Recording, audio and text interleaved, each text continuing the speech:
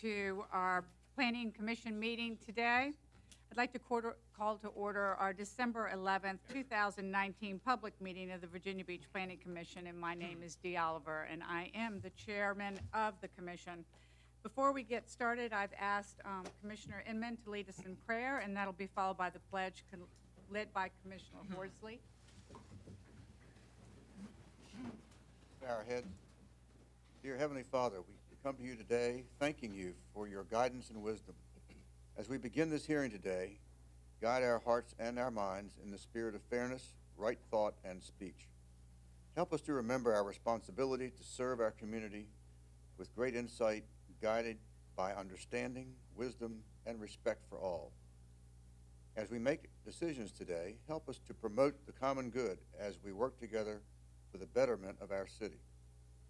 As trusted servants, we seek blessings on our deliberations and on our efforts here today. Amen. Please join me in the pledge. I pledge allegiance to the flag of the United States of America and to the republic for which it stands, one nation, under God, indivisible, with liberty and justice for all. Thank you. And thank you. And Commissioner Ripley is going to introduce our members today. Okay, I want to start on my far right, your far left, and introduce Kay Wilson. And Kay's the city manager, city attorney who keeps us straight here, and we're always so happy to have Kay here. You step out of line, she'll get you. Okay. But I'm going to take a little bit of time, a little liberty to Go right ahead. if you don't mind. This is my last meeting, and so a couple of people up here, I'll just make a couple of comments about. Of course, George Alcazar he's one of our new boys, and but he's doing all the right things. He's asking all the right questions, and it's a real asset to the commission. Jack Wall, we've gone back. Jack, what's your year now? How long have you been on? 5 years. 5 years. And Jack's just a real brilliant mind here, and we says very little, but when he says, you need to listen to him because he's usually thought about something here. And David Wiener's, we've known David for a long time. Dave does great business in the brick business, and he's come a long ways up here, and he's really doing a great job. Thank you. Now, Don Horsley to my right, Don, and I probably should have said that the Beach District and Rose Hall and then Kentsville. Now, Don's at large, but he's what I call the gentleman farmer. You know, Don, I've been on the commission 19 years, and Don was here before I came here. And I said, you know, of course, how that happened is I was on for two terms, which is all you can serve. And then when Barry Knight was elected to the General Assembly, I came in and filled his unexpired term, and then they put me on for 2 more terms. So it kind of adds up after a while. But Don's been here even longer than that. And I was told when I first came on here, you need to listen to Don, because when Don has something figured out, it's right. So it's been a real pleasure, Don.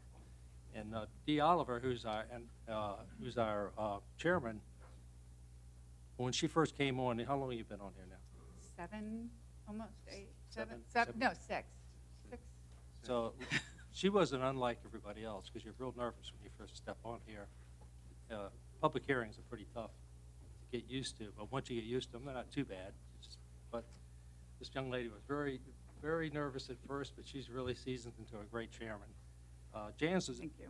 Jan Ruzensky is not here today. She's actually in the hospital with a medical condition, and we're really praying for her.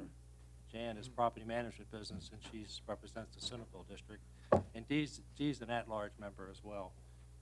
Of course, Mike Inman and I go back a long way. He's a great real estate attorney. He does a lot of condominium law and those types of things that deal with real estate. And Mike is an at-large member, and I don't know how many years I've known you, Mike, but a long time.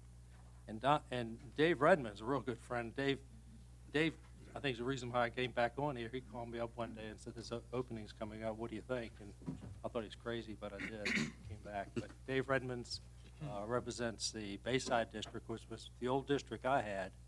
And Dave is He's a really bright guy, and he understands real estate better than most people will ever understand it.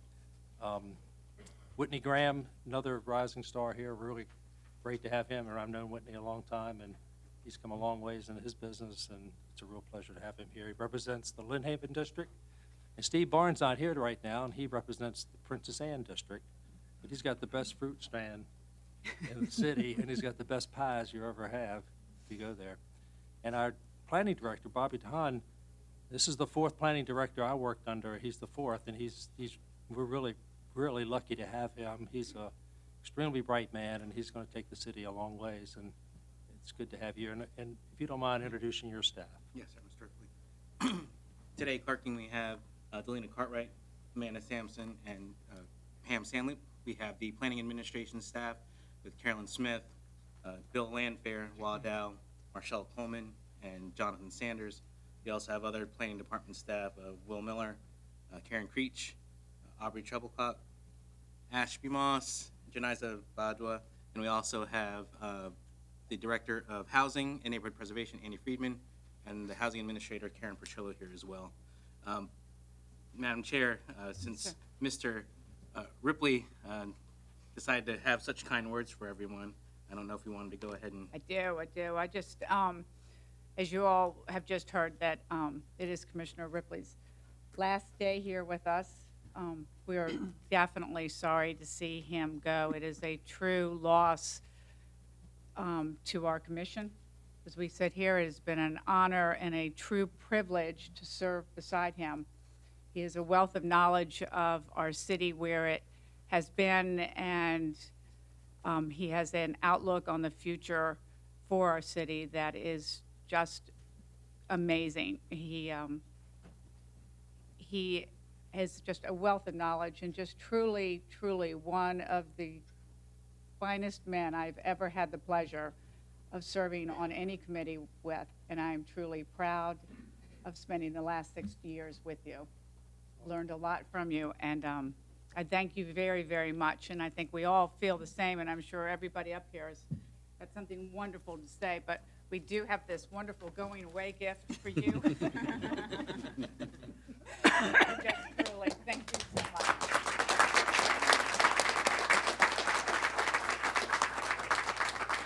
Thank you very much.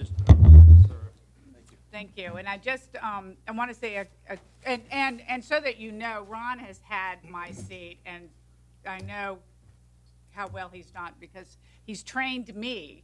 So I'm so good because of him. No, not truly. I'm just kidding. But I just want to say a few words about Jan. We miss her. She's had some health issues, and she too has served 2 terms and was our secretary for quite many years until we changed the order of that. And this year she has served as my vice chair, and she's been a great asset to the Planning Commission as well. And we are very, very sorry that she's not here with us on our last meeting. So, Jan, if you're watching, we're all here, and we're all thinking about you. So, thank you very much. Yes, Dave. So, I would like to echo a couple of those things, and because I think it's absolutely necessary. I think certainly, one of the hardest parts about serving on this body is you get to respect so many people, and then they leave. And it's very hard on us because they become our friends and colleagues, and you have to trust people that you serve here with, and we always all do, I think. I was thinking about Jan. Every time she ever spoke, she always seemed to have a smile on her face when she was speaking. Even if it was something difficult, she always seemed to have a very cheerful, did she ever show up here in a bad mood? She ever woke up on the wrong side of the bed? I never saw it, if she did. And she really did, I think, contribute, mightily to this. And so she's had a health issue the last couple of weeks, which has kept her from being here. But I can tell you her spirits, I would not have kept her here. We were very much the benefit of her service, and she deserves our thanks and our congratulations. You can't understand how hard it is to follow Ron Ripley in this role. I succeeded Ron Ripley in the Bayside seat. Thankfully, I never had it in my head that I was fill his shoes, and never tried, and never will. the truth of the matter is, as Dee said, Ron's trained just about everybody here. You know, they didn't sit down like he did with me, he was very generous with his time. We sat down, went over a bunch of things, who's involved, where the body's buried, you know, how does it all work? I just didn't know how it worked. And Ron showed me all that personally. And he and I are very close, and we're neighbors, and we always will be very close. But the truth of the matter is, nobody's ever done it better, Ron, than you. Yeah, and we're losing something. I know the person that the city council appoints will be extremely capable. They always have a good track record of putting very capable people here, and this is a very capable body. But Ron's awful hard to replace, and we've been very, very lucky and fortunate over the years. And I can tell you, down to my bones, the city is a lot better place by virtue of his service. I could tick off all kinds of different things. Suffice it to say, everybody here has gigantic respect for you, Ron, and we'll miss you. Well, thank you very much. My dad always said, never deny a compliment. So I'll take that. Thank you very much. Appreciate it. Thanks. Okay. All right. Well, thank you all. And so our first order of business is the explanation of the rules that we use to run the meetings, and our city clerk is going to explain those to us. Thank you, Madam Chair. The Virginia Beach Planning Commission takes pride in being fair and courteous to all parties in attendance. It is important that all involved understand how the commission normally conducts its meetings. It is equally important that everyone treat each other and the members of the commission with respect and civility. The commission requests that if you have a cell phone, please either silence it or turn it off. This is an abbreviated explanation of the rules. The complete set of rules is located in the front of the Planning Commission agenda. Following is the order of business for the public hearing. Withdrawals and deferrals. The chairman will ask if there are any requests to withdraw or defer an item on the agenda. Consideration of these requests will be made first. Consent agenda. The second order of business is the consideration of the consent agenda, which are those items that the Planning Commission believe are unopposed and which have favorable staff recommendation. And the regular agenda. The commission will then proceed with the remaining items on the agenda. Please note that the actions taken by the commission today are in the form of a recommendation to the Virginia Beach City Council. The final decision to approve or disapprove an application will be made by the Virginia Beach City Council. The commission thanks you for your attendance, and we hope your experience here today leaves you feeling that you have been heard and treated fairly. Great. Thank you so much. The next order of our business is to address those items that have been withdrawn or deferred. Are there any items that are being withdrawn today? Okay. Are there any items being deferred today? The chair has been aware of item number 4 to be deferred.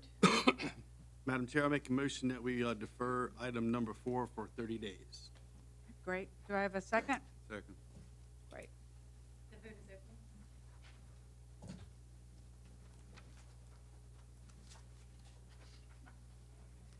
By a recorded vote of 9-0, agenda item number 4 has been deferred for 30 days. Great. Thank you very much. In the next order of business, we will address those that have been placed on the consent agenda, and the vice chair will handle these portions of the agenda. Commissioner Weiner, will you do that for us today? Thank you, Madam Chair.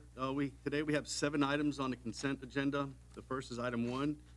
It's an application for Kim Smith for a conditional use permit for a tattoo parlor on property located at 1440 North Great Neck Road, Lynn Haven District. Do we have an applicant for this item? Come up, you can come up front here, please. State your name for the record, please. My name is Kimberly Smith. Are all the conditions acceptable? Yes, Okay, great. Thank you. You can have a seat. thank you. Is there any opposition to this being placed on the consent agenda? Hearing none, Commissioner Graham has been asked to review this. Thank you, Commissioner Weiner. The agenda item number 1 is a request for a conditional use permit for a tattoo parlor located at 1440 North Great Neck Road. The applicant is requesting a conditional use permit in order to operate a tattoo parlor for permanent makeup known as microblading within a single room within a proposed 1,900 square foot space. The salon will be located within the rear unit of a mixed retail building along North Great Neck Road. Only one employee is anticipated in association with the microblading business. There is no known opposition to this application. Other salons in Virginia Beach have successfully incorporated microblading services without incident. For these reasons, the planning staff has recommended approval, and we do as well. Thank you, sir. Next item is item 2, BAILLIO Sand Company, an application for modification to conditions of the borough pit located on Princess Anne Road in the Princess Anne District. There she is. Hi, please state your name for the record. Hi. Ann Bio standing. All the conditions accepted.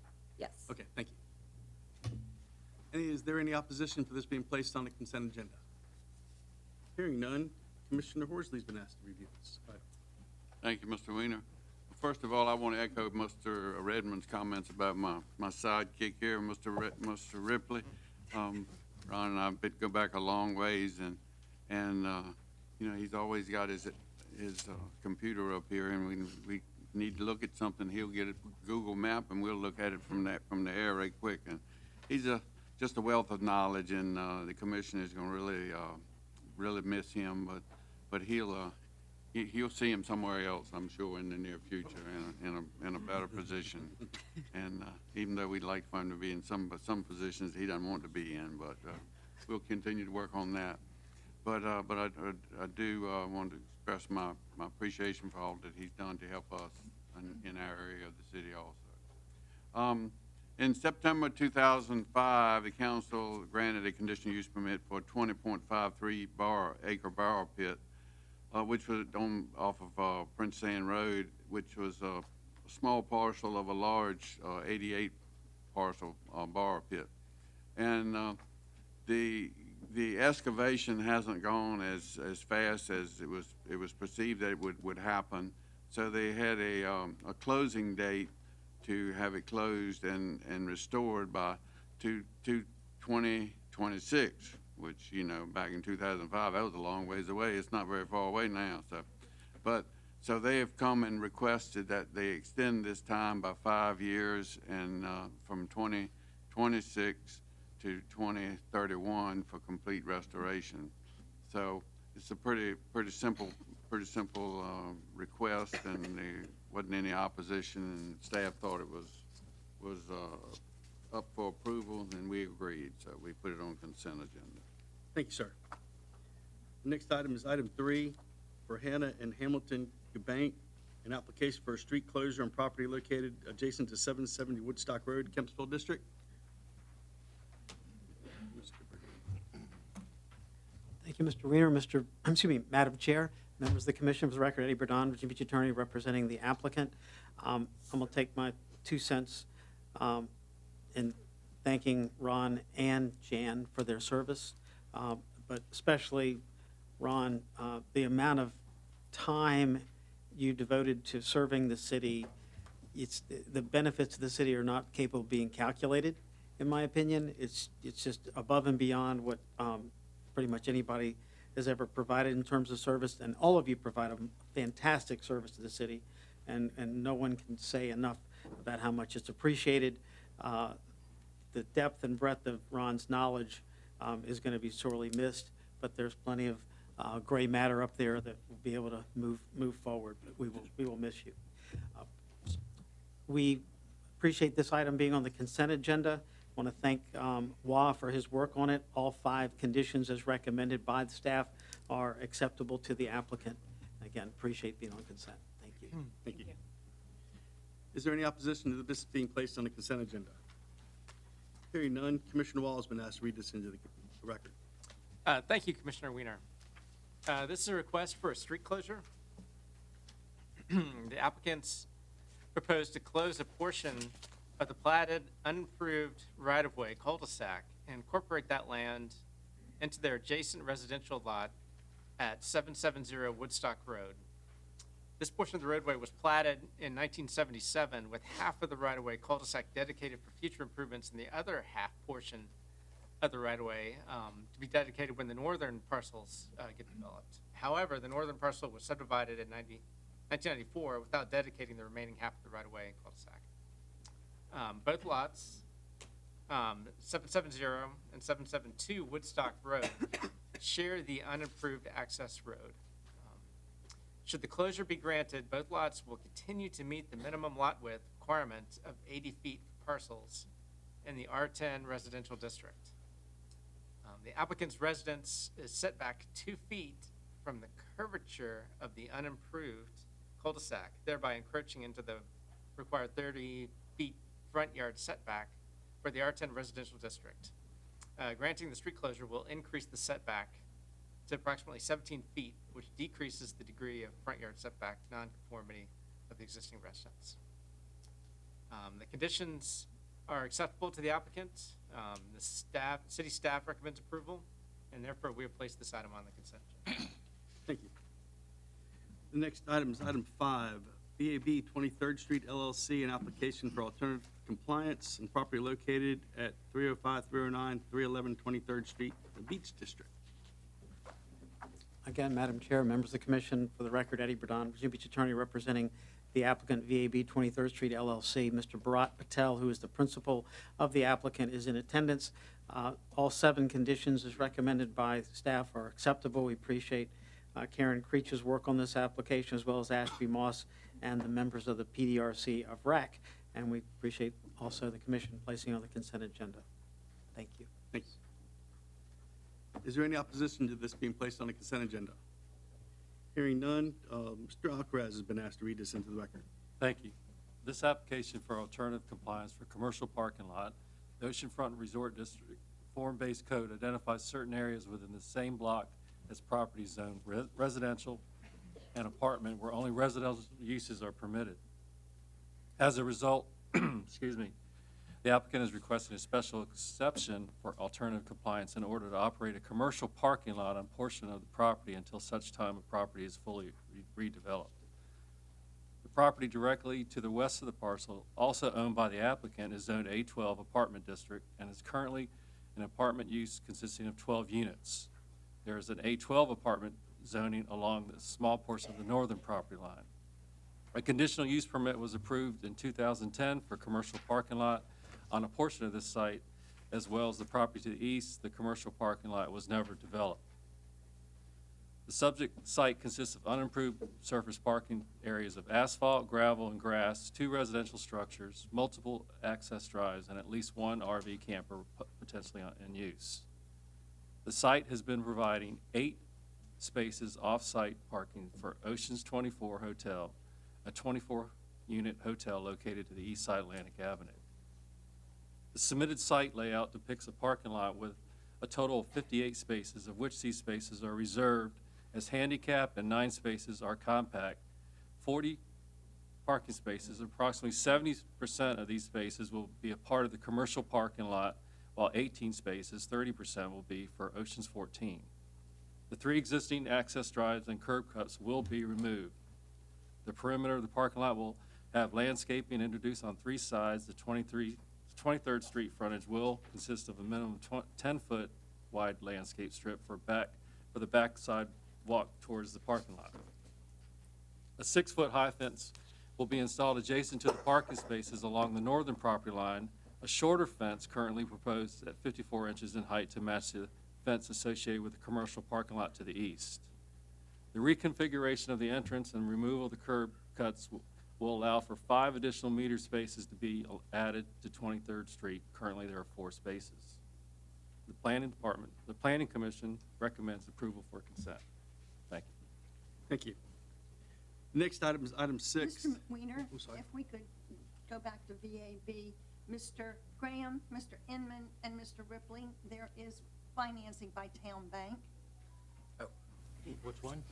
VAB, the Five, one we number just 5. finished. Oh, well, we haven't voted yet, have we? I was going to do that. We'll wait for voting? Okay. Yeah, that's okay. Okay. Right. Item number 6, and I apologize for butchering his name. Nurdani Hassani, an application for a conditional use for automotive repair garage and property located at 5900 Thurston Avenue, Bayside District. Is there an applicant for this item? Can you please come forward?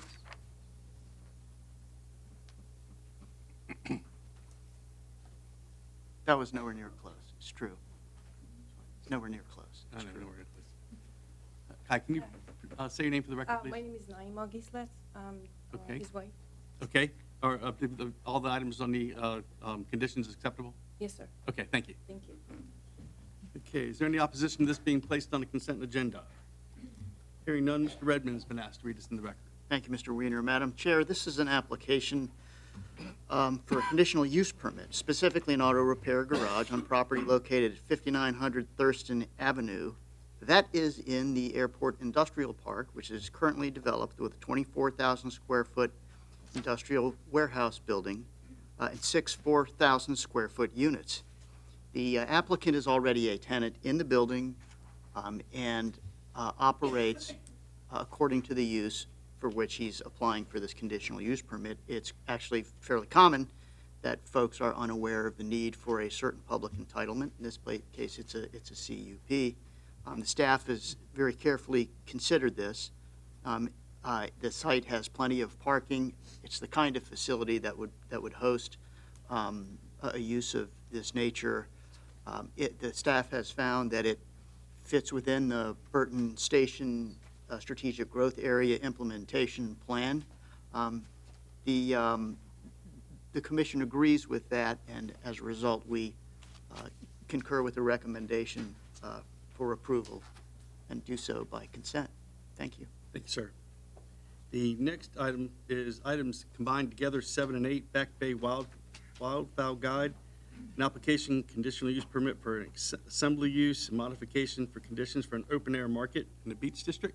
Yes, Sir. my name is Charles Hightower. I'm the director of the Back Bay Wildfowl Guild, trading as the Atlantic Wildfowl Heritage Museum. And we are in agreement with all of the conditions enumerated. Great. Thank you, sir. All right. Is there any opposition to this being on the consent agenda? Hearing none, Mr. Akraz has been asked to read this into the record. All right, thank you. Agenda number 7 and number 8 is a request for 2 conditional use permits to allow events at the Atlantic Wildfowl Heritage Museum, a conditional use permit for an assembly use as an event venue, and a modification to conditions to an existing conditional use permit for an open-air market for the operation of food trucks, and is proposed by the applicant of the city-owned property. The applicant is seeking a use permit for assembly use on the property within the city-owned DeWitt College, which is leased by the applicant. The conditional use permit for open-air market for small food vendor seasonal operate was approved by City Council October 17, 2017. As this business is no longer operating on the property, the applicant requests to modify the conditions of the open-air market to allow for food trucks associated with the rental of the facility for private events. The proposed events include weddings, reunions, graduations, and other celebrations within the DeWitt Cottage on the grounds. The hours will be from 12 p.m. to 12 a.m. Friday through Sundays. No structures such as tents and portable restrooms will be provided by the applicant. Rather, the future event holders will contract with businesses to supply those amenities. The concept plan also depicts a portable tent, typically 20 by 40, located on the lawn area. Planning Commission recommends approval with the recommended conditions. Thank you, sir. Madam Chair, the next items on the consent agenda fall into the short-term rental.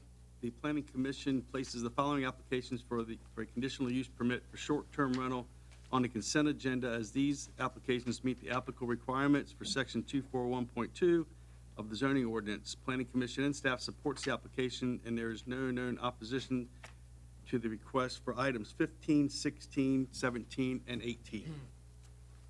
With that being said, I move for approval on the consent agenda, items 1, 2, 3, 5, 6, 7, 8, 15, 16, 17, and 18. Right. Go ahead. Second. Okay, well, need to disclose. Oh, you need to disclose. If you don't mind. Please do.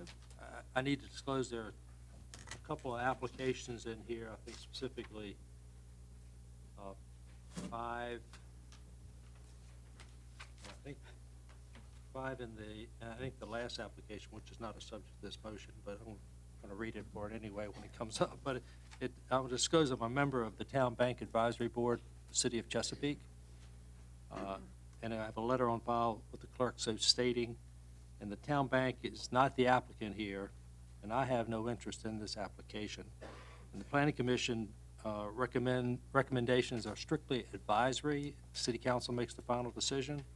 So I want to disclose that I will be voting on it today. I as well need to disclose that I'm on the Town Bank Leadership Alliance, and I will be voting on it as well. I have no financial interests. Yes.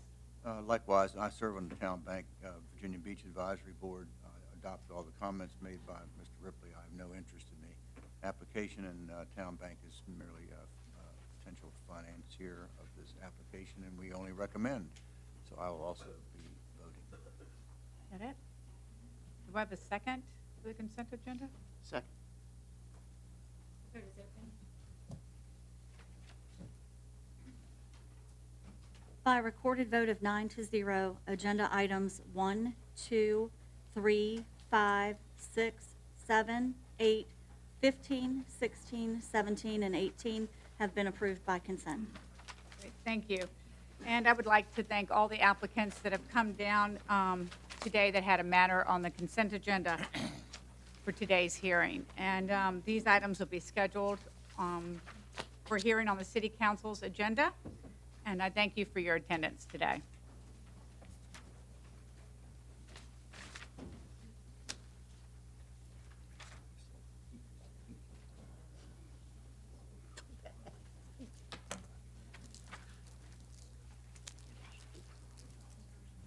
So in an effort to be a bit more efficient today, I'm going to request that we reorder the agenda to be heard in this order. Items number 9, 10, 11, 14, 19, 20, 21, 12, and 13. Mr. Jahan? Yes, we have that noted for the record, Madam Chair, and we will call the items accordingly. Okay, great, thank you. All right, so the next order of business, we'll address the remaining matters on our agenda, and City Clerk will please call the first item. Thank you, Madam Chair. The next agenda item is item number 9, Christopher J. Ocampo. It's an application for a conditional use permit automotive repair garage on property located at 2505 Horse Pasture Road, Suite 101, located in the Rose Hall District. Would the applicant or the applicant's representative please step to the podium?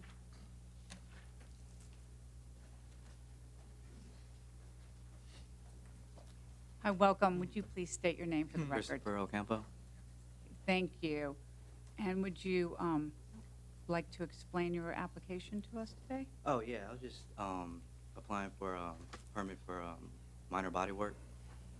You know, Yes, sir. that's it. And graphics. Okay. Do you, we have any questions for him? I've Yes. got a couple questions. Well, one thing was the painting, and I think that was how it was identified. You explain your painting operation. We do panel blends, like painting like fenders, doors, hoods, and like stereo molds. Okay. Is one thing that was noted was the paint booth. Yeah. You When I moved in there, it was an old cabinet shop, and it had a paint booth in there. So when we were painting out of there, OSHA came and said it wasn't the fire suppression system wasn't regulated for what we're doing, so we tore it down and put up fans. And the fire marshal said it was all right to do a quart a day. Then another time, another fire marshal came and said I need a conditional use permit. So that's why I'm here now. So I've been in the area for 10 years, so it's like new to me. So would the paint booth alleviate the fumes from the painting operation? Right. Yeah. But you took down the paint booth, you installed fans.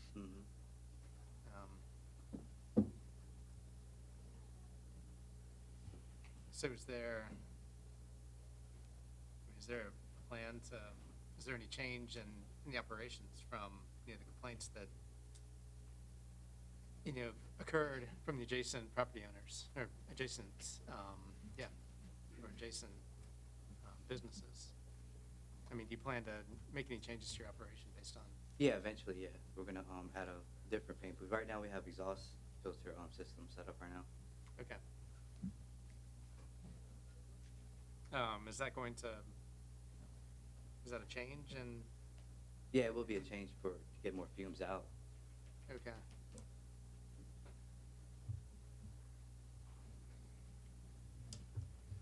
Okay. Is there, Ron? I think, well, if I look at the application, I think you're required to put in a paint booth. Do you understand that? Nah, see, I didn't know. They just told me I needed a conditional use permit to do what I'm doing right now. Well, there are 9 conditions that are in this use permit. Have you read those? Yes. Do you agree with them? Because one of them says you're gonna put in a paint booth. Because that's what you gotta do.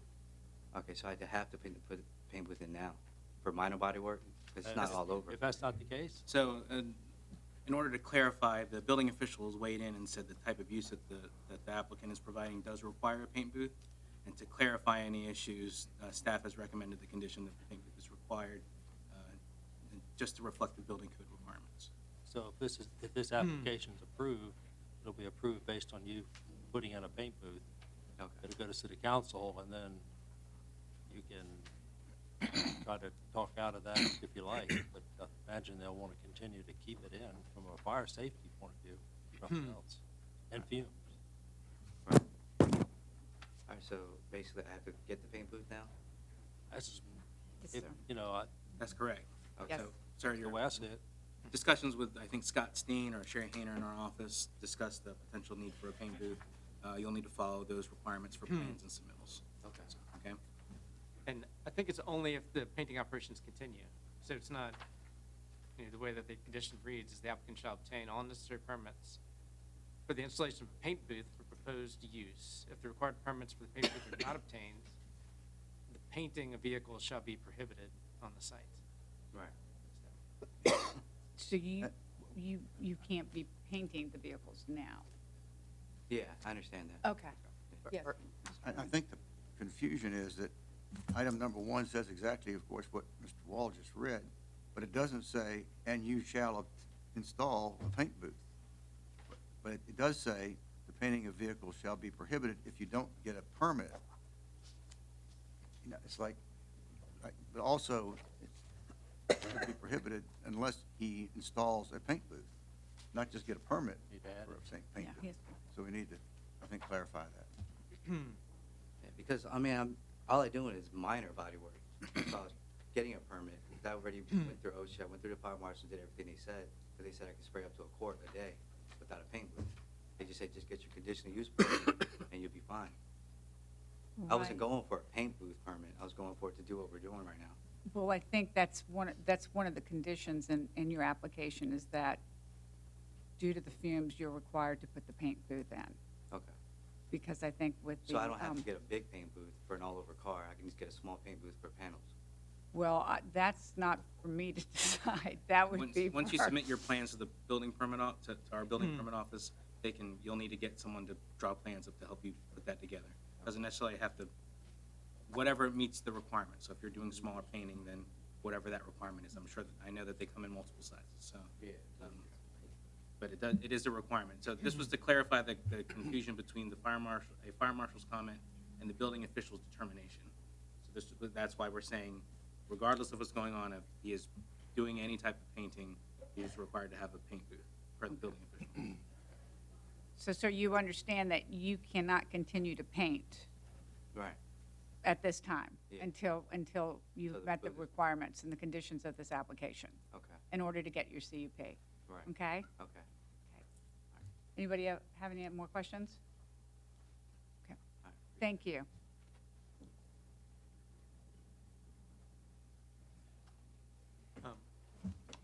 Yes,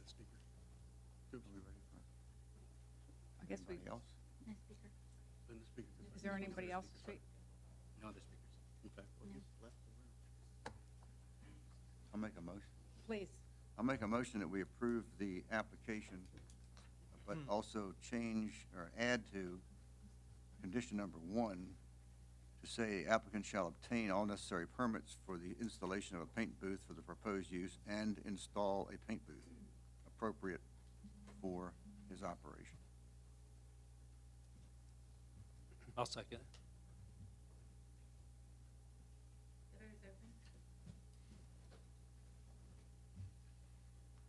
By recorded vote of 9-0, agenda item number 9 has been approved with conditions as amended. Madam Chair, our next agenda item is item number 10, Ocean Rental Properties LLC. It's an application for a subdivision variance, section 4.4D of the subdivision regulations on property located at 5568 Shell Road, located in the Kempsville district. That's what it says. We have 2.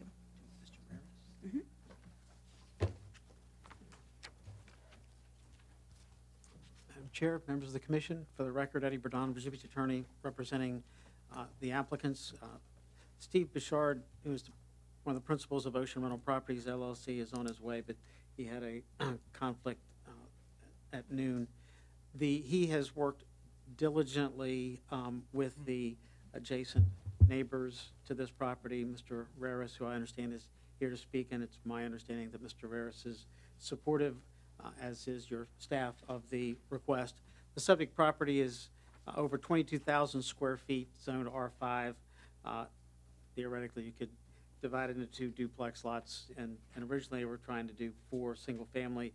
In working with the neighbors, we've come down to 3 lots. The hardship here is the Duncan Lane, which serves 5 additional properties to the north beyond the subject 22,000 square foot parcel, all but one of which are much smaller. All that was done in Princess Anne County days, pre-subdivision ordinance, and that Duncan Lane is a 13-foot wide private road that crosses this property as well as the properties that it serves to the north. With this request, the applicant is going to widen and improve over 220 feet of frontage on Duncan Lane, which will provide access to the two of the 3 houses. The front house, the single-story ranch on the larger front lot will be served from Shell Road, and that was also something that Mr. Raris had asked my client to do, is my understanding. We've worked with Mr. Raris with regard to relocating a fence, putting in a landscape buffer, relocating a sewer line, all of which my clients will do. You have specific houses that will be built on each of these 3 lots that are in keeping with the area. And in short, it'll be in keeping with the area, certainly nice homes. And I think it worked well with Mr. Raris, and I believe that the adjoining neighbor to the north, Mr. Kevin Harris, I was told, as long as Mr. Raris was good with this application, was in favor of the application, he was as well. And the church that's on the other side of Duncan Lane is neutral. They don't have any dogs in the fight at all, and they don't have any objection. They don't have any support. They know about the application. All the conditions that have been recommended by staff are acceptable to the applicant, and I'll stand by for questions. Great. Thank you very much. We have 2 speakers. Okay. Courtney Mikiewicz.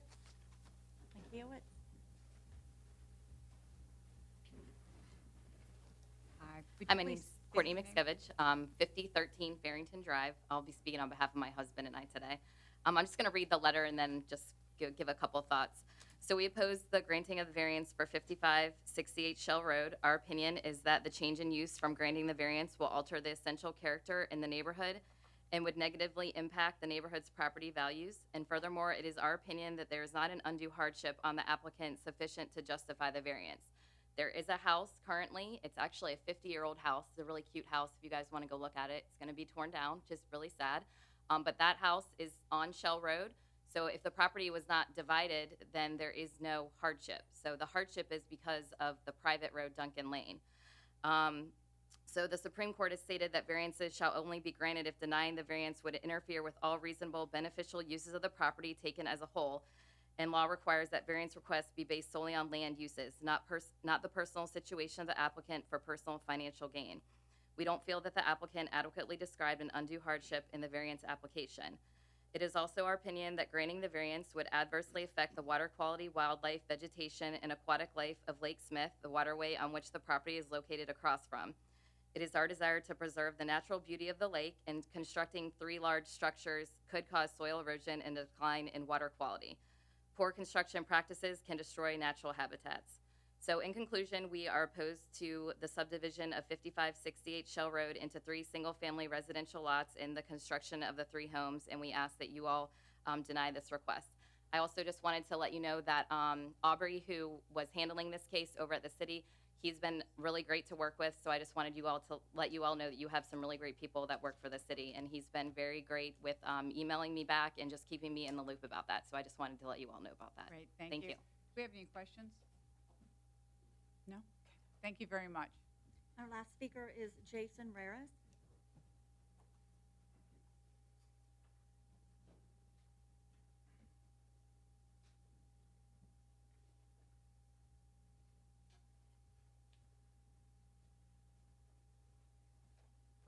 Welcome. Could you please state your name for the record? Jason Raris. Thank you. When the residents of our neighborhood first became aware of the proposed development, we quickly came together and found that there was near universal support in opposition of the project. Our stretch of Shell Road is a unique area in Virginia Beach and is highly valued by those who live here. When you drive down our stretch of Shell Road, it hardly feels like you're in the city, but in a rural neighborhood where the homes have spacious lots and are surrounded by trees. This is literally a green neighborhood with protected natural spaces, a lake, an abundance of trees, and wildlife. These factors are a significant part of the reason that we purchased a home here, along with the unique privacy that our property has. When I step into my backyard, I see my landscape, trees, and only faint glimpses of my neighbors' homes. I know that we do not own the landscape beyond our own property, but it is certainly part of the intrinsic value of our home. When one moves into a neighborhood like ours, they, myself included, make the naive assumption that there may be changes over time, but that the character of the neighborhood will remain intact. We initially set out to forcefully oppose the development with a petition that was signed by every single neighbor, and some even offering to chip in money to help with legal fees. But as we learned through the process, we didn't so much have a development to fight, but a development to choose from.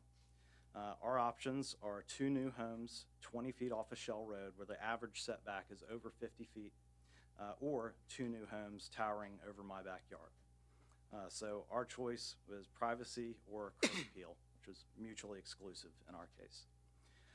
We shared our concerns with Steve Bouchard and Josh Moto of Bouchard Homes and Ocean Rentals, and after a good deal of back and forth and meetings with neighbors on our property and changes made to the plans, we have decided to support the proposed development and request for a variance so long as only 3 lots are created and the lot facing Shell Road cannot further be subdivided. We are sacrificing some of our privacy and view that was part of the value of our home when we purchased it so that we may help protect the character of the neighborhood. For our support, Bouchard Homes has offered us some concessions to soften the blow of these changes, though they do not completely cancel out the negative impacts. My hope is that there be some requirements in the future that value setback, density, and privacy for existing neighborhoods to protect the intrinsic value that was paid for by existing homeowners. Thank you. Thank you. Do we have any questions? No. Thank you so much for taking the time to come down. Thank you. Sure. What Mr. Raris is speaking of, I appreciate, his everything that was said and that he has done with this. If we could put the aerial up, the homes that are along 13-foot wide Duncan Lane are on lots that are slightly larger than the 2 of the smaller lots here, but we think it is in character. Most importantly, this road has, at its access to Shell Road is only 13 feet wide. We're widening it, making it safer. That road is entirely on this property. The property has sufficient frontage on Shell Road to divide it by right into 2 lots, 2 long, narrow lots. That's what Mr. Raris was talking about. And that would be far less advantageous for everyone involved. It would not permit the widening of the Duncan Lane to 20 feet, which will make it safer, and the entrance widened out to 24 feet, which will make it safer.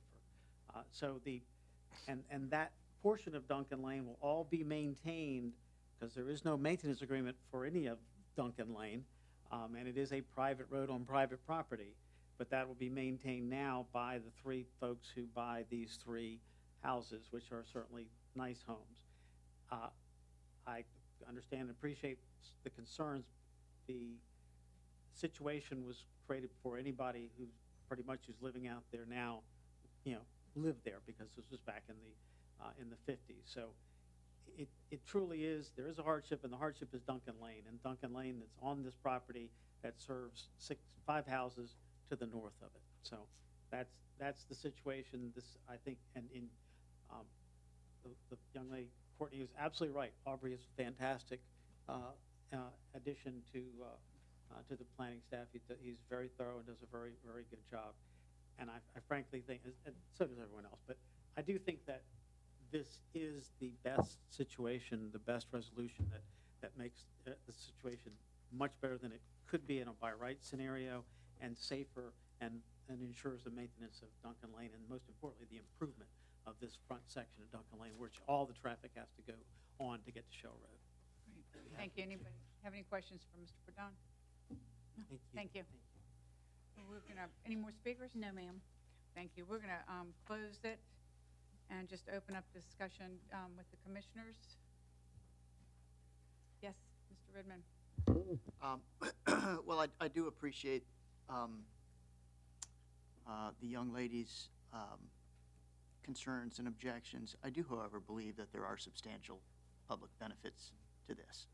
And as I said this morning in the informal, it seems to me that this has been designed in a way to be less impactful than, as Mr. Bourdon made clear, could be the case under a by right scenario. And we see this all the time. But sometimes it's not easy for some people to accept, and I understand that, and I think that's valid too. I do nonetheless think that this makes a lot of sense for this piece of property, and I'll be happy to support it, and if need be, make a motion. So thank you. Okay. Anybody else? Yes, Ron.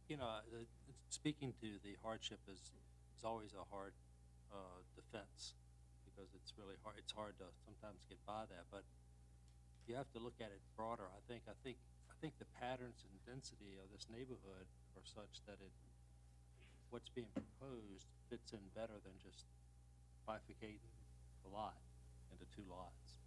So that's the way I looked at it, and also I think the additional roadway will be a benefit to everybody on that road, which would be good. And so it sounds like he's worked with the neighborhood pretty good, from what I can tell. So I'm going to support it as well. Yes, Jack. I think that the density is increasing, and I think it does affect somewhat the charm of the area. But I think also that the applicant has worked fairly diligently to match the character of the surrounding neighborhood. So I'm in support of it. Anybody else? Yes, Mr. Freeman. Madam Chair, I move approval of agenda item number 10. Do you have a second? I second. Thank you. The vote is open. By recorded vote of 9-0, agenda item number 10 has been approved. Our next item of business is agenda item number 11, Greg MEMAKIN, which is an application for a conditional use permit bulk storage yard on property located at 4145 Virginia Beach Boulevard, located in the Lynn Haven District. Welcome. Hello. How are you? You state your name for the record. Greg MEMAKIN. Welcome back. Thank you. You want to give us an update on your application? I've been hauling away debris there. I still have a lot left, but not nearly as much as I had in the beginning. It's going to take a little while, especially this time of year.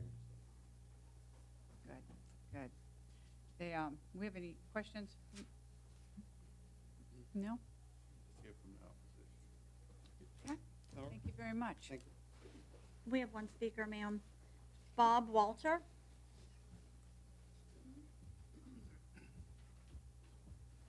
Welcome. Hi. Just state your name for the record, please. It's Robert Walter. I go by Bob. So I am the president of Thalia Station Condo Association. I represent 197 families immediately adjacent to this conditional use permit application. We initially thought that this was a legal business that had been operated on this property, only to find out in October that in fact they are not.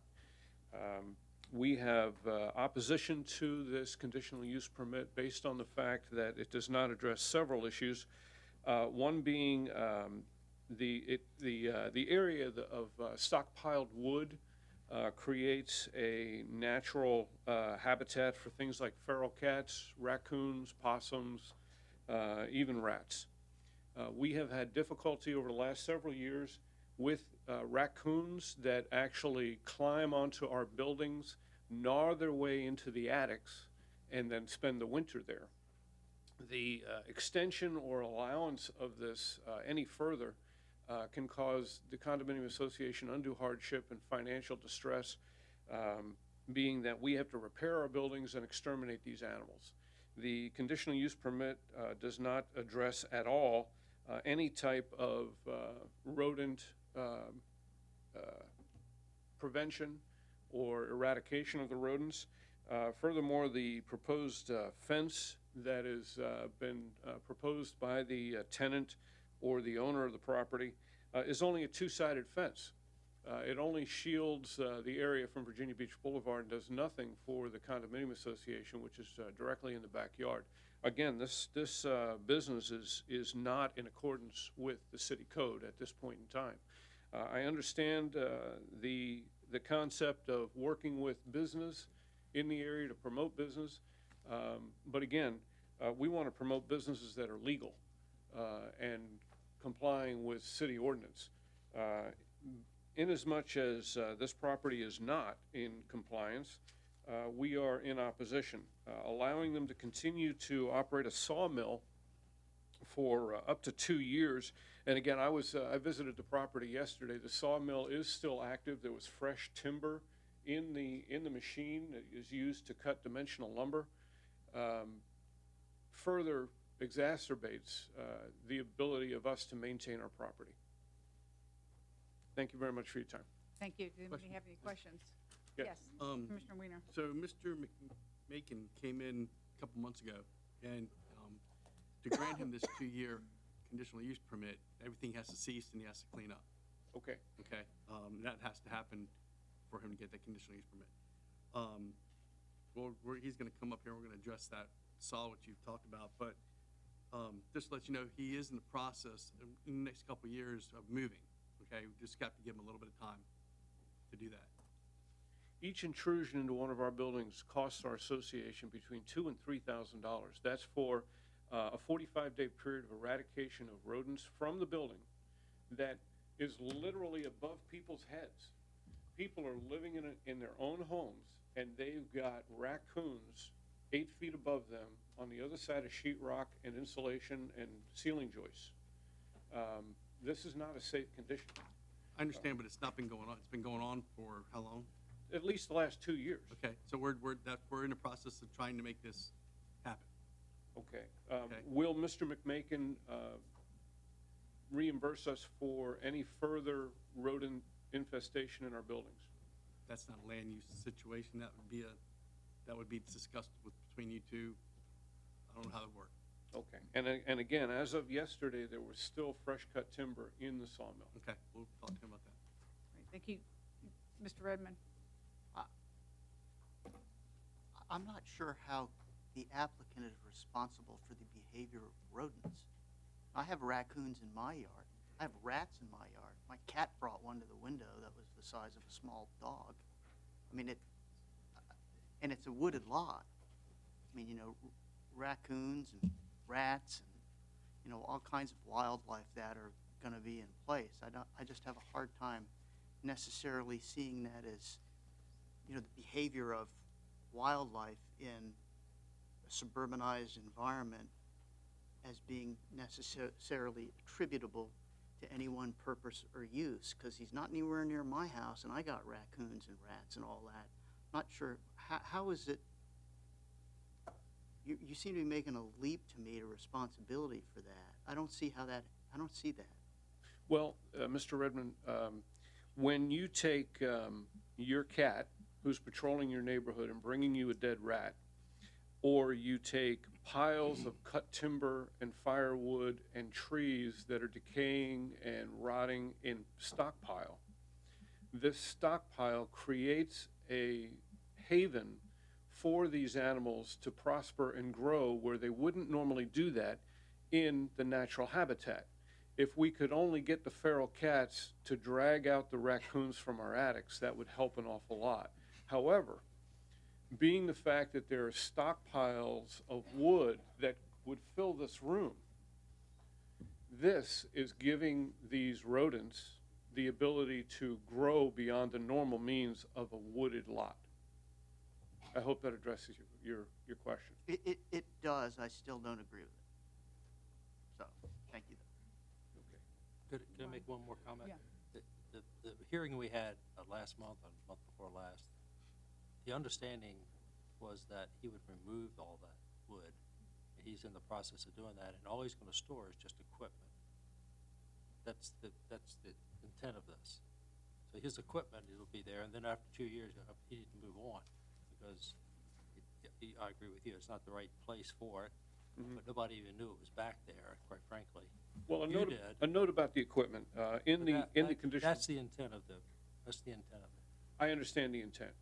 Our intent is trying to preserve our property as well as, our residences. Sure. And being able to expect to be able to live in our residence without having an illegal business next door. Mr. MEMAKIN says that he's going to be storing his equipment there.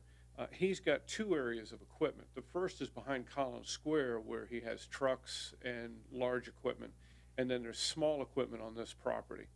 The question is, how long is this going to take to clean up? 2 years is not acceptable to the residents of Dahlia Station.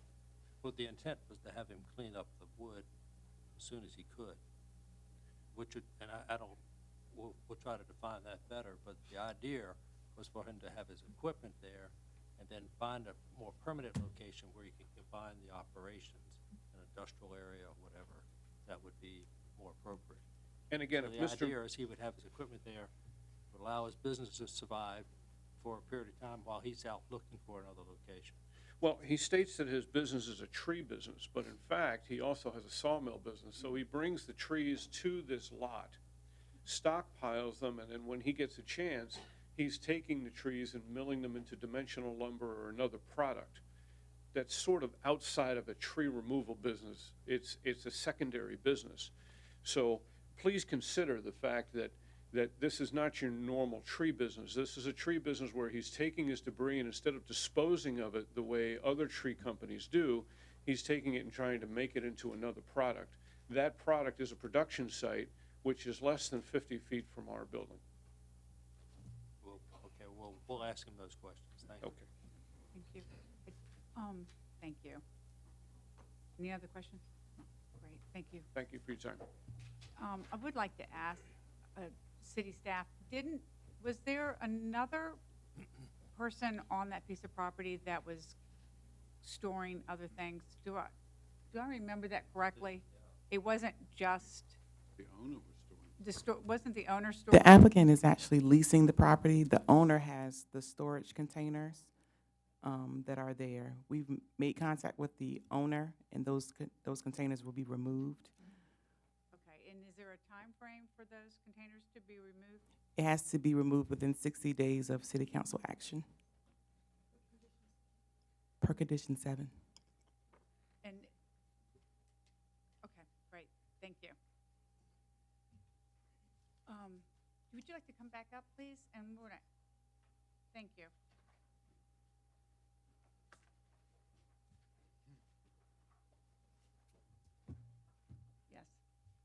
Weiner. Do you want to go ahead and address the sawing operations, what's going on and what's going to be Well, cleaned up? the sawmill, I told y'all before, it was something I purchased for me and my dad to saw it because because I'm a tree business, I get a lot of good wood, cherry wood, exotic wood. So it's something I invested in to saw down wood, build furniture with my dad, but he moved off the Bassett. I cut now, but it's not a business it's more for just a hobby. If he would have went there 2 months ago, he would have saw the exact same piece of wood sitting right there on top of the sawmill. I haven't had a chance to get to that part yet. I've been working on the other pile. If he would have went there 2 months ago, he would have noticed that over 3/4 of the wood is gone now.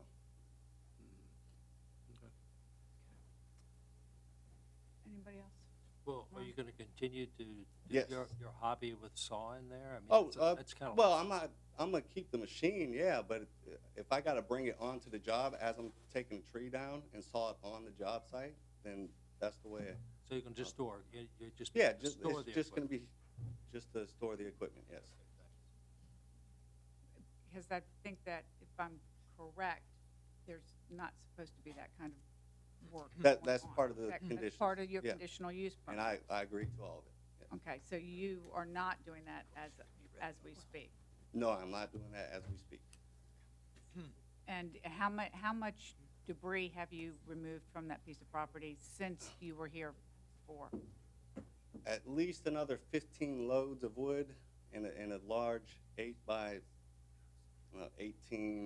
by 6 gravel truck. And how much more is left? Probably about another 10, 15 loads. It was quite a bit of wood there. Right. Right. So when do you think you'll have that material off the site? It's really hard to say, but I'm not looking for excuses, but my daughter, she's a freshman in college, and she plays basketball, and I've been trying to travel to make every game, and her season just started. My son, he's a freshman in high school, his basketball season just started, and I try to be there for my kids and support them. So with the holidays and that going on, and plus having to get jobs done so I can pay the bills, it's real hard to put, a full-time job into clearing out the lot. It takes me about 2 hours per load, so I could probably get 2 loads in a day, maybe 3 loads in a day. So, if I had the next 5 days where I can dedicate all my time, I could probably get it all done in the next 5 days, but it's gonna take a few weeks with everything that's going on. Realistically, with everything going on with By the holidays. middle is of this January, just a middle to two-month the end. process? Is that- Middle to the end of January, I'll have everything cleaned out of there. That's a guaranteed date. And you are working on getting relocated. I've looked into it. I'm not sure how I'm gonna be able to do that because I've never had to deal with that kind of monthly payment. The cheapest place I found was $2,500 a month, and I have 3 trucks that I'm making payments on. I have my wife's car I'm making payments on. I have my car I'm making payments on. I just got a damn motorcycle not too long ago. Yeah, We can't help I can't on help those it. things. Yeah, I know. So it's hard for me to picture myself taking on that kind of monthly payment. So if anything, I might just have to sell everything that I have. Well, hopefully that won't happen. I'm hoping not. And I'm you- hoping I and you'll can be able to continue. find it. I Yeah. think you've got a little bit of time, but I think as far as being a good neighbor, as quickly as you could alleviate the problem that the condo association is addressing would be to your benefit. Madam greatly. Chair, just to Yes, sir. clarify something, you're not in order to remove the materials, you're not currently chipping it or doing any other things to it, you're just. I'm not chipping, no. I'm not chipping anything. You're not chipping, I'm grinding? operating my equipment to move it around and load it up, yes. Okay, just want to make sure that you're not actually in the process, you're not processing any of the wood to get rid of it. Well, I won't be now that you said it. But yeah, I've been trying to get rid of, because dumps are only open until a certain time. And with the light, Understand, we daylight just and want all to make that. sure, so our understanding is that you will not be processing, cutting any of this wood until you. The wood that's already there, I'm gonna try to get it out of there is the best, most economical way for me as possible, as quickly as possible. Understand, I understand your answer, but it's different than what's allowed, so the manufacturing of wood is definitely not permitted in this district, so, which includes the breaking down and changing of that material into something else. Okay. So if you're planning on having to cut it and do other things like that, you got it there without it being cut, you need to get it off the site without it being cut. So, Understood. Yep. Okay. Any other questions? No? Thank you very much. Thank you. All right, we're going to close the hearing now, and we'll open up for discussions amongst the commissioners. Anybody? Mr. Whitney? Sure. Thank you. It does sound like the applicant is working to get it off, get the materials off the property. I think that hopefully the applicant understands that can't chip the wood, need to basically load it up in a truck, haul it off. I understand everybody's busy, but just try to, get this stuff out of there, over the next, month or two, so you can get this behind you. You can probably find another property. You've got 2 years to look, and there's lots of resources out there for people that can help, that are in commercial real estate that can maybe help you find something to lease, because it really isn't the right spot for this, and we don't want to shut your business down, and we're trying to do everything we can to work with the applicant. So anyway, those are my thoughts. Yes. I agree. I mean, the gentleman seems like a hardworking man. If I remember from October, he said he's a one-man show also, which it's a lot of equipment for one man to operate, though. But anyway, I give him the benefit of the doubt, and I think he's diligently trying to get straightened out. And I'm sure after today, he will give it a good effort and go ahead and get it cleaned up. As far as the raccoons and whatever, I mean, as long as it's a wooded lot, you're gonna have those animals. I don't care what else is there, you're gonna have those animals, and the homeowner's just gonna have to do some rodent repellent or some type of hire an exterminator to come around if they got that much problem. But I can't see that we gotta attribute all this damage to this gentleman's operation. I mean, I agree. Yes. Just to add one last thing, and that is, for our benefit, he seems to be doing what we asked him to do. Right. He came back the first time, we said, these are the steps and these are the conditions that would be acceptable for to do that, and he seems to have done that. And so I think there's great value in that. Thank you. All right. Have a motion? I'd like the motion that we approve. Have a second? Second. Madam Chair, Yes. I have to abstain as the objecting party as a client of mine. Noted.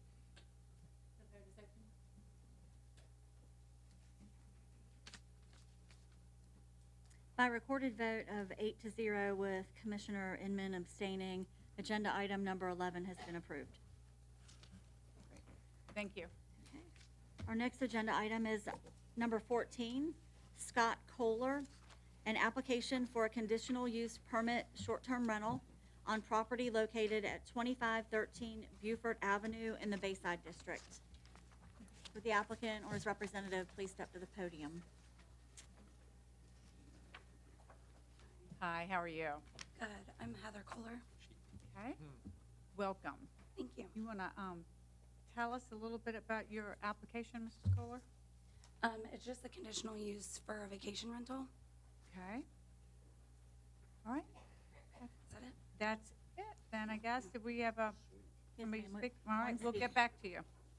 We have one speaker, Melissa Lake.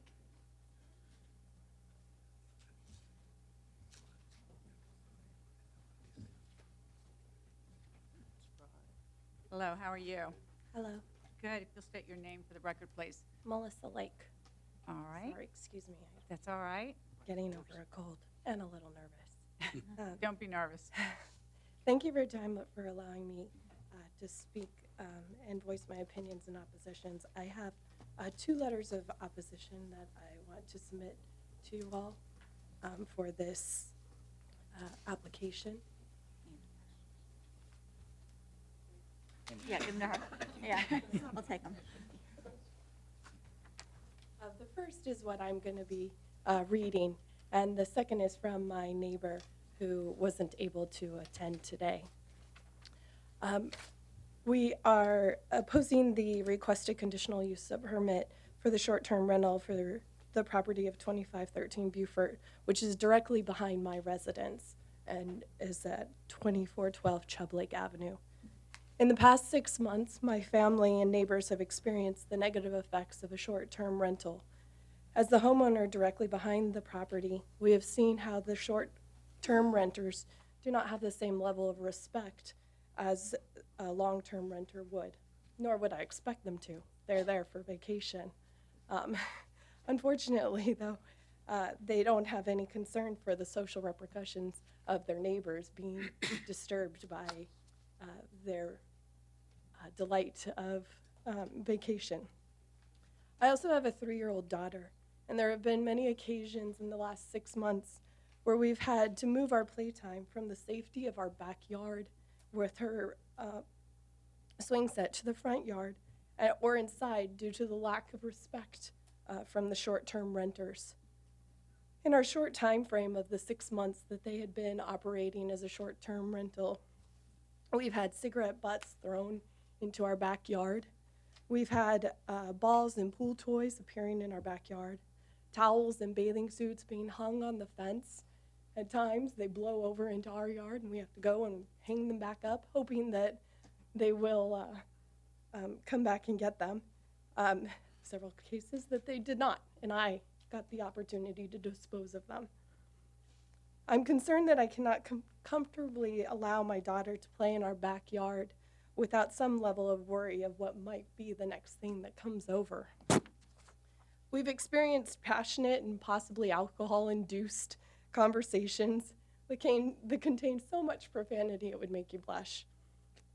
We've experienced music played with the same amount of profanity I don't want my daughter to be exposed to. In the 7 years of our living in our home, we've had this home be a long-term rental, and we never had problems. We were able to respectfully have relationships with the long-term renters.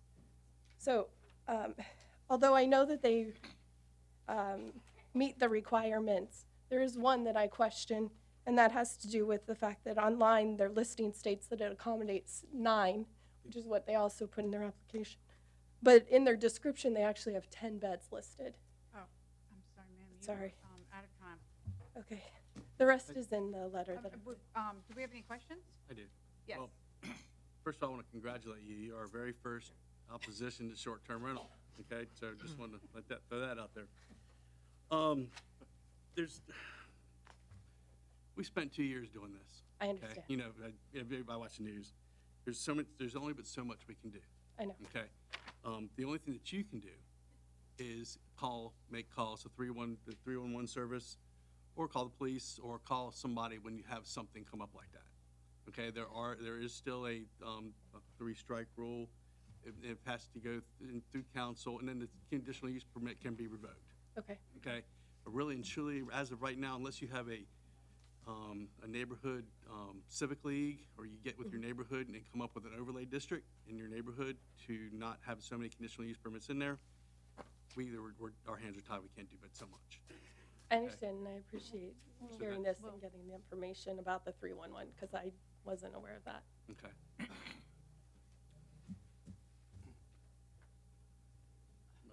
Plus, it's in a 2-year term. 5. 5 year. Yeah. 5-year term. It's a 5-year term. So, but you know, continuously, if you have continuous problems and they don't respect your property, then planning director is going to bring it back in here, I'm sure. He's not going to tell them they can't do it. He's going to bring them back here. It's going to be a public hearing, and very likely could be denied that use. So it's in his best interest to work with you. Thank you. anybody? Yes, Dave.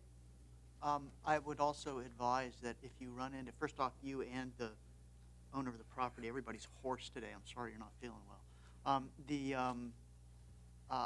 I would suggest that you document some of these things when you can. So if there's stuff that ends up in your yard, or circumstances where there's some, ongoing, as you say, spirited conversation, to put it charitably, behind your property, I would do my best to document that. because that can be important down the road when this is tested. I am very sympathetic to your view. But I think that kind of, because the last thing we want out of the short-term rentals or anything that we're faced with is that they negatively impact the family life of adjacent properties. So my antenna's up, the hair on the back of my neck is up, and I would encourage you to document some of those things. I think that would be useful as we go on. Fortunately, I have, so I'll continue. Thank you. Excuse me? Fortunately, I have, so I'll continue. Okay, great. Yeah, Don. And I might say that, this is the reason when we saw short-term rentals, as Mr. Weiner said, we spent 2 years. And that was one reason that some of us kept pushing for the use permit process, because that was the only way that we felt that we could protect the neighborhoods and the long-term residents there, that they would have the opportunity to come back with, either come with something in front that was negative, or if you have some problems, you just keep documenting them, and eventually the use permit will go away. It'll have to if you get enough calls about it. Of course, thank you. I do have a question. How often is the house rented? Because we live in Chicks Beach, during the summer months, starting in June, they completed the renovation in May, and starting in June, I believe, was right around when I first started consecutive dates. I mean, to the point where it was turned over that same day. The one group was leaving, and the next check-in was arriving that evening. So she renting more than? No. Okay. No, for more than 7 days, or 2 occupants and more than 2 contracts in more than 7 days. No. No, she's not. Okay. Correct. Okay. Yes. Mike? Are you familiar with the ordinance? Have you read the ordinance? Yes, Okay, so you thoroughly. know what the requirements are, and if there's violations of those requirements, that currently, apparently they're in compliance with that. But if they come out of compliance, then that's an issue you should. Well, that's where one of them was about the beds. Because when we originally saw this, we had hoped that they were doing this only short-term while they were going to move in, hopefully. That was me being hopeful and naive.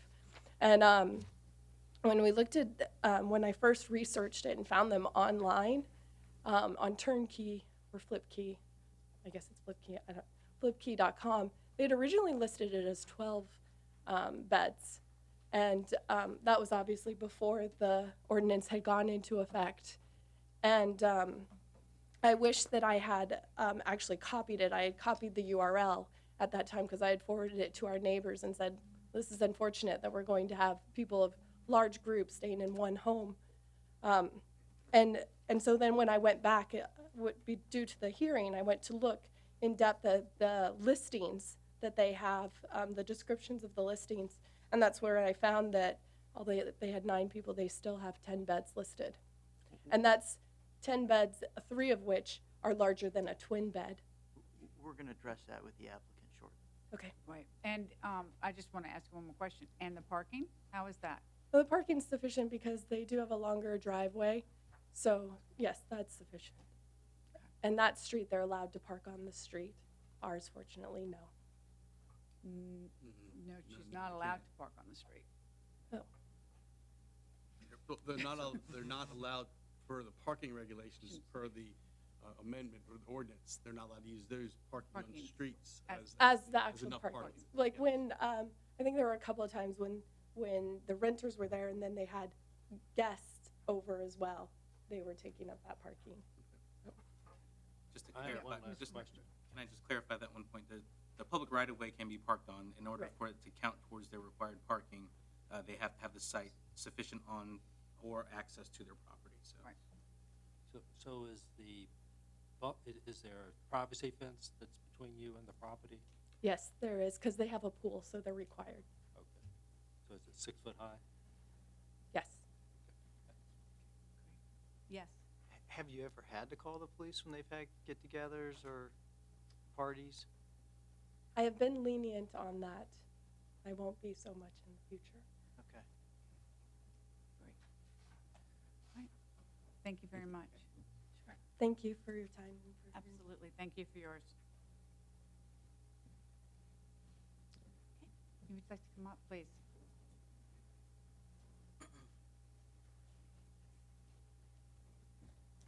Hi, how are you? Good. Good. Anybody have any questions? Yes. The advertising thing, so 9 means 9, right? Yes. Doesn't mean so- 10, doesn't mean 12, means 9. Correct. So when we had done our original listing, the listing company accidentally put us as 12 beds, even though we were only advertising as sleeping in the main rooms. We just have options for other types. So when you have so I'm a family, I have 5 kids. So when we have our family at the home, sometimes it's nice if another couple comes with us to have a place for couples to sleep, but then also a bunk room for kids to sleep in. So we have a bunk room and then 2 king bedrooms. And then we have a sofa that pulls out, but it's kind of just as needed. We advertise just sleeping 9, but we just have other bed options. So when it lists it on the promoting website, it'll say how many different options you have. Does that make sense? But we only sleep 9.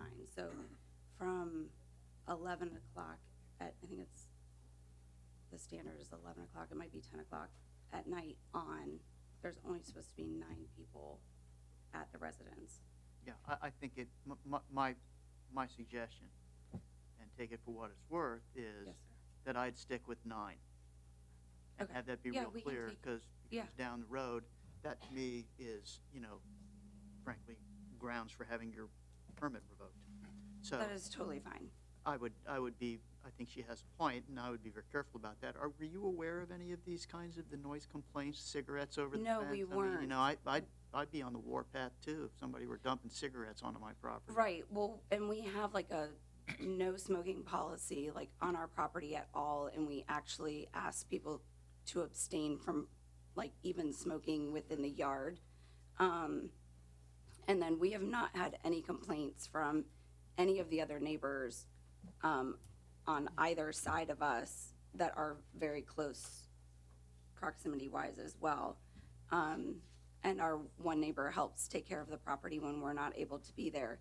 And I haven't heard anything about noise or issues along those lines outside of normal, everyday people being in a backyard, having fun around a pool. Right. Nothing out of the normal. Lastly, I would, again, for what it's worth, since it is just a suggestion, always think the more communication, the better. You might stay in contact, recognize the Yes, concerns I'll that she has. reach I think out. I think it would behoove I agree. everyone that you all be in communication. There are some things she can probably help you with, and some things that you can help her with. And as this is a new path for all of us, Right. so I think that would probably serve everybody well. No, I agree, and I'll reach out to her after this as well, so that if there is an issue, I can get it under control Okay, thank you. immediately. Thank you. Well, I think you heard her loud and clear, I take it, as to what her concerns were. And, Yes, sir. These short-term rentals, you're in a neighborhood here and versus being out on the beach, for example. And it's a little more, this is what caused the short-term rental was the beachfront properties and the need to regulate them, because we had no regulation. But as they go inside the neighborhood, it's a different ballgame. Sound carries, disruption is greater, so you really need to police Right. Well, and your we have guests. the- You really need to police them Right. and condition them when they come in there. If you just say, hey, listen, you can't go nuts here, you won't come back. Correct, It's going yeah. to reflect on you. Right, we have in multiple different places, please be respectful, it is a neighborhood, strict 10 o'clock policy at night, please do not be outside talking or carrying on. It is a neighborhood, people do wake up in the morning, and we communicate that before they check in as well, so we'll definitely get that under control. Any other questions? Yes. So you're currently operating, because isn't, No, we don't have any rentals right you don't now. have any rentals right now? Okay, all right, just checking. Hit 'em during the Had 'em Yeah, during the she's summer. had 'em. Got it. Okay.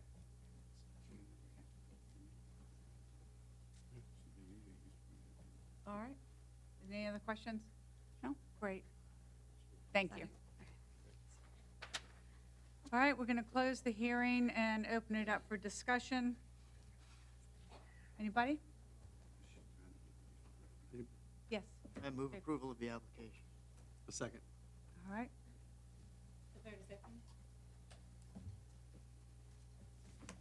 By recorded vote of 9-0, agenda item number 14 has been approved. Our next agenda item to address is 19, 20, and 21, Okay. which is HHVB2 LLC, an application for a conditional use permit short-term rental on property located at 400 and 402 33rd Street and 3216 Arctic Avenue, located in the Beach District. Madam Chair, members of the commission, Eddie Burdon, Virginia Beach Attorney, representing HHVB2 LLC on these three companion applications. The two principals of HHVB2 LLC are Brian Horan and Matt Harding. Brian is here today in attendance. I provided you all in your informal briefing a handout with a lot of information about this property. Mr. Kemp, I'll gently correct some of the things that were said in his briefing, but when this was previously scheduled, we had well, let me back up. First of all, if you look at the before and after pictures of what these guys have done with this property, just as they're doing with a bunch of property they bought on the south side of 17th Street, just west of Pacific Avenue, they're doing a lot of really good things in the resort and helping to not only reshape it, but refurbish it, make it look nicer, and they've done a great job with this piece of property. The property had 9 units and had 10 parking spaces. In 2018, as a part of cleaning up the property, we came in to modify that non-conforming use by putting a second unit in the house up front and eliminating one in the apartment building behind, all of which was done with the blessing of Planning Commission and City Council. Subsequent to completing those renovations, my clients have had 3 short-term rentals operating in on the property and have operated extremely successful. I've given you in the package, they're getting the highest rating you could expect. There are all kinds of, and if you look through the information I provided, endorsements of how great the experience these folks have had who've come down here, of almost the same importance of the city taxes that have been paid with these 3 short-term rentals. Gave you that as well. And these are the only 3 units in this 9-unit building that will have short-term rentals if City Council approves these. What makes this, different is that we initially had a parking lease agreement with the Beach Tower. And if those of you who've been around as long or longer than I have, I was shocked to find out that all these parking lots were required for that building. I've been going to that building for 35 years, and I've never parked anywhere other than the lot right behind it. And these other lots, didn't even know that they were for their parking. So we had, and they've been providing parking agreements to others like SmartMouth, which Kevin briefed you on. So we had a lease to lease 5 spaces very close by, and then came back with what Kevin went over with you all, which is basically what would have been the presentation previously. But having heard that, the OR district, which is where most of their parking, I think all of their parking is, allows for shared parking. Perfect situation. We're residential, they're office. If we need any parking, because our other tenants in our other 6 units, frankly, some of them live and work at the beach, don't even have a car. but there is no shortage of parking for our units during the day. There may be on the weekend, there may be at night if people have guests over. That's where the shared parking agreement that is allowed under the OR district.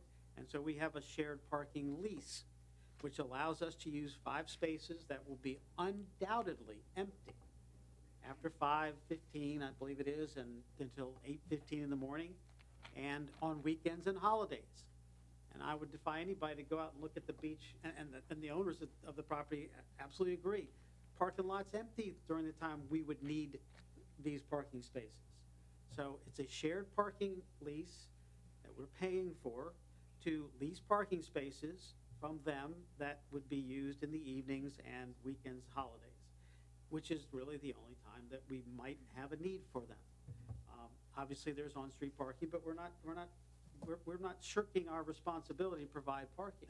We can put signage on the 5 spaces that they're for the use of these short-term rentals, and to me, it makes absolute perfect sense. This is also a unique part of the city, which we've all looked at on the Sea Pines area, and it fits. This is not a single-family residential area. It's a eclectic mix, as Mr. Frankenfield used to describe it. We've provided you with 9 letters of support from surrounding property owners for this application. The most important thing I think that says it is the ratings from the people who have come and used these short-term rentals. They're just highly, highly impressed and make very positive comments across the board. But you know, I don't know what else that we could do to make the situation better than what we have done. And like I said, the folks at the Beach Tower, they were willing to give us the lease for the 5 spaces 24/7, 365 because they're not used. That's the reality. But so we're doing shared parking, which is what the OR district, you know, it's a part of the OR district because to try to keep us from building. We need parking, but we don't want to put more parking than we have to have if we can share use. So that's what this is all about. I don't believe we have any opposition to the application. Question. Yes. Mr. Badon, the lease it's a month-to-month lease, 30-day termination. I gave you a copy of it. Yeah, as well. yeah, I saw that. I'm sorry. Thanks for reminding me, Whitney. I forgot to mention I gave you that too. Yeah, so it is, so I think, you know, at some point, you know, something may happen with the building and the parking may go away. And that's why that's in there, is that someday they may redevelop, you know, Right. that property. How will, Well, we'd have to find parking, or we'd no longer be able to do short-term rental until we found appropriate parking that either the zoning administrator approved of, because as this thing evolves, we'll know a lot more than we know today.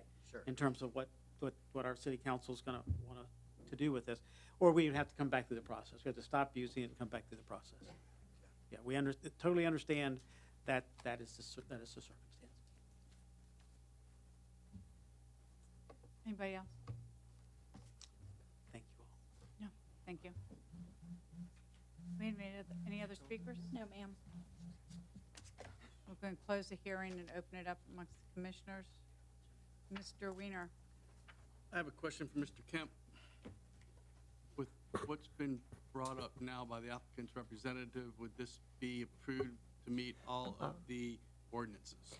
Well, I was reminded about the shared parking. I misspoke in the informal.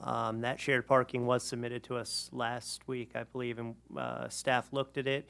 We did not approve it based on the time differences. Staff believes that short-term rental is a use that would need available parking 24/7.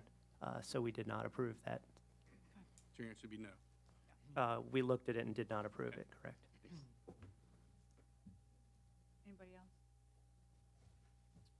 I think that we've worked on this for so long, for 2 years, and the one thing about it is without a doubt it's the parking available for these short-term rentals, and being that it's not sufficient, I have a problem with that, and staff is pretty good about making sure that everything is above and beyond with the short-term rentals, and I'm just sort of having an issue with the fact that they can't meet the parking requirements, and that's the one requirement in which we monitor them all. Yes, sir. Sure. I have no quarrel with the position that staff is taking, because none of us know how this is all going to wind up. But I would just simply, as I didn't say, because I didn't want to get ahead of things, that's what shared parking is for, is residential use parking in commercial and office lots. I mean, it's a conflict in what the OR district says. That's all. I just want to, because I think it helps for the council to hear all of this. I'm not trying to argue with anybody.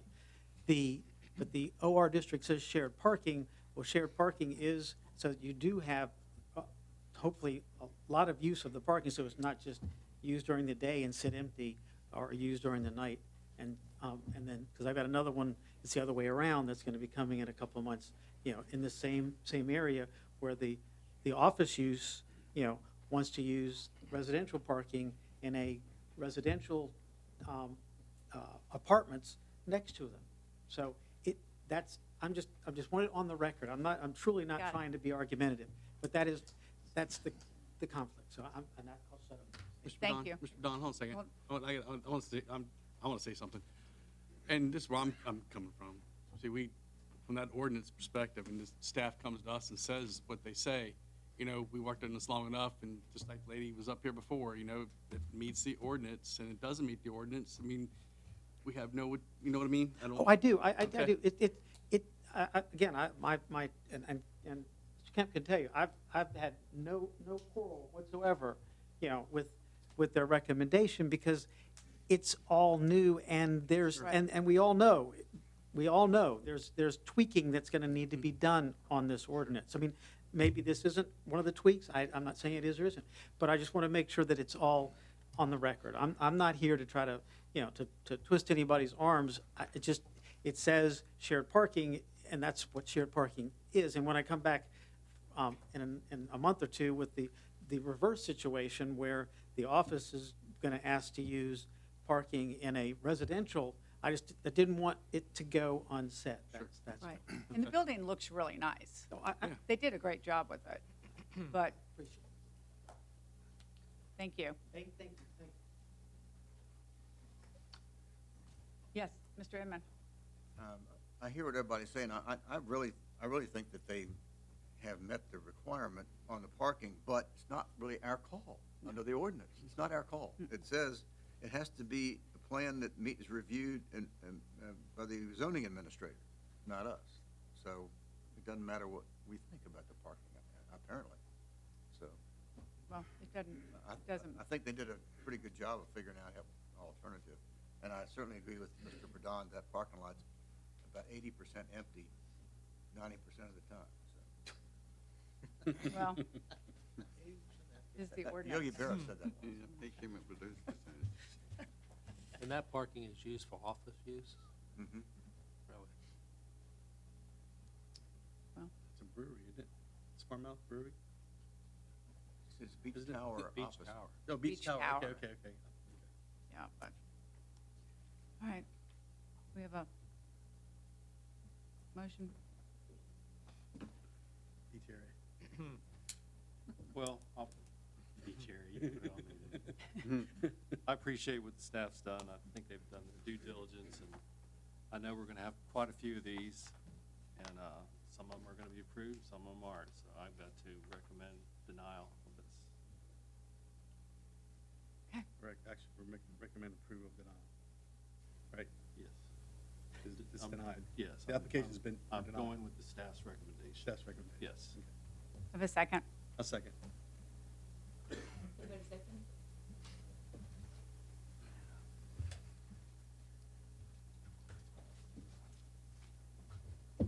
By recorded vote of 7-2, agenda items 19, 20, and 21 have been denied. Thank you. All right, and our Yes. What?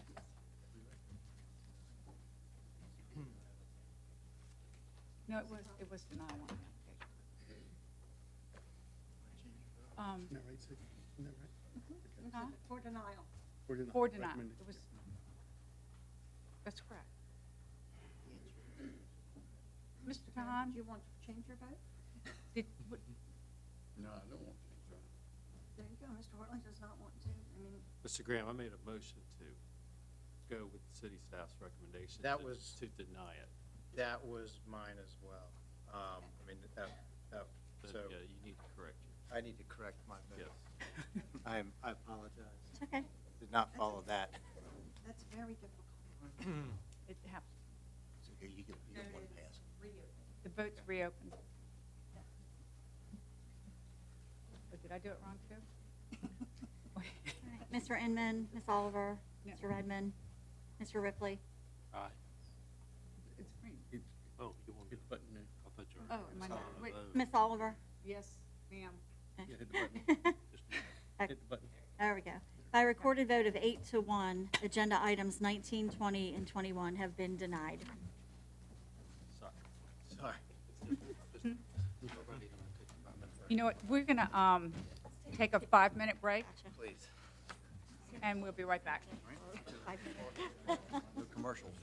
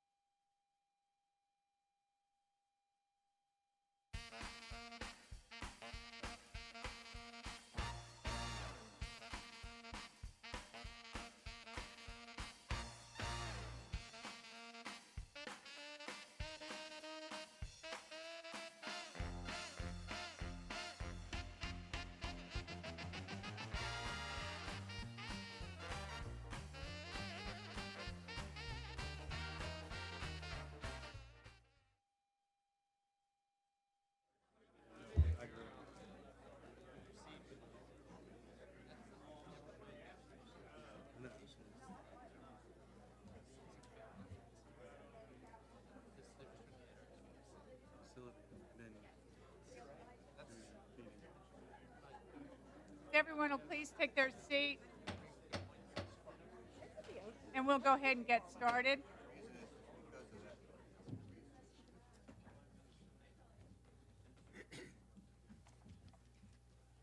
Thank you all very much, and we appreciated the break. Stretch our legs, and give everybody a chance to sit down.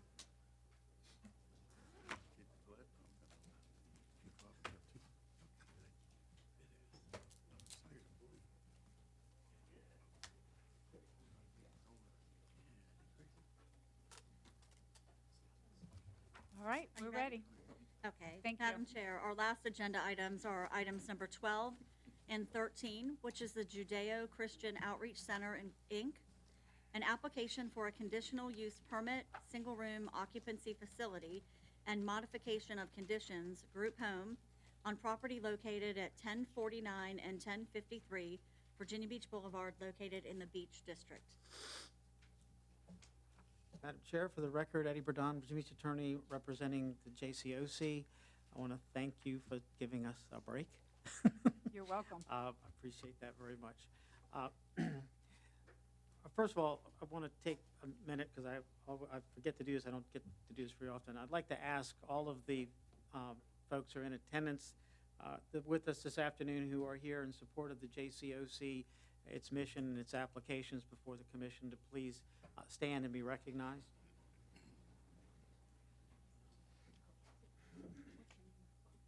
Appreciate you coming. Community also appreciates you coming. Thank you.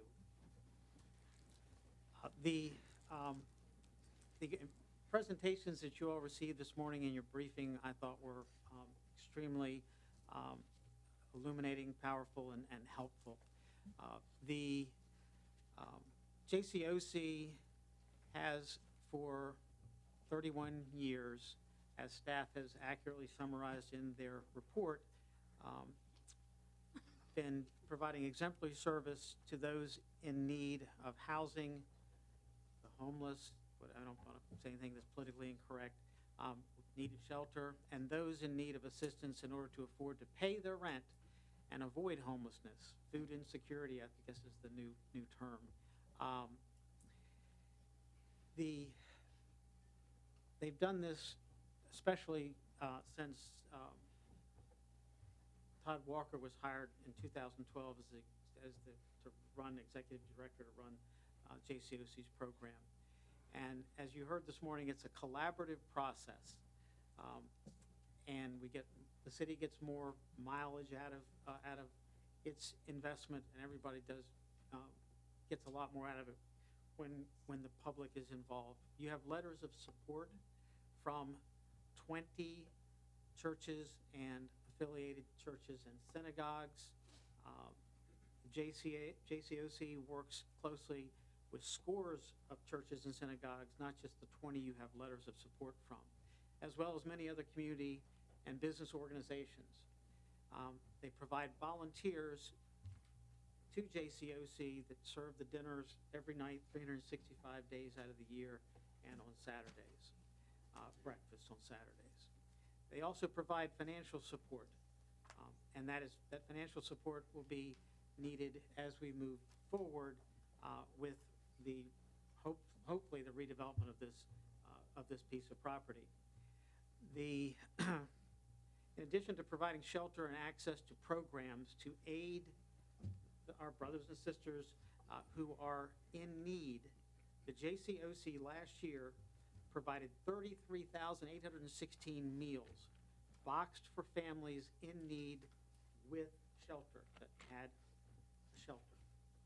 They provided 102,766 meals for individuals with shelter, mostly, almost 90-some-odd%, through the food pantry.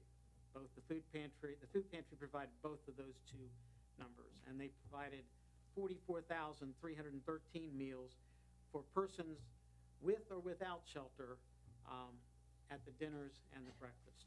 And it's probably a pretty even split, maybe a few more without shelter.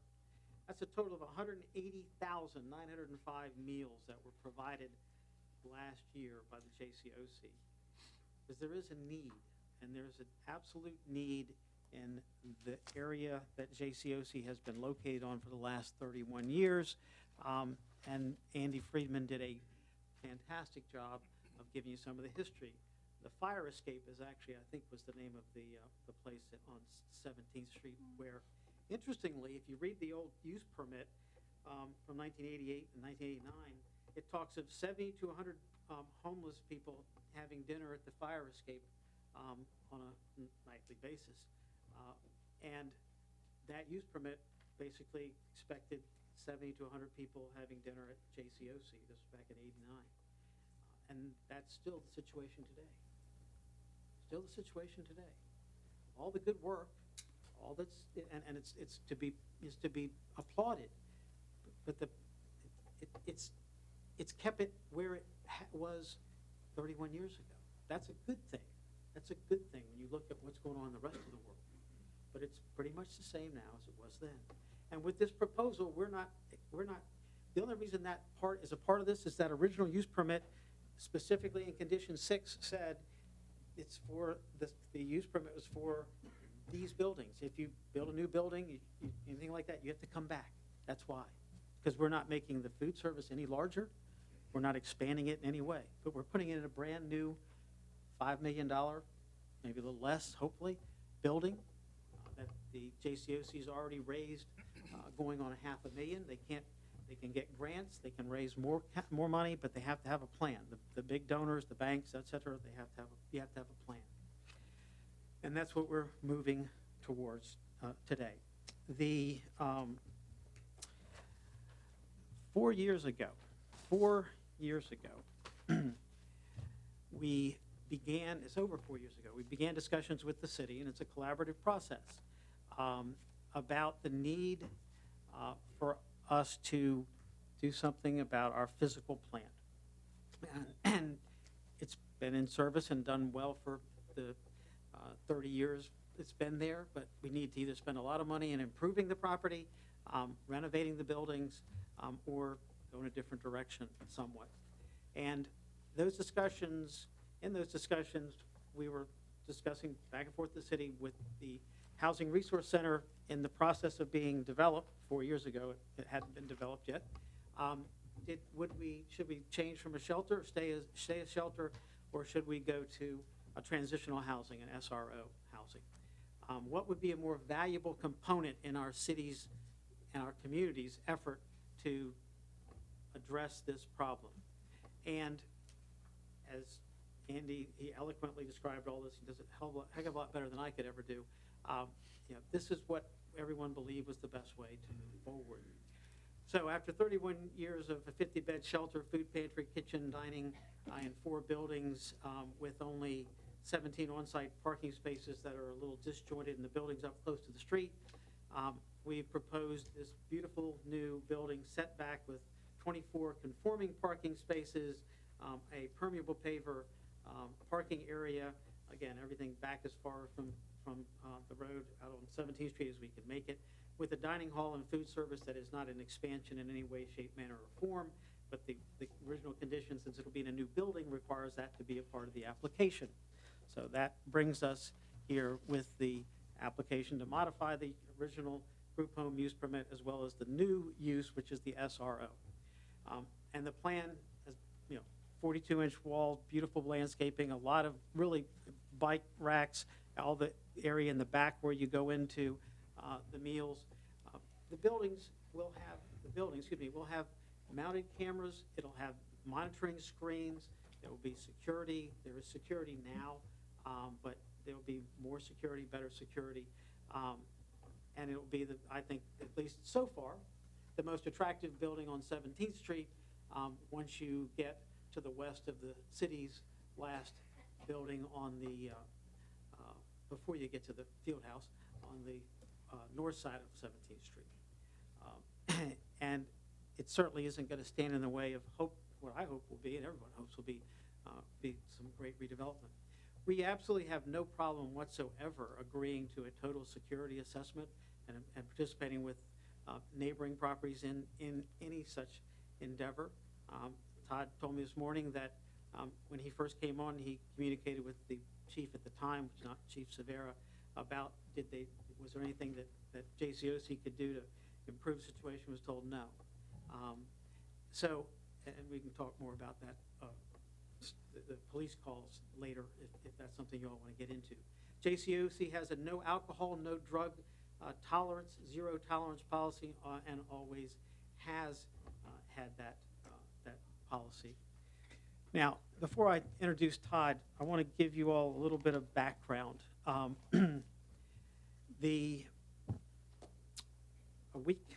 little more than a week ago, I was asked to come to a meeting, which we held with 4 people who I think very highly of and have had good relationships with, about is there a win-win here?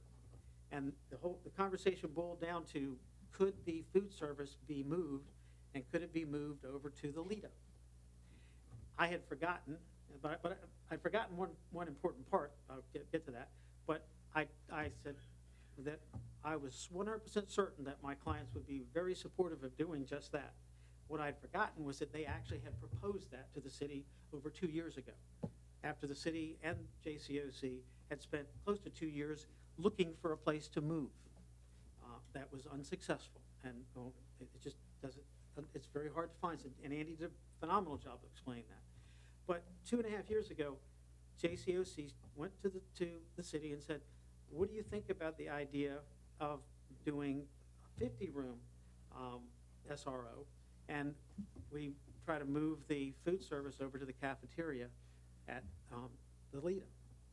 And about 3 months later, I believe, Billy Ullman and Todd were in the meeting, or meetings, it may have been more than one. They just got an email back. No, we think you're doing a great job where you are. Just stay where you are and do the food service there, and the smaller number of SROs. So, but what I told those gentlemen is that I was 100% certain, and I'm 100% certain today, that that would be a win-win for everybody. But for the fact that we discovered subsequently, to apparently the surprise of a lot of folks, that the lease on the Lita expires in 5 months. That's why we're still moving forward. We've been at this for 4 years, but I will tell each and every one of you that it's a win-win, and we hope that that is what can happen. But realistically, knowing all, and I don't mean but to mean it won't happen, but it's going to take time.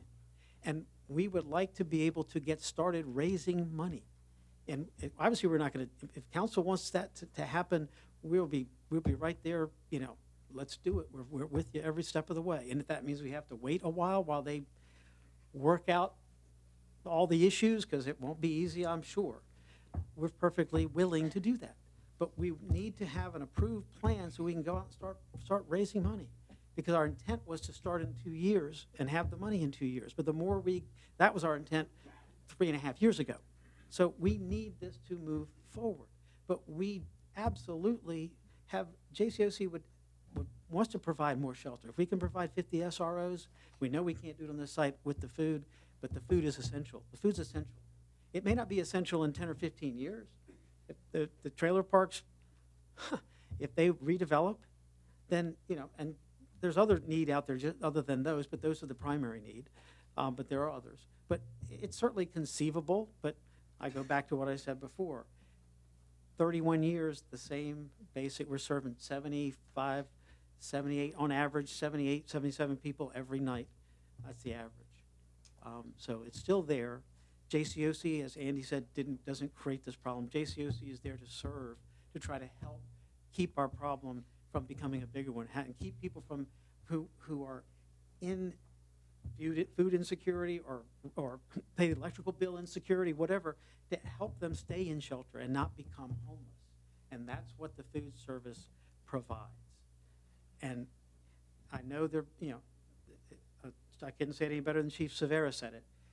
There are perceptions, but the perceptions aren't the reality. It doesn't mean that JCOC thinks it's perfect, and JCOC is more than willing to participate in a security review. The new building, they will have much more security. These buildings were there before JCOC, so they're not modern buildings, but that is not an issue as far as JCOC is concerned. All right, with that, I want to take a second before Todd Walker comes up, because he's done a lot of great things for the JCOC, to give you a little bit of background. Todd has his bachelor's in arts degree in criminal justice from Indiana University, master's degree in public administration from Troy University. He has an incredible resume of service in the Indianapolis, Indiana community from 1992 to 2008.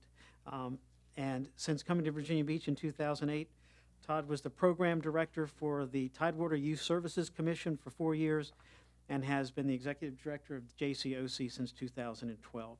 He's a qualified mental health professional, holds the certificate of executive leadership from Cornell University, and Todd has been the recipient of the Virginia Beach Rotary Club, or Rotary Club of Virginia Beach 2009 Paul Harris Fellow Award, the 2018 recipient of the Daniel M. Stone Humanitarian Award presented by the Virginia Beach Human Rights Commission. Under Todd's leadership, the JCOC was named the 2019 Bank of America Neighborhood Champion. And I provided you all with a press release about that and a $200,000 grant to the JCOC. And it's people like the folks at Bank of America and others who we're confident, there to help with raising grant money to build this new facility, which will be a big improvement and a big enhancement to the 17th Street corridor. With that, I'll ask Todd to come up, and if y'all want to ask me any questions, like, you can save them for rebuttal or ask them now. I think we're going to save them. Thank you. Thank you.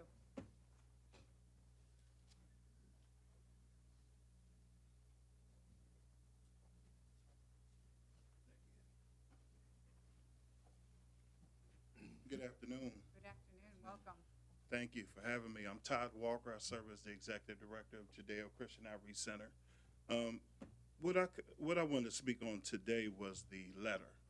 I didn't realize Police Chief Severe would be here today to provide a little bit of clarity, but I did do a deep dive into some of those calls.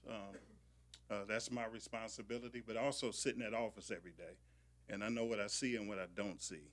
So I wanted to make sure I got some clarity on what the calls were. We had 66 calls that were actually serviced to our address, 1053 Virginia Beach Boulevard. Out of those 66 calls, the most common call was officer-initiated investigation. Well, we have no control over that.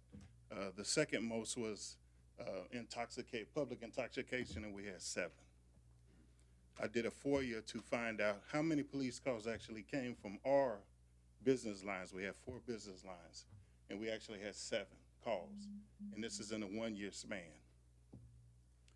Within those 7 calls, 4 were for 2 offenses. The other 3, one was a hit and run, one was a suicide attempt, and then one was a rescue and assist. We had 12 reported offenses that were actually charges. So 12 in a 1-year span. With the population that we serving, I would think it's pretty good. Those offenses, you had 3 drug offenses and you had 3 drug paraphernalia.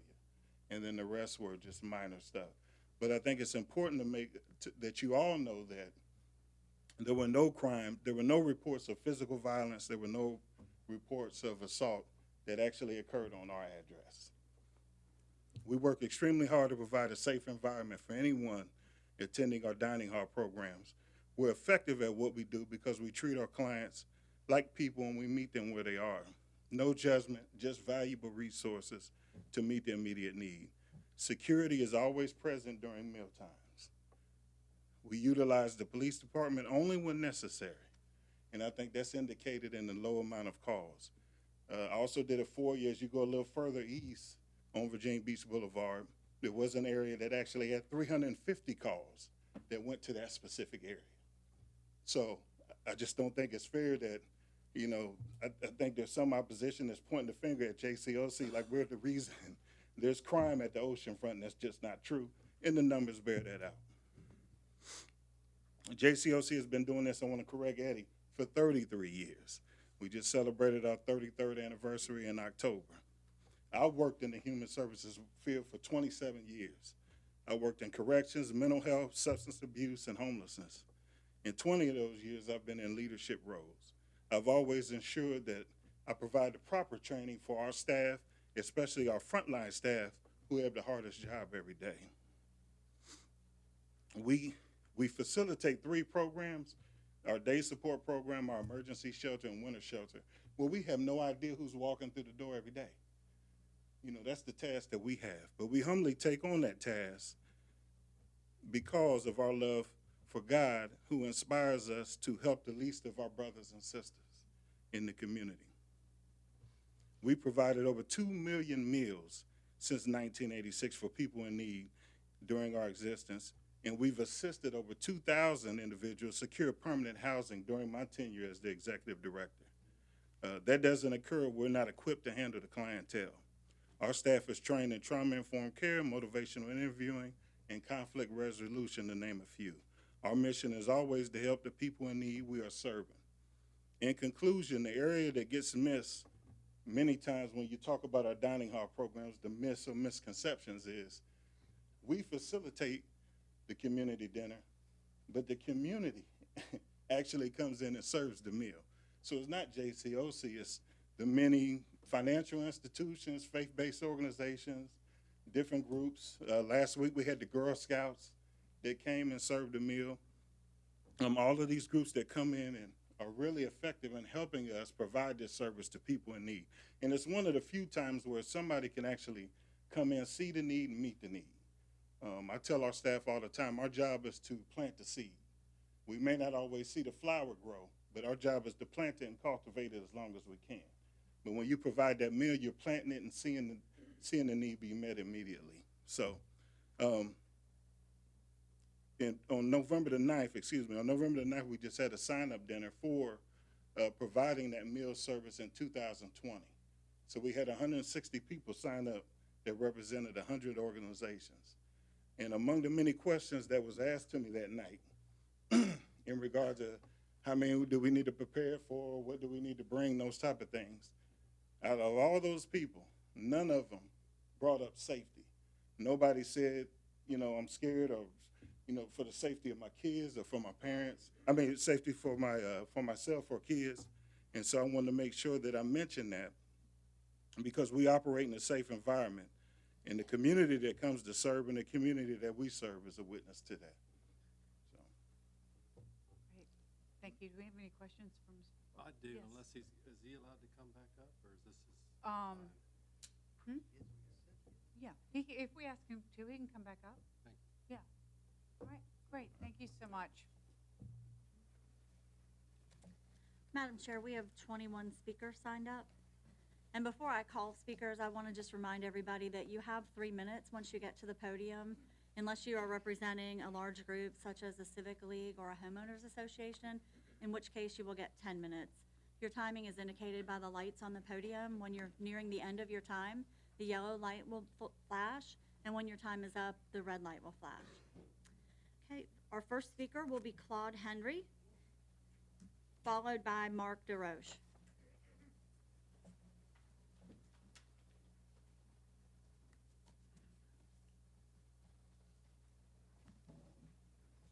Welcome, Mr. Henry. Thank you. You'll state your name for the record, please. Name is Claude Henry. Okay, thank you. I first came here at 1989 out of the military, had money. Things went wrong. Ate my first meal at what they call the fire escape. Didn't know that I was going to have a 10-year tenure in homelessness, in and out. With JCOC help, or helping me get to where I'm at today, and today I am no longer homeless. I have a janitorial business. I picked up a bachelor's degree in theology. I have my rights restored. I'm an investor. So what I'm saying is, if someone of that magnitude did not pour time out with me, who knows where I might be. I stayed in the shelter. I ate many meals. I just want to credit that to JCOC. JCOC with the meals and the shelter It's like, what good is a glove without a hand? It works together. It's like Virginia Beach. If we didn't have no water, we wouldn't have no beach. So it still be no good. So what I'm saying is this right here. I know JCOC, I know that the meals that's provided, when I went in, I got leads, job leads, or I was able to get an extra sandwich that helped me out, or more food than I could to help me catch the bus. So what I'm saying is, with all the neighboring communities, as far as Atlantis Apartments, Friendship, the trailer courts, those people still need that hot meal. I remember when I was in the military that I was told a hot meal helps that day. So what I'm saying is that when we sit down and look at what JCOC is doing for those 33 years and what they have done, is to sit back and say, hey, let's cut the meals off, but we want this part. Both of them are together, as I see it. I would like to challenge all of you, or even one of y'all, go down to the shelter when they feed and look at it, especially 3 days out from the end of the month, before the beginning of the month. Check and see who comes in, who JCOC helps, and make your decision. I thank you for your time. Y'all have a blessed day. Thank you very much. Mark DeRoche, and then Jim Johnson.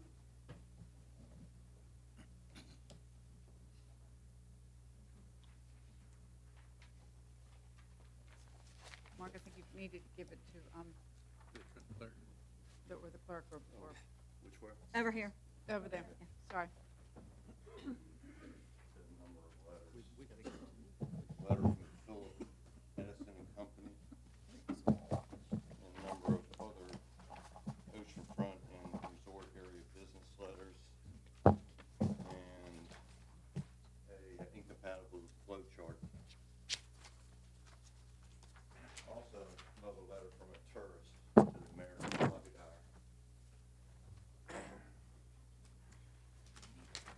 State your name for the record, please. Good afternoon. My name is Mark DeRoche. I am a property owner on the 800 block of Virginia Beach Boulevard. We have formed a group of concerned stakeholders composed of 17th Street property owners, oceanfront hotel owners, 17th Street and Atlantic Avenue business owners. We have been trying to mediate the dining hall issue by identifying a relocation site and pushing the discussion between the JCOC and the city to relocate. City staff and the JCOC have identified a potential solution, as Eddie alluded to, with a city-owned property that all parties feel is a better fit for the feeding program. In many aspects, it's a much better fit for a lot of reasons I won't go into here, but I think everyone here knows why it's a better fit. We understand that there's more work to be done to determine whether the site is going to be available. We heard all that earlier. We request that the city moves with a sense of urgency to make this relocation happen. We also want to point out that we identified another several properties that are very workable city-owned properties. Some involve APZ-1 naval issues. The city must approve use and do that in conjunction with a discussion with the United States Navy. But there's another property that's not in a crash zone that fits the parameters that this community is looking for it to fit. And I'm not revealing site names, but you should have that information because it was in the information that Andy Friedman provided to each of you. There's also a letter to Williams Mullins that provided a substantial amount of details about alternate location sites. Why does the dining hall need to be relocated? Well, it's really quite simply, and it comes down to a land use issue, and I know that this board is a land use deciding board, and I would hope, I mean, the JCOC does great work in this community, and they have for a long period of time, and that's what makes this thing so difficult. But at the end of the day, this is a land use, and this panel must decide, is this an appropriate land use? And when you do that, you really have to look at public safety and the concern for public safety, and also for the protection of the oceanfront economy. The JCOC block statistics, now not just their site, as Todd alluded to, but the block, had total police calls of 326 calls, which resulted in 74 offense reports in a one-year period. As I just handed out to you, the shopping center next door, the Food Line Shopping Center, which is owned by a REIT, it's difficult to get these guys, but they had their corporate attorney write this letter. This is very serious. And they are opposed to this application, as you can see by looking at this letter. Their police calls were 253 over a similar period. And again, as the police chief, to use his words, this is remarkably high. And it's not the JCOC site, it's the surrounding adjacent sites. This is spilling out everywhere. And what type of offenses are noted? There's a laundry list of them, but you gotta drill down and look at these offenses and think, how would this, manifest itself to the new sports center across the street and these existing neighborhoods and these existing shopping centers that have been inundated with this for 20 years. So what type of offenses are noted? Narcotics and drug violations, larceny, assaults, threatened bodily harm, kidnapping, abduction, robbery, forcible rape, gunshots, and destruction of property, to name a few. There's a laundry list, and I try to pick the most relevant, the most prevalent ones, and the most serious ones. And a number of those are violent crimes. There's a distinction between a run-of-the-mill larceny and a violent crime. We have a number of violent crimes in this area. Again, not blaming it on the JCOC. They're protecting their property, but this is happening outside their property. So the question becomes, do any of these crimes sound compatible with the $70 million sports center?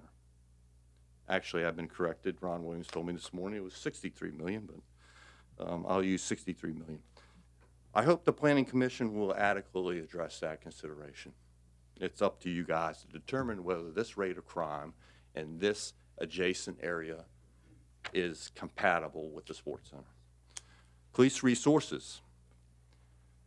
The chief, in his letter, states, number of police man-hours and resources dedicated to this facility is remarkably high.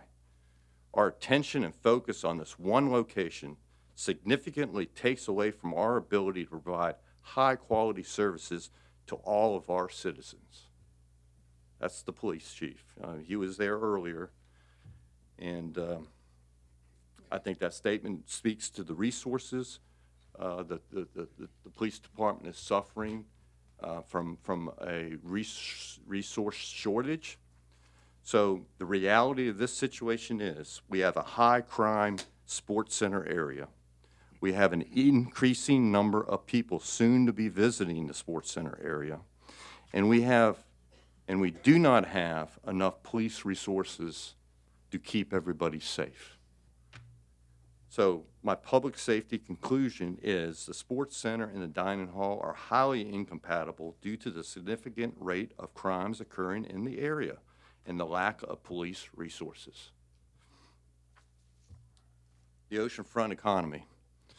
The sports center will bring in 190,000 visitors each year to the sports center area. Currently, there's over 60 events scheduled for the upcoming first year of operation. There's over 90,000 additional hotel rooms projected to be sold at the oceanfront as a result of the new sports center. Increased restaurant and retail spending is also expected to result from the new $63 million sports center. A large number of children and teenagers will be present in this area. There's a significant number of new visitors in the area, which increases the risk of a bad outcome. For these visitors and this risk increases the reputational risk of the city. This can negatively affect the long-term viability of the sports center project and the resort district as a whole. The sports center is our future. It's a once-in-a-generation opportunity for the city of Virginia Beach. It's a shot in the arm for our economy, and it's a much-needed shot. Over the last several years, our oceanfront numbers are down. There's much talk about this amongst the people that are involved in Atlantic Avenue, 17th Street, the Hotel Association. We all talk. The numbers are down. And we need the sports center to pick us up. So how do we do that? By protecting the sports center and relocating the dining hall. It comes all back to, we're not trying to stop the feeding. We just think the feeding needs to be done from a new location. 30 years in one location, it's time to change. We can do it better, differently, somewhere else. And there's numerous places to choose from if the first one falls through. So I'm going to give you another reason. We all want to help the homeless. We all want to help people that struggle with addiction to overcome that terrible demon. This is another reason why the dining hall needs to be relocated, because it is in incompatible use with the SRO. The SRO should be a drug and alcohol-free facility. The City of Virginia Beach program for rehabilitation of the homeless, in conjunction with its partner, the JCOC, proposes a mixed transitional housing, the SRO, with persons that are in a rehabilitation program are mixed with persons that are not in a rehabilitation program. That's just the homeless feeding. For a percentage of residents living in the new transitional housing that have a substance abuse history, this could lead to a relapse into habits or lifestyles that brought them through the program in the first place.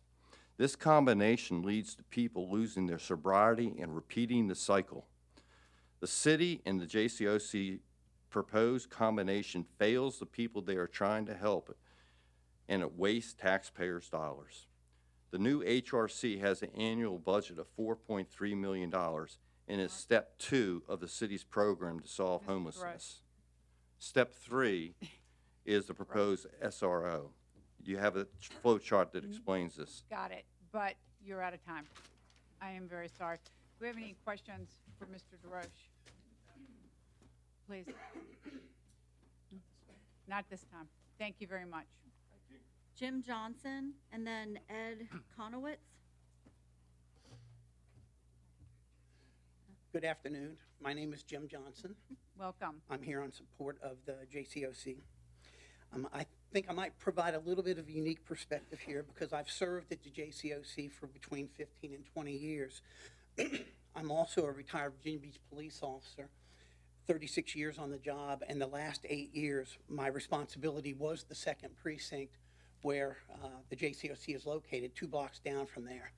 I was responsible for the investigation of property crimes throughout the 2nd precinct, but certainly in that corridor. I want to make it clear I'm not here representing the police department at all, which you'll all figure out as soon as I finish.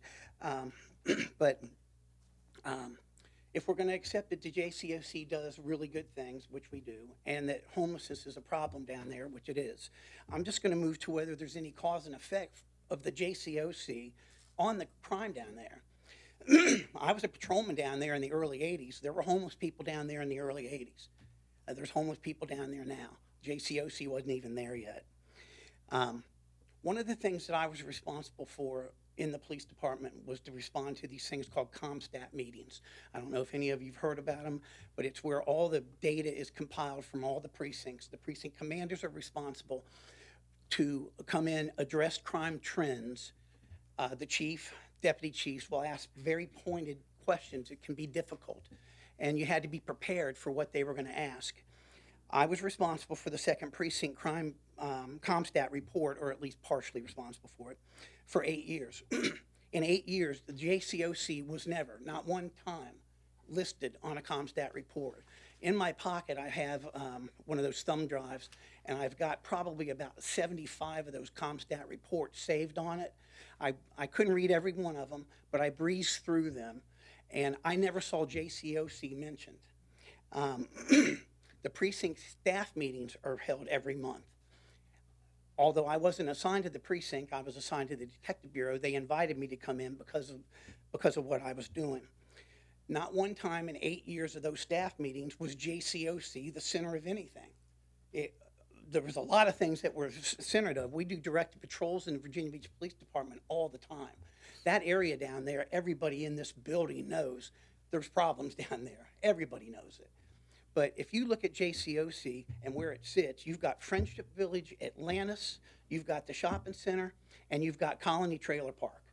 And to suggest that the JCOC somehow has some impact on the crime down there, when you've got all of those places that I'm acutely familiar with, and what crime we have in those places, all the crime that the previous speaker spoke about, and more. I have never seen any connection to JCOC and any crime rate down there. Are there problems? Of course there are. Thank you, Mr. Johnson. I appreciate it very much. Thank you. Ed Conowitz, and then Teresa Stanley. Good afternoon. I'm Ed Conowitz. I'm a faculty at ECPI University for 20 years. I ran a student club, and the students want to do volunteer work, so we got together a bunch of computers, got them working, and brought them to JCOC. And I went once a week for 5 years, keeping their computer network and computers working and showing basically the homeless how to, if they didn't know how to use computers, to contact their relatives through Facebook and emails and stuff like that. I've never seen any violence at the JCOC. They do once in a while have some people there who have violent tendencies, and they're usually gone in a week, you know, because I had contact in the computer room with most of the residents because they would go there to use the computers. This concept of not in my backyard crime, that's a criminal area. It's not, if you move the dining facilities, and that may be an option, that's not going to reduce the overall crime by moving people if they do have criminal intent or whatever.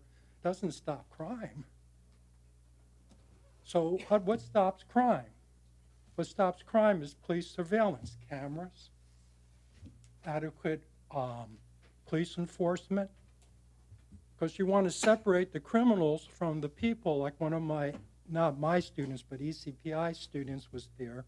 She was a networker making about $100,000 a year. Her mother got cancer in Pennsylvania. She couldn't afford the $100,000 a year nursing care, so she went to take care of her mother. Her mother died after about a year. She was broke. She came back, got a job, took a bicycle and buses, and one time when she was sitting at a bus stop, she got beat up and lost a kidney, and as a result of that was homeless. So these are a large part of the population. People are down on their luck. But anyway, the thing is to be compassionate. I have friends that say, well, they're against socialism. They don't think the government should help the poor. I said, well, you're not against socialism. You're against Judaism, Christianity, Buddhism, Islam. And you're against government, because what do we do as government? We share responsibilities, and we pay a cost for sharing that, whether we have poor children go to school or garbage collection of people who can't afford it. That's the role of government. And the role of government is to protect people. So we have to go through extra costs in surveilling the area. So what? I was a taxpayer. I lived here for 40 years. My son and his family lives here. We rather pay for the extra police protection to secure the sports area than to deprive people of a convenient place where they can have dinner and food and support so they don't become homeless. Thank you very much. Thank you. Teresa Stanley, and then Tom Musumeci. Good afternoon, Commissioners. I am Teresa Stanley, and I chair the advocacy portion of the Interfaith Alliance at the Beach. The Interfaith Alliance at the Beach is it's a 30-year-old organization that is a partnership of lots of faith communities in the city of Virginia Beach that have been working in partnership with many of the partners like JCOC for decades to deal with gap services that meet the residents of our city. And so on behalf of them, with full consensus in that group, we fully endorse this application and want to laud and applaud JCOC because they are a long-term partner. I date myself when I talk about the fire escape and the Brenda McCormick days and the Alice Taylor, and then as we went on to create all kinds of responses in the city, but many of those have started with the faith community. The faith community, Seton House is one of those. We respond to where the need already is. So homelessness and people in need, we're at the oceanfront, and as first-line responders in faith communities, we are constantly getting the information about what is the need and then lining up to address the cause. And for more than 30 years, we've been doing it with JCOC. It enhances the community's money when it comes to the dining hall, so I specifically want to speak to the need of those vital services. People will come to my church and they will ask me, how am I going to pay my rent or the high utility bill? And these are our service workers that run our tourism. These are the vital workers that we need, and they have to make the choice often between eating and whether that utility gets paid, and they keep their housing. So it is prevention of homelessness, and it is a community response by gathering the dollars that all the partners that serve, and when Todd says they have the day, all kinds of folks line up because they feel safe in that environment. These are people that often have to be coaxed into being with people that are different than they are. They feel safe there. The security has been there. For more than 30 years, we've been doing it, and many of the families that we're serving are not just homelessness, they're people on the brink of homelessness. So the need is already there. JCOC has a proven track record. The idea that they're now going to provide 38 units of single-room occupancies that are sorely needed in the city as many of us work for affordable housing. And they have a blueprint with an enhanced dining facility where both faith community and other partners, as well as the people we're serving themselves, feel safe. It's a no-brainer. And it's one that we have to figure out how to come together with as a community, but as somebody who's been doing this for more than 30 years, the NIMBY issue is alive and well, and it's always there, and we need to make sure that we find ways that people feel safe, but we also need to be moving forward with organizations that have a proven track record for meeting the needs that we need in this community. Thank you. Thank you. Tom Musumeci, and then Morris Fine. Good day, members of the Planning Commission. My name is Tom Musumeci. My property is at 1008 Coastaway Drive in the Seabury Square neighborhood located directly next to the JCOC. I am against the soup kitchen for the following reasons. One, the JCOC has a no questions asked policy at the soup kitchen. This was documented in an expose done on the JCOC by 10 on Your Side last year. The JCOC knows that they are serving people under the influence of drugs and alcohol. This was also in the 10 on Your Side expose where a JCOC client talked freely to the reporter about the drugs and alcohol that are consumed all around the JCOC. I have also provided the Commission and staff significant photographic evidence that I have collected over the last 20 years of the alcohol consumed all around the JCOC. The JCOC does not allow drugs and alcohol to be consumed on its property. In essence, the JCOC says to their clients, go on to somebody else's property and do your drugs and alcohol. And when you're ready, come back and we'll feed you when you're hungry. When we address this issue with the JCOC, their response to us for the last 20 years has always been, if it's not on our property, it's not our problem. It is grossly irresponsible to create a serious problem on your neighbor's property and then refuse to acknowledge and address that problem. There's not a single person in this room today that would put up with that type of behavior in their neighborhood, and it's past time for the city to put a stop to it. Two, we've been deeply frustrated with how the staff has handled this application. The opposition has provided the staff significant amounts of information regarding the issues that the JCOC is creating in the neighborhood, none of which is addressed in the staff report. Our frustration is further evidenced by the way the staff handled the letter from the police chief dated October 31st. Instead of addressing the issues raised in the letter in the staff report, it appears that the staff went out of its way to notify the JCOC about this letter and bury it from the opposition. I obtained via a FOIA request an email from Bill Landfair to the JCOC and their attorney. The email is dated November 5th, and I quote, "Todd and Eddie, see the letter attached from the VB Police drafted by the captain of the 2nd Precinct, which lays out their concerns with respect to the JCOC and the surrounding area. It is a strongly worded letter and suggests that, in their words, that the amount of resources dedicated to the JCOC is remarkably high. Bill, I had to threaten the staff with a FOIA request before they would even send the chief's letter to me, even though Bill Landfair was well aware of my contact information. The reason the staff requested information from the police was to verify statistics I obtained via FOIA, requesting over the previous 3-year period that there were 1,257 police and fire responses directly to the JCOC property at 1053 Virginia Beach Boulevard. How can it be that all of this evidence is ignored in the staff report? Why is the staff ignoring our voices? Why is the staff allowing expanded hours of the operation of the soup kitchen until 9 p.m.? The neighbors of the JCOC have rights too. Why is the staff ignoring the health, safety, and welfare of the neighbors? I respectfully submit that the staff report is hopelessly tainted and therefore must be rejected by this commission. Finally, I've provided information from another FOIA I obtained showing that the staff worked extensively to provide the JCOC land just 2 blocks from the new Housing Resource Center. The JCOC rejected the offer. It was a great opportunity for collaboration with the city. It is important to look at the Union Mission and the Norfolk experience.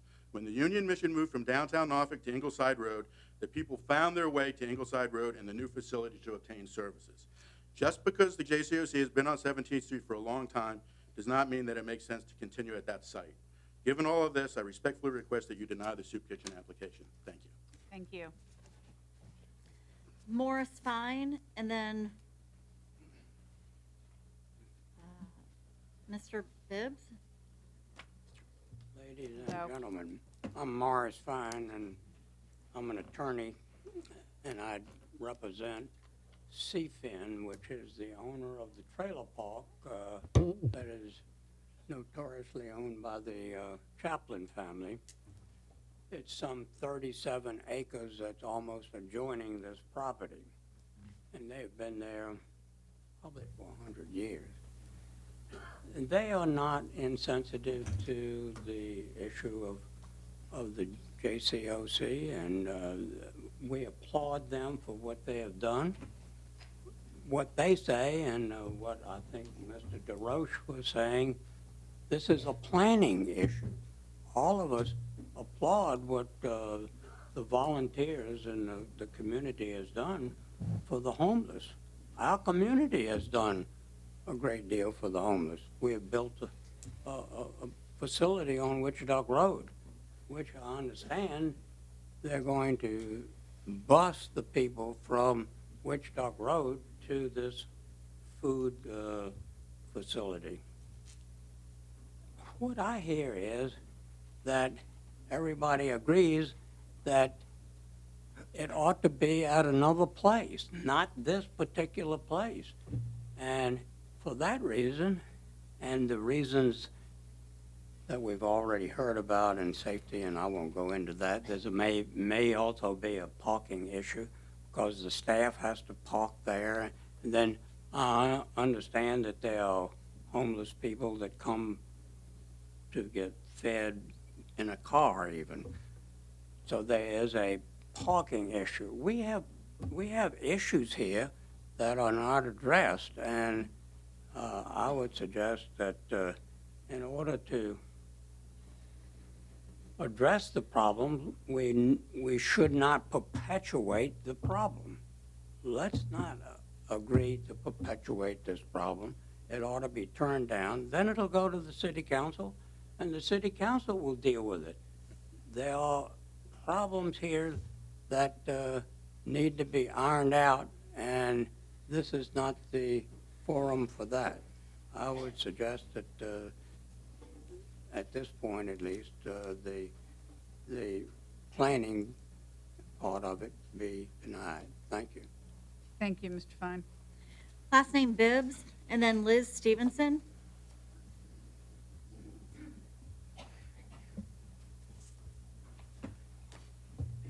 Welcome. Hello, my name is Robert Bibbs. I'm a JCOC board member, and thank you for the opportunity to speak to you today. In terms of the location, the homeless have been in Virginia Beach many years before JCOC started, and they seem to congregate around the ocean front. And we think the current facility is ideally located for our mission.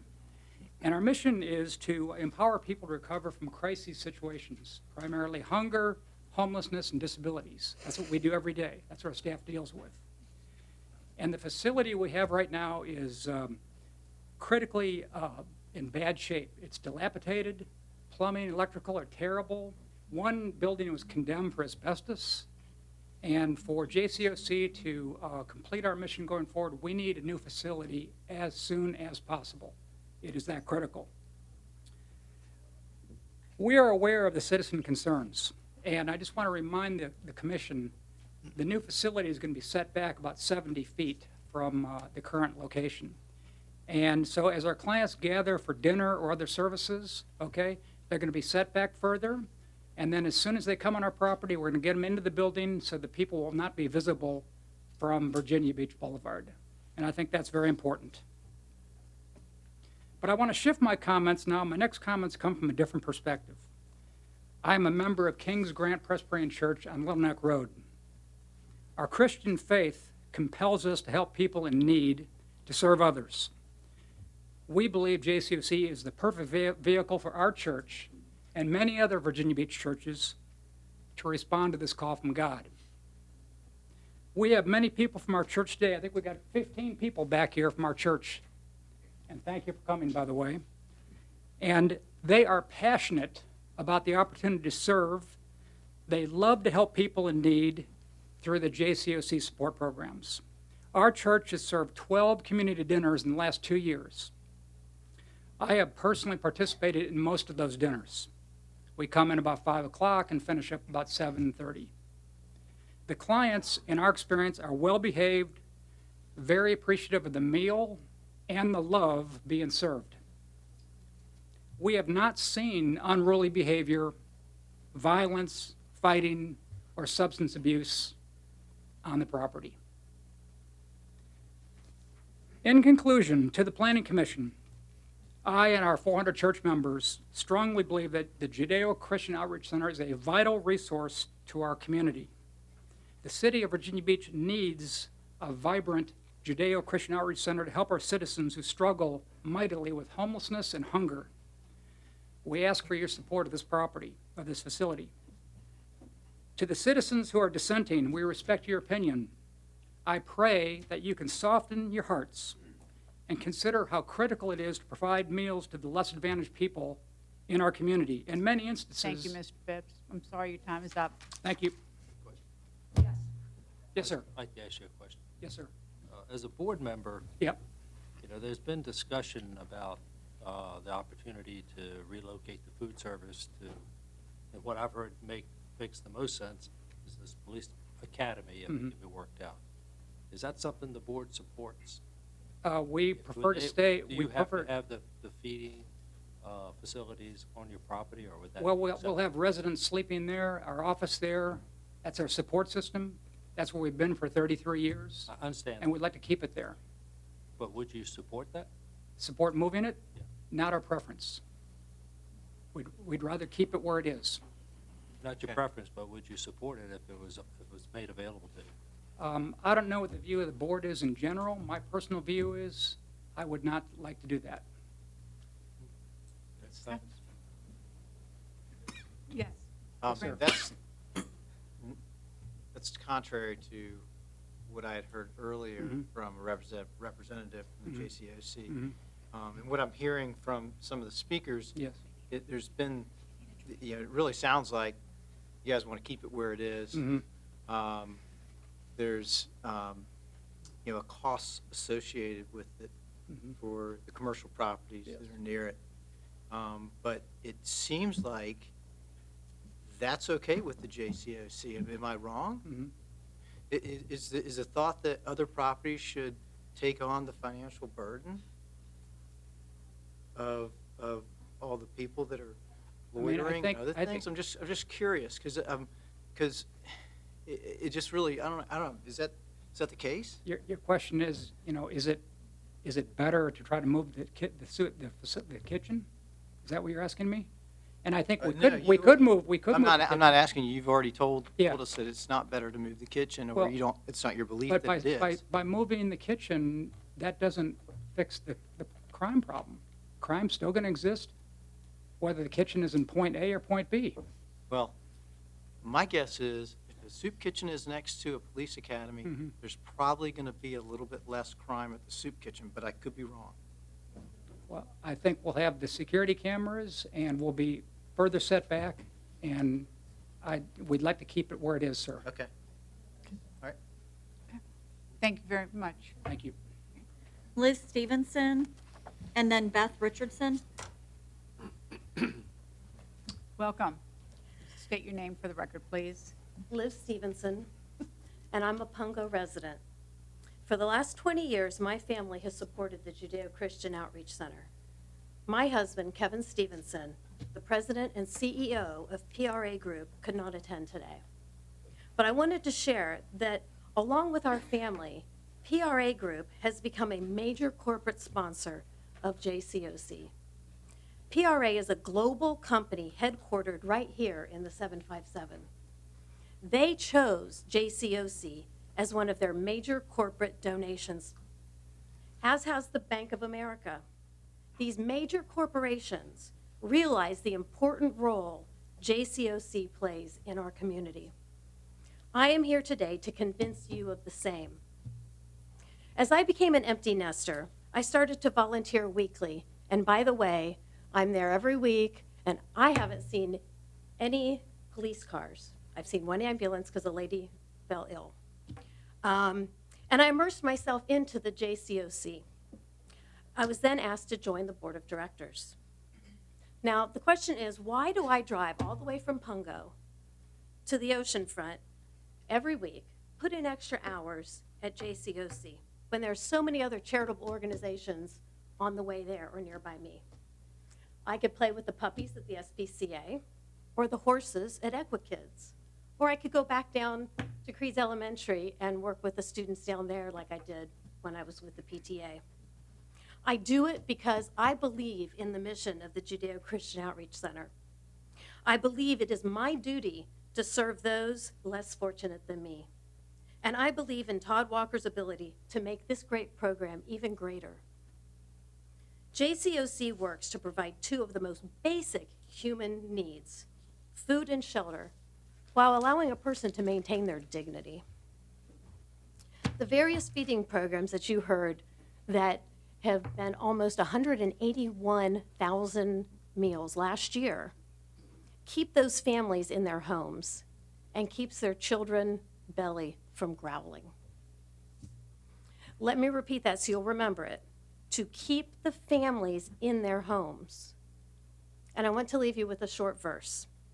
When the multitudes found Jesus, they continued to follow him, and he was moved with compassion for them. That evening, the disciples came to him, telling him to send the multitudes away, that they can go buy their own food. But Jesus said to them, they do not need to go away. You give them something to eat. The hungry people do not just go away into the cracks. They are people that live among us with and without homes, and we must have compassion on them and follow Jesus' lead that we must give them something to eat. We need to rebuild this campus, and I'm asking you to vote for that. Thank you. Beth Richardson, and then Linwood Branch.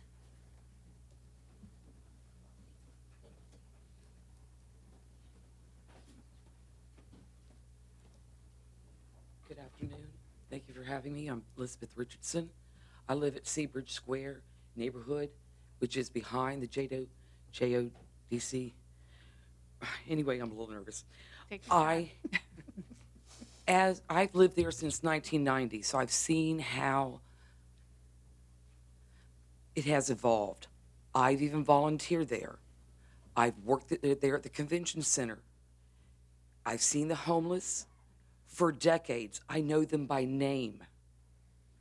We are talking about professional homeless. Our concerns are they are only concerned about to the fence. If you're going to have compassion for your fellow brothers and sisters, I'm your brother and sister that lives there. I see the beer cans and the drugs and the prostitutes on the corner at our bus stop. We have to call the police. When the police department brought a tower that's on a trailer and it rises up in the air so they could see, it's an observation tower. I don't know the professional name of it, but within minutes, all the homeless walked out of that parking lot that were beside the homeless shelter because they didn't want to be seen by this camera that's on a tower. We, as a neighborhood, have been frustrated by the lack of cooperation because they only want to police to their fence. And someone's on the other side of the fence talking to the people being served, and they're doing all this bad stuff, and it's all around. We're talking about 500 feet around, and this is right across the street from the new Sportsplex. I don't see one of my neighbors here because we're poor people and we're working. I took off work to come here. These people do not come here and watch in the parking lot what's going on. It may be beautiful. Their halos are on when they're being fed. But when they're outside the Judo Christian Outreach facility, there's a problem. And if they really had concern for my neighborhood, why aren't they helping us through these last 30 years to help bridge the gap, to clean up around their facility, not just their facility? I want to feed homeless people, but I don't want them to take advantage of my hospitality in my neighborhood because they're coming through. Thank you very much for having me. Thank you very much, Mrs. Richardson. Linwood Branch, and then Bill DeSteff. Certainly, thank you. Members of the Planning Commission, my name is Linwood Branch. I'm here today speaking as a member of the Resort Area Strategic Action Planning Committee, which we call RACEAP 2030. This plan sets forth a resort development vision for the next decade. For the past year, the committee has worked very hard and is comprised of civic, business, and major attraction representatives with ample staff support. I feel it would be very unfair for you to make this very important decision today without benefit of the committee's recommendations regarding 17th Street. You'll be receiving the RACEAP 2030 plan next month, but you need to hear the vision now, and I'm going to tell you what it is. I was struck by the fact that the planning staff write-up for this application specifically mentions that the RACEAP plan is silent on 17th Street. That is true of the current plan on file, which was developed in 2007. 7th Street is not mentioned in that document, and none of the 8 recommended CIP priorities includes anything to do with 17th Street. 17th Street is as neglected in that document as it has been historically. A road where one drives on gutter pans with public infrastructure dating back to the town of Virginia Beach. Out-of-towners would curiously ask how this land so close to the ocean could be so under and unsuitably developed. A land use consultant hired by the city in the 1990s deemed this stretch of real estate as the most underutilized he had ever seen anywhere in the country. This is the land that time, seemingly, has forgotten. In the RACEAP 2030 plan, which you'll be getting next month, 17th Street takes on a primary role. Assessing the strengths and weaknesses of that corridor show the following. Strengths, close to the ocean, sports center, convention center, Vibe District, and Dome Project. Strengths, 17th Street improvements have already made the city budget. Strengths, significant parcels of underdeveloped and undeveloped land in a city where that has become a precious commodity. Strength, advocacy groups that have been organically created by caring citizens, including the Vibe District and the 17th Street Association. Weaknesses, incompatible uses. But if the city sets the vision, over time, economics should incent the redevelopment of the tow yards and auto repair centers. Given those strengths and weaknesses, 17th Street will receive these recommendations that are coming your way from our committee. 17th Street is designated as a gateway to the resort from Bird Neck Road East. The 17th Street corridor is listed as a key development area. 17th Street is our #1 recommended priority project for CIP streetscape improvements. The corridor is envisioned to be primarily mixed use and residential, with an assortment of dwelling units including affordable and workforce housing, creating a walkable community to the abundant employment opportunities nearby. This workforce housing is very important to the business community. We should take advantage of every policy and program to provide affordable and entry-level housing in that corridor. So how does this application before you fare with the RACEP 2030 vision? Well, the SRO housing component fits perfectly. Entry-level affordable housing helps lift 38 more people from living on the street under shelter. Recommend approval. It is not possible to make a case that a dining hall operation with street feeding type of feeding supports this proposed plan. We need a better plan. Recommend denial. I can report to you that after spending a year listening to the people who have made tremendous investments in the Vibe District, trying to resuscitate this corridor, and from those who would like to join them in development, the passion and desire is real. 17th Street is finally getting attention and love. I've passed out a page to you from the RACEP 2030 draft report, which shows the current state of 17th Street and the proposed future state of 17th Street. As planners entrusted with making land use recommendations for our city, I ask you, which picture will provide the affordable housing and employment opportunities, which is really the main focus we should put on homelessness. If you favor the future plan, does a street feeding dining hall help or hurt that cause? In my opinion, it does not. 17th Street can no longer be an incoherent mixture of contradictory uses. It is time to choose a path. This is the choice before you. Thank you. Thank you. Okay. Phil DeStaff, and then Gina DeRoche. Mr. DeStaff? All right, Gina DeRoche.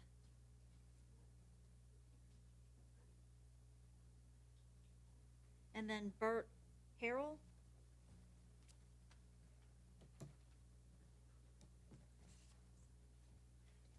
Welcome. Hi. Thank you, Planning Commission members, for your consideration today. My name's Gina DeRoche, and I'm a property owner and a concerned citizen. The Planning Commission is tasked with making recommendations to the City Council on land use issues in consultation with the city staff. Upon reading the staff report on this application, I was struck by the lack of transparency concerning the significant safety issues which have plagued this area.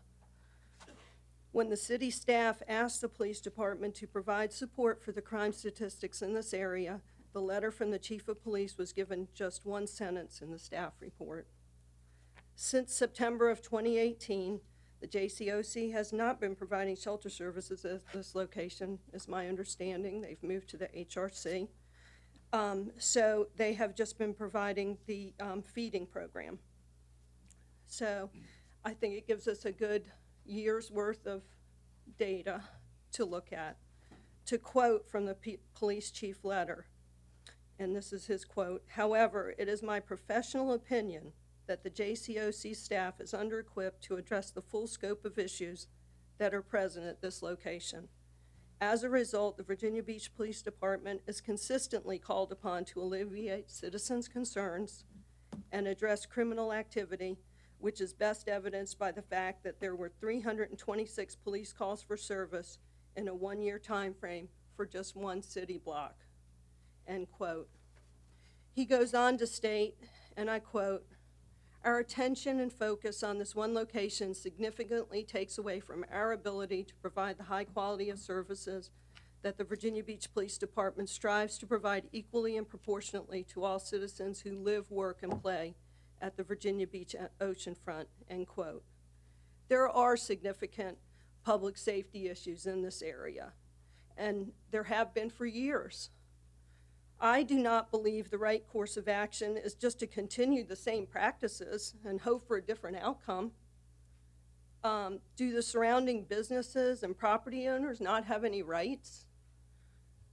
Looking forward, the city will open a new $63 million sports center for children and young adult athletes.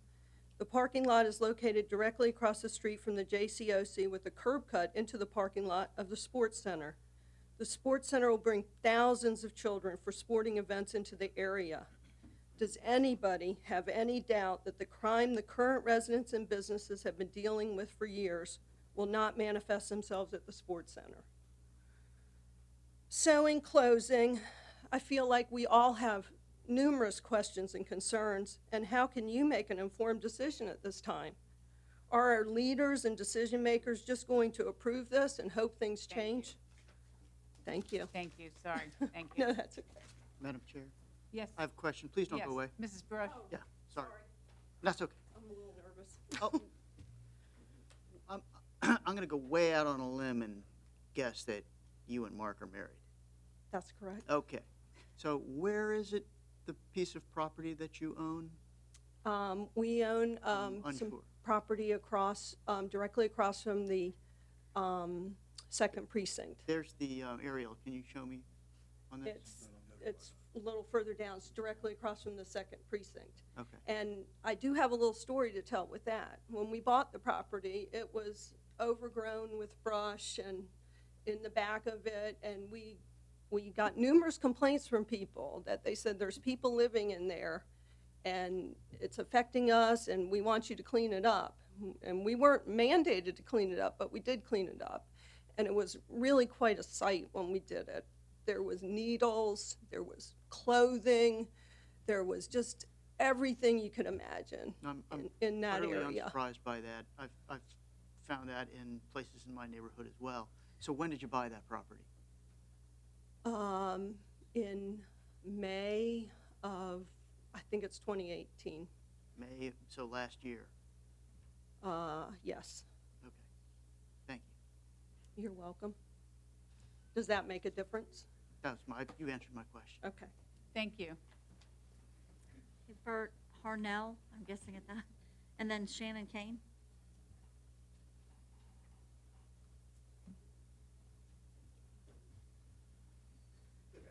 Good afternoon. You state your name for the My name record. is Bert Harrell. I'm with Pavilion Realty down at the oceanfront. I have the shopping center directly beside the JCOC.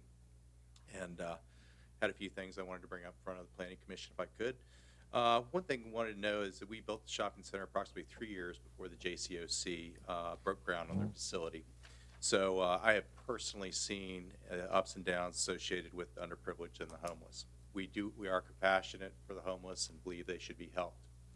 But although the JCOC provides a service to the homeless population and those who are looking for their next meal, there are many negative aspects associated with the operation.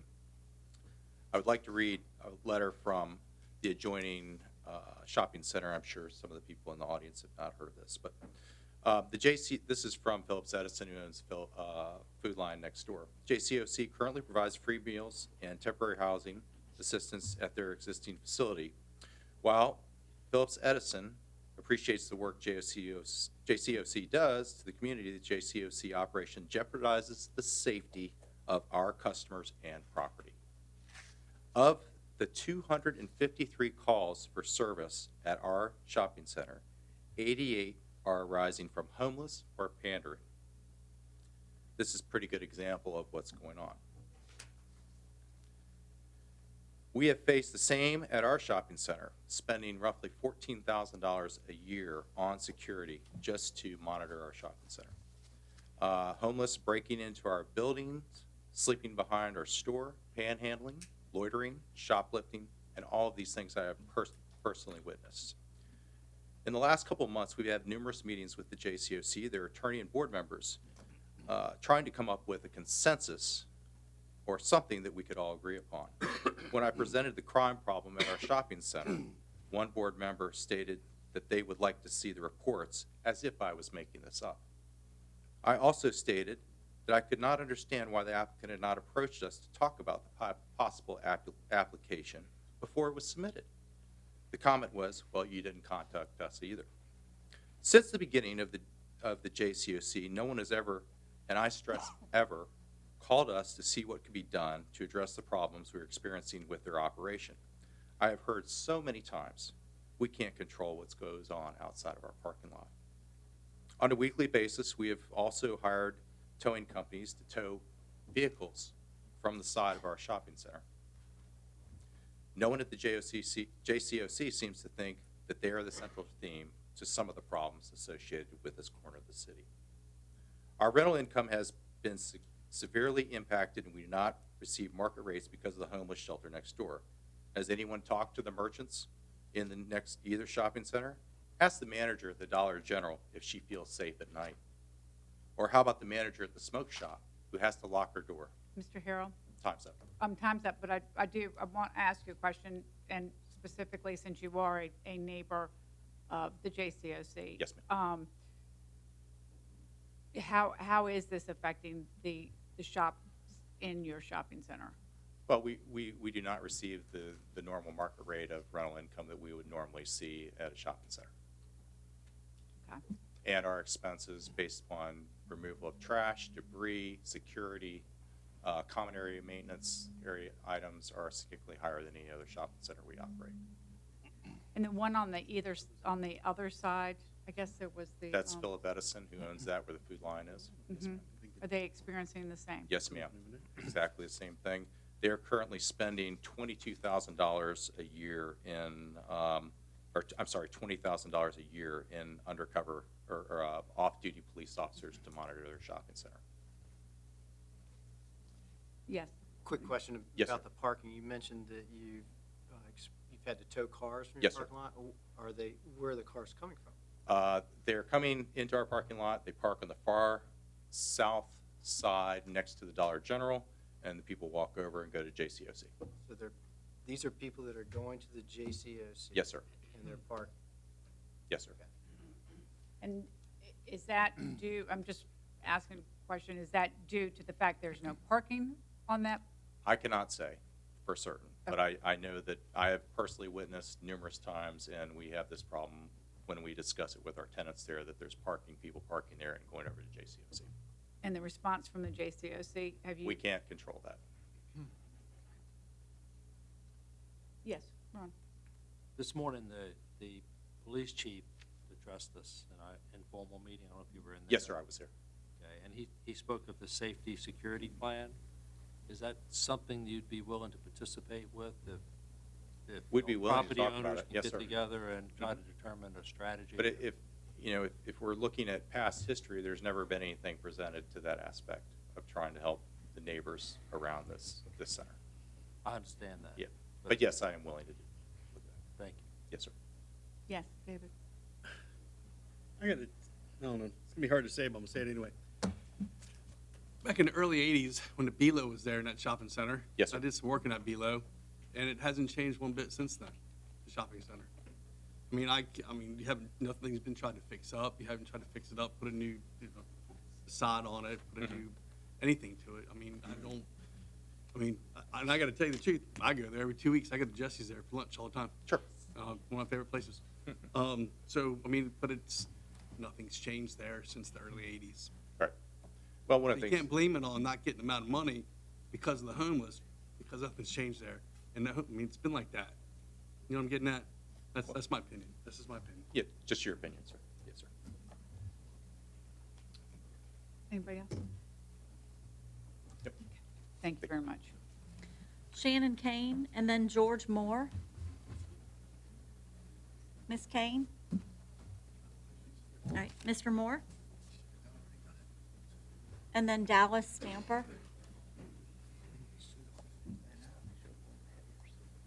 Welcome. Thank you. Good afternoon, Madam Chairman and the Commissioners of the Planning Commission. My name is George Moore, a retired local businessman who owned a mortgage company in Virginia Beach for over 20 years. I am also the co-chair of the Board of Directors of the JCOC and have volunteered for this organization since 1988. It is an honor to speak with you today, asking for your approval to build a new campus at our current site on 17th Street. Now, it's been a long day today. I appreciate you all being here and letting us bring this to your attention, that we do want to get approval for our new campus. But I do want to clarify one thing. We would and are willing to move our dining hall to a facility that the city is working with us. I have been in several meetings with Todd and other Board of Director members, with Rod Williams, Andy Friedman, Eddie, our attorney, Ruthie Hill, and Karen Petrillo. This has happened several times over the last few years, and we are very interested in moving the facility of the dining hall when we find that facility. We just haven't found it yet. They are working very hard with the SeaTac Elementary School, but we just have not found that yet and have been approved to do that. But I do want to say that there has not been violence or loitering at our facility, and I've been serving there myself for the dinners, and that is not something that is going on in our facility. So again, I wanted to be short with my presentation and be brief. But I did want to stress this about our ability and willingness to move with you all to a new facility if we find one. Yes. Question, are you on the same board the gentleman from the Presbyterian Church is on? Yes, sir. You guys have a different opinion? Or, so what is, I'm hearing two different things from two different board members on the same board. As I have stated, it is our position, the Board of Directors, that we would move our dining hall to another facility if found that was satisfactory to our organization. That is correct. Okay. Thank you very much. Thank you. I have a question. Yes, Sir, John. Would, if you did move the dining facility, would that not help alleviate some of the problems that some of these neighboring businesses and all are complaining about with parking? Because I'm anticipating that when people come for the meals, that's when you get this excess parking and maybe excess loitering, because you got more people there during meal time than you have any other time. Would not this help alleviate some of that loitering problems and parking problems that these people have talked about this afternoon? Again, we really don't have any loitering problems, because once we serve dinner at 6 o'clock, the meals are over by 6:30 or 6:45, and Todd has told me this many times before, by 7:30 everyone is gone. Well, they may leave your property, but they may go around to a neighboring property and That do they do that? I'm not familiar with That's the point that. I'm getting at. If they're not there eating, they won't be there to do that. Is that right? Well, we don't have that type of clientele coming to eat at our facility, that they're not going out, to my knowledge, to other neighborhoods and creating any situations. I'm not aware of that. Well, I have a couple of questions for you. You said that the food service is over by 7 or 7:30. Yes, ma'am. On your application, it asks for it to be finished at 9. So Well- are you all ending your food service at 7? Or? Well, like I and- said, and we now- serve dinner at 6. Mhm. And again, I've been there and done this numerous times. Right. In fact, I'm representing my church this coming year as setting it up for our folks helping with our church. We eat at 6 o'clock, and by 6:30, 6:45, the folks have been fed, and they leave the building and the facility. Well, one of the conditions on this application asks for it to be ending at 9. So I'm a bit confused that, Well, if they can stay until 9, I mean, you know, They can Todd stay would there agree, till 9. yes, he does agree to that, but I'm just saying, as a general rule, people do not stay around and, again, the word laundering came up once, but we would be happy for them to stay. We enjoy meeting with the folks, and whatever we could do Right. to help them, we would do that. understood. Now, I just want to get just a little bit of clarification of what Commissioner Hornsley said about the loitering, and then you mentioned not our kind of clientele. So I'm trying to understand the definition of what that means. Well, what I'm saying is we do feed the homeless people, Correct. but we don't have any situation where we have any crime or anyone that's not in order, is what I really meant to say. While they're in your facility. That's correct. But when they leave the property I think is what the neighbors are saying. Again, I am not familiar with them leaving our property and going around to other neighborhoods. I don't know why that would be an issue, because they come to our place, they're not under any I mean, then obviously Right. they're not intoxicated or anything of that nature. Okay, thank you. Anybody else have any other questions? Mr. Graham?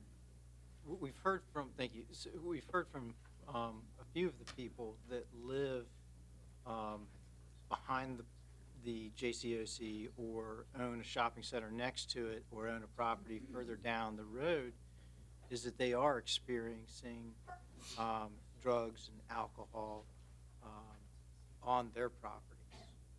And I believe it's not happening at the JCOC. It sounds like they run a pretty tight ship when it's, you know, kind of with, and I've heard that, you know, it explained when it's, you know, it's not allowed on JCOC property, but it sounds like it does when the people are on the way there, or maybe when they're leaving, or maybe they're waiting for a meal.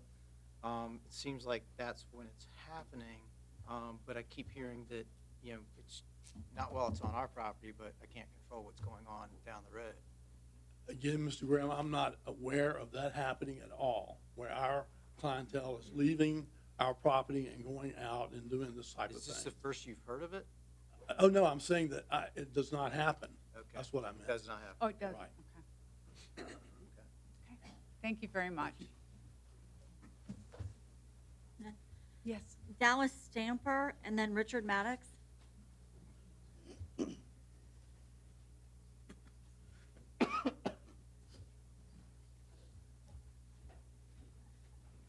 Good afternoon. Good afternoon. I'm Dallas Eugene Stamper Jr. My dad would like me to say it that way. I run PIM Ministry, so I'm the executive director there, but I'm speaking to you today as a lifelong citizen of Virginia Beach. I went to Malibu Elementary School, Independence Middle School, and Princess Anne High School. Spent 3 years in the Army in the 82nd Airborne Division, but other than that, I've lived in this city. This is my city. I'll be buried somewhere in this city. I started as an engineer, but eventually started going out and helping homeless people, and that's how our organization started. And the mills are so critically important to bringing people in to give them help. I've seen with our organization, with JCOC, there are people that are working, but they're struggling to eat. And they rely on like JCOC to come in so that they can get a meal. It's just, and then their lives begin to change, like you heard from Claude earlier today. The meal was the first part. And as a resident of Virginia Beach, I'm very excited about what's happening in the future of our city, all the great things we're going to build to attract people to our city. But I also don't want the poor people in our city to be forgotten that live at the oceanfront. We have people that have a lot of money and people that have very little money. And I want to make sure that the citizens that are our neighbors and are people that we care about are able to still eat and those kind of things. And I can tell you personally, I've been working with homeless people since 2002. I know more homeless people than probably most of the people in this room. And 95% of them are good people who want to change, who've gotten themselves into tough situations. And I can tell you from knowing JCOC long before Todd was there, they've made great strides in cleaning up the area to do things. You don't drive down 17th Street and see the amount of people that you used to see out there, and that's because JCOC's been proactive about that. They've heard the cries of the citizens, and they've reacted. And so, and they'll continue to. I have a great relationship with JCOC, and we work together to try to help people to transition them from being homeless to not being homeless. And the Housing Resource Center is a great thing, but we're still a resort city. And sometimes people come to our city because it's called Virginia Beach. And it's how do you take those people that are in those tough situations and transition them. So I don't think I'm going to take my whole time, but I want to thank you guys and tell you that the meals are extremely important. What we've seen is feeding people gets them to take the next step because you have a relationship with them. And I can't tell you the number of relationships that I've had that have taken the next step by having a meal. So thank you all. Thank you very much. Richard Maddox, and then Drew Langford. Good afternoon, Madam Commissioner and Welcome. county members. My name is Richard Maddox. I'm a former Beach District Council member. I'm a former RAC member, former chairman of the Resort Leadership Council, and my family's been in business in the resort for over 70 years. 17 years ago, when I was on council, there were serious discussions by both senior staff and council regarding the JCOC and its land compatibility for the $250 million convention center we're getting ready to build.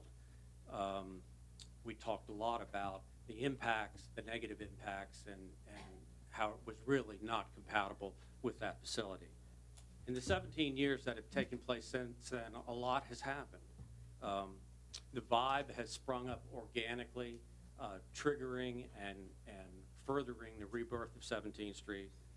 This year's budget, as Linwood said a moment ago, the city appropriated nearly $30 million to begin the reconstruction of 17th Street from Pacific all the way back to Bird Neck.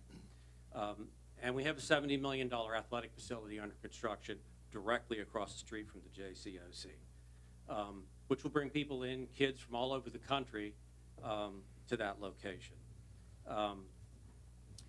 The impacts of the JCOC are real, and they're severe.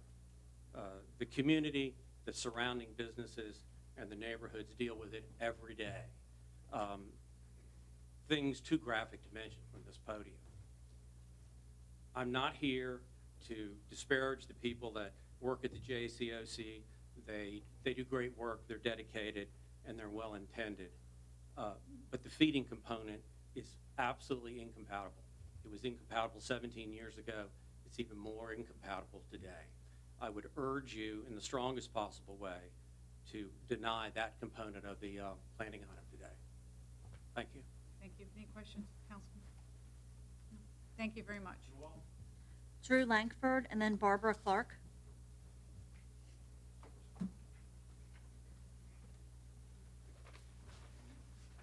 Good afternoon. Good afternoon. My name is Drew Langford. I work for the city, the Public Works Department, and I'm the vice chair of the board for the JCOC. I had quite a few things to write down today, but I think maybe it's more important to circle back and respond or reinforce some of the things that have been discussed before I stood up. What we are talking about is putting housing units on this thing, on this site. That's what it's always been about. We've shifted the questions over about the feeding facility.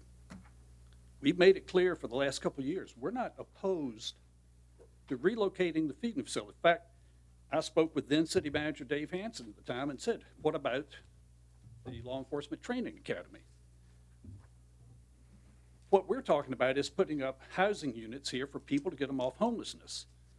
I've been stunned to hear this whole fog and smoke today about all these crime figures and how all of a sudden that's because of the JCOC. We can burn that place down to the ground tonight, and guess what? You're still going to have people in the parking lot at the food line drinking. You're still going to have people roaming around, peeking over fences and whatever, all these other things they've come up with. Mr. Johnson, the former police officer at 2nd Precinct, didn't finish his, ran out of time in his report.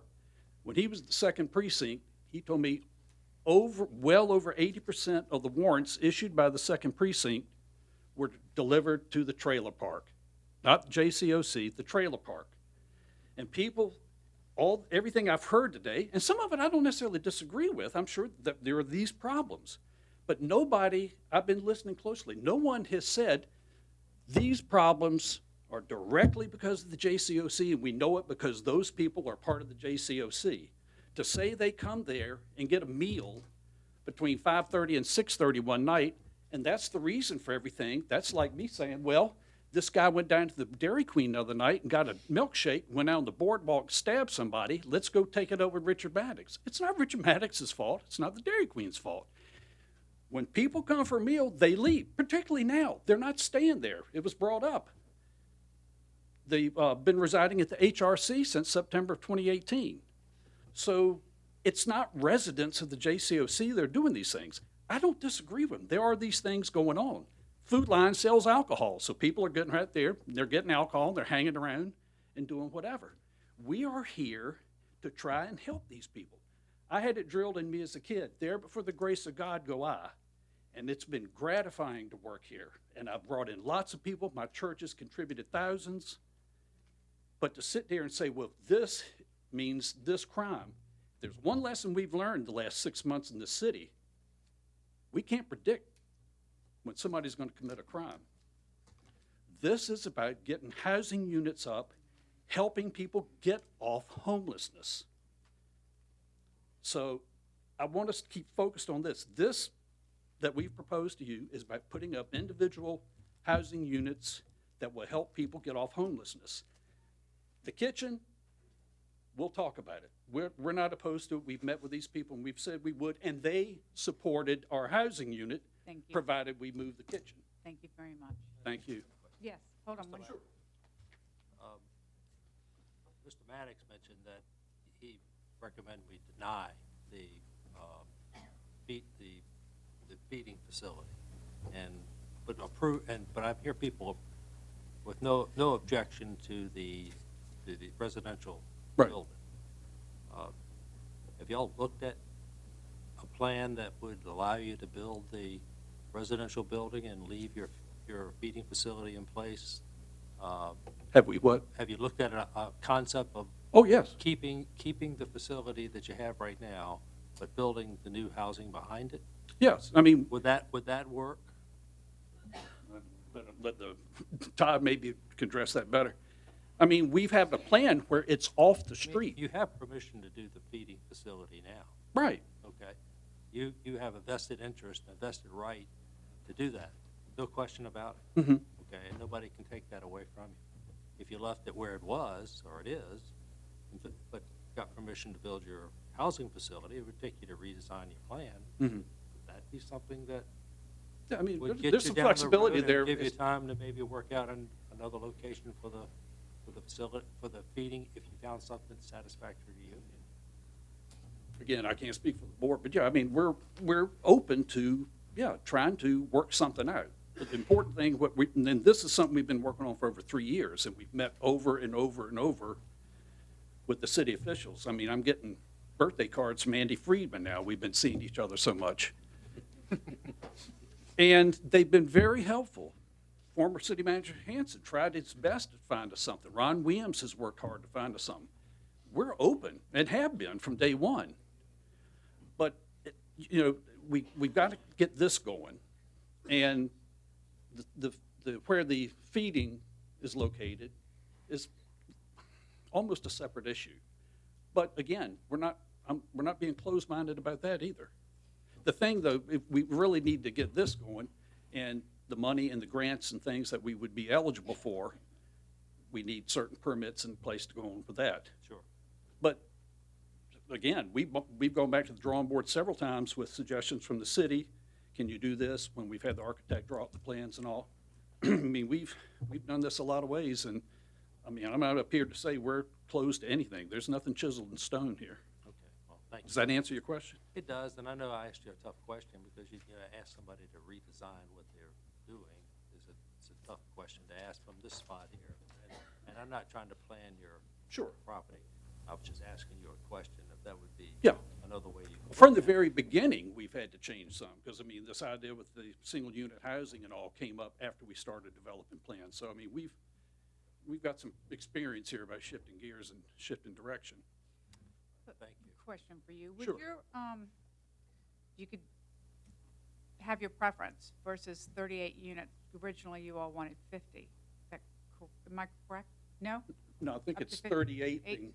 with the possibility of going to 50, That's correct? correct. So the existing emergency housing has up to 50 beds, which is the number that we translated over. Over. So. Yeah, when they were residing there, we were housing a limit of 50. 50. Is there room for 50? Should you not, if you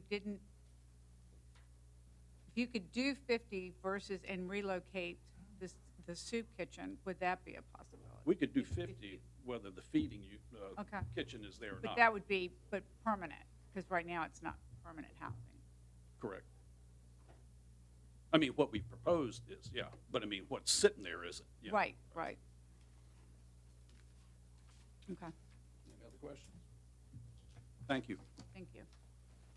Barbara Clark, and then Mark Stevens.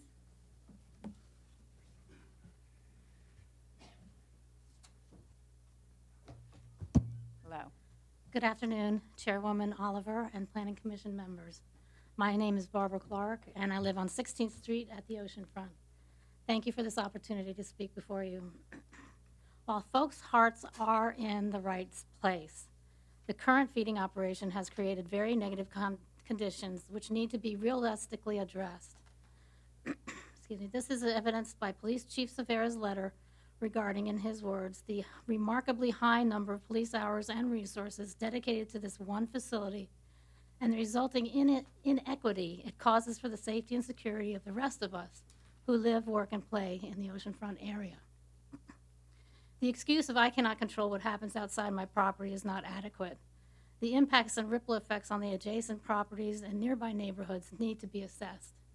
These impacts would not be allowed from any other operation in the city. I'm here to support the safety of the residents of the Seabridge Square community and their ability to protect their properties. In the interest of neighborhood vitality and stability, please do not approve the soup kitchen at this location. We've supported the Housing Resource Center as a one-stop shop for homeless services. Please honor this support. Thank you for your time and kind consideration. Thank you very much. Mark Stevens, and then our last speaker, Michael Shackelford.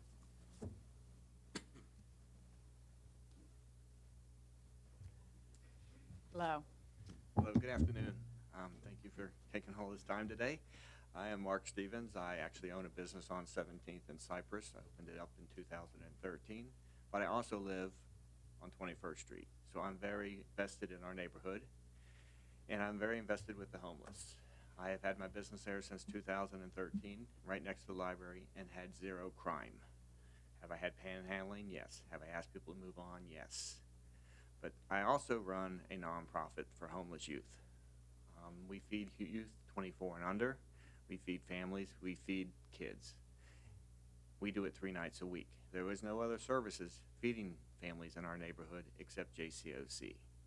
They are families that need that. They live in the hotels at the oceanfront during the winter. They have to go somewhere to eat because they can only afford to pay the hotel bill. Without JCOC doing this, we will have families starving on our streets. I have a young man I adopted. He was 5 when he was taken away. He was taken away because his parents could not feed him. We cannot let this happen to our citizens. We cannot let this happen to our neighbors. These are our neighbors just as this. These are my neighbors I'm speaking against, who I appreciate and like a lot. But we have people that are starving on our streets, and in this city, we should not have that. And JCOC is only the one place that they can go in our neighborhood. We also have only 59 food banks, and you say, well, that's a lot. My sister worked with the homeless in Richmond. They have over 100.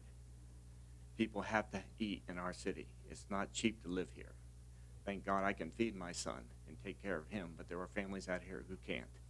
So again, thank you for your time. I appreciate it. Thank you.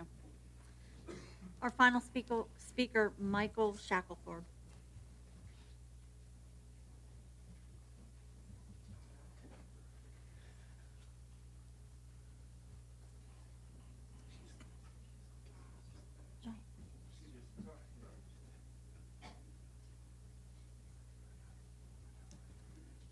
Good afternoon. My name is Michael Shackelford, and from 2012 to 2014, I worked at JCOC as the grants manager. And I think I have a unique perspective. In that time, I had dinner almost every night that I worked, after work. And I broke bread with our residents there. We used to have the housing program. And I saw a lot. And I learned more about homelessness there than I could in any class or seminar. And what I saw at the feeding program was people of all people that are on the margins, going there and eating, and that was keeping people from having to live in our shelter. And the other aspect of the feeding program that is really good is that it helps bring people in to get resources. Because you have a lot of people that are homeless, they are on the outside, they want to be a loner, they do not want to be in society, but everybody needs to eat. The feeding program would bring them in. And then with contact with staff and other folks, then they would start to seek services, get into our shelter, and end their homelessness. And one of my proudest moments, I was working there, some guy called me up, so I came in the office, I was working on a grant, and he said, hey, want to talk to me. He was a veteran, I'm a veteran, and because of the rapport I had, we started talking, and I was trying to bring him in to get services. So everybody talks about the bad behavior that takes place outside of JCOC. But what happens in the feeding program helps people in their homelessness. That's all I got. Thank you very much. Eddie, Mr. Bernard? I'm sorry. Oh, I'm sorry. Before, I just would like to have maybe Mr. Freeman come up. Sure. Real quick, if you don't mind, and just, No, I don't. because you're getting ready to, I got a lot of things to say, but I'll wait. do you want to say them now? Well, it's up to you all. I don't think, I think it might be better and then let. Huh, and let- you all let's can let Andy- have a okay, whatever If want. you don't mind. I don't mind. Okay. Madam Chair? Yes. At some sir. point, I'd like to ask Mr. Johnson, who was that second precinct person, if he's still here, to come back and finish what he didn't get to say. I think he's an important source of input. Let Andy come on. Yeah, come on up, Andy. Andy's standing up, so I'm. Oh, yeah, come on, yeah. I'm not, Aid. Thank you. thank you. We all know who you are, but for the sake Okay, of the sorry. record, Yes, Andy Friedman, Director of Housing and Neighborhood Preservation. thank you. And I just, I appreciate, as I said earlier, you and Karen and Ruthie Hill and all that you all have done for the Housing Resource Center. And just for the sake of the people watching and for the people in the audience, I would, appreciate it if you could just speak on the Housing Resource Center, how it works, how successful it's been, and how it works in conjunction with the JCOC at this time. If you don't mind, just a little bit, and then I've got just some follow-up questions for you, if you don't mind. Okay, thank you.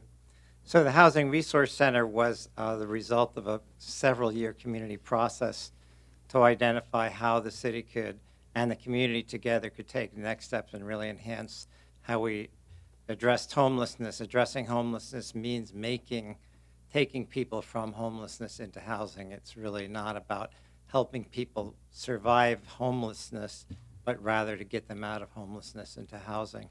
The center evolved into becoming a one-stop shop where we can help people who may be about to become homeless to avoid that, where we can shelter people overnight, where we can actually house people in long-term housing, and where we can continue the work of the Lighthouse Center, which provided a place for people who are still homeless on the street to get showers, do laundry, and connect to services. We also have health services on site. We have social services on site.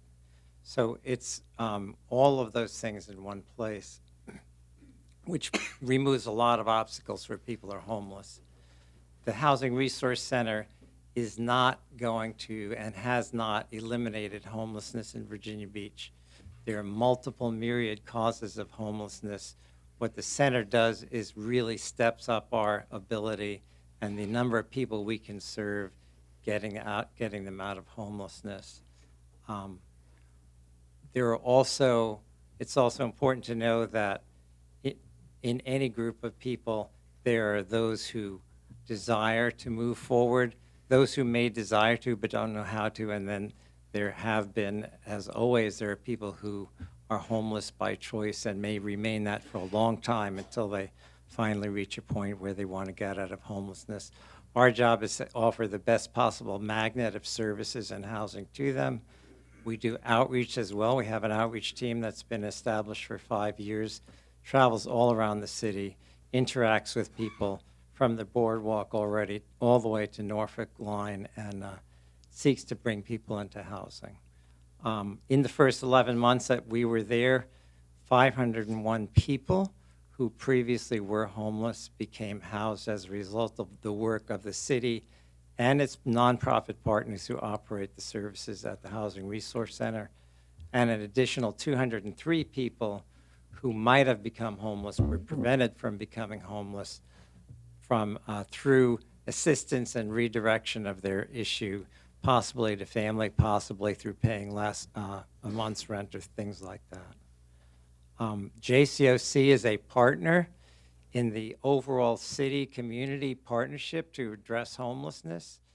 They are a provider of services at the Housing Resource Center. They operate day services, and they operate the single shelter, which they started when they ended their shelter at 17th Street. JCOC also is our operator of the Emergency Winter Shelter Program, which has been a community program for over 35 years that provides, through many of your churches, overnight shelter to people who are not currently housed or sheltered. So we as the city coordinate a large community system of nonprofits, faith organizations, other government agencies to do all this to address homelessness. Thank you. Anybody have any questions for Mr. Friedman? I do. Yes. Yes. George. In the informal, I'd asked a question about, I guess, redirecting for the feeding program. And you had mentioned that the Lighthouse, I guess, discontinued 2018. Yes, sir. So those that went to the Lighthouse for showers, laundry, and services, how do they get to the resource center? Right. So our initial, when we were planning the center, we said that we wanted to make it a magnet and that we would do everything we needed to get people there. We have found that people can get there when they need to. We've also continued our outreach team so that when people are found and they want to come to the center, our outreach team has the ability to transport them there. We live in a country where anyone can travel wherever they want to at any time, and so they have that opportunity to come to the center. We hope we continue to make it as attractive as possible for those who want to get out of homelessness, and then we provide the direct transportation whenever we encounter people who need that help. But again, the feeding program did not work, correct? The transportation to the resource center, the central location for this service did not work, and they just stayed at the beach? Is that what I'm hearing?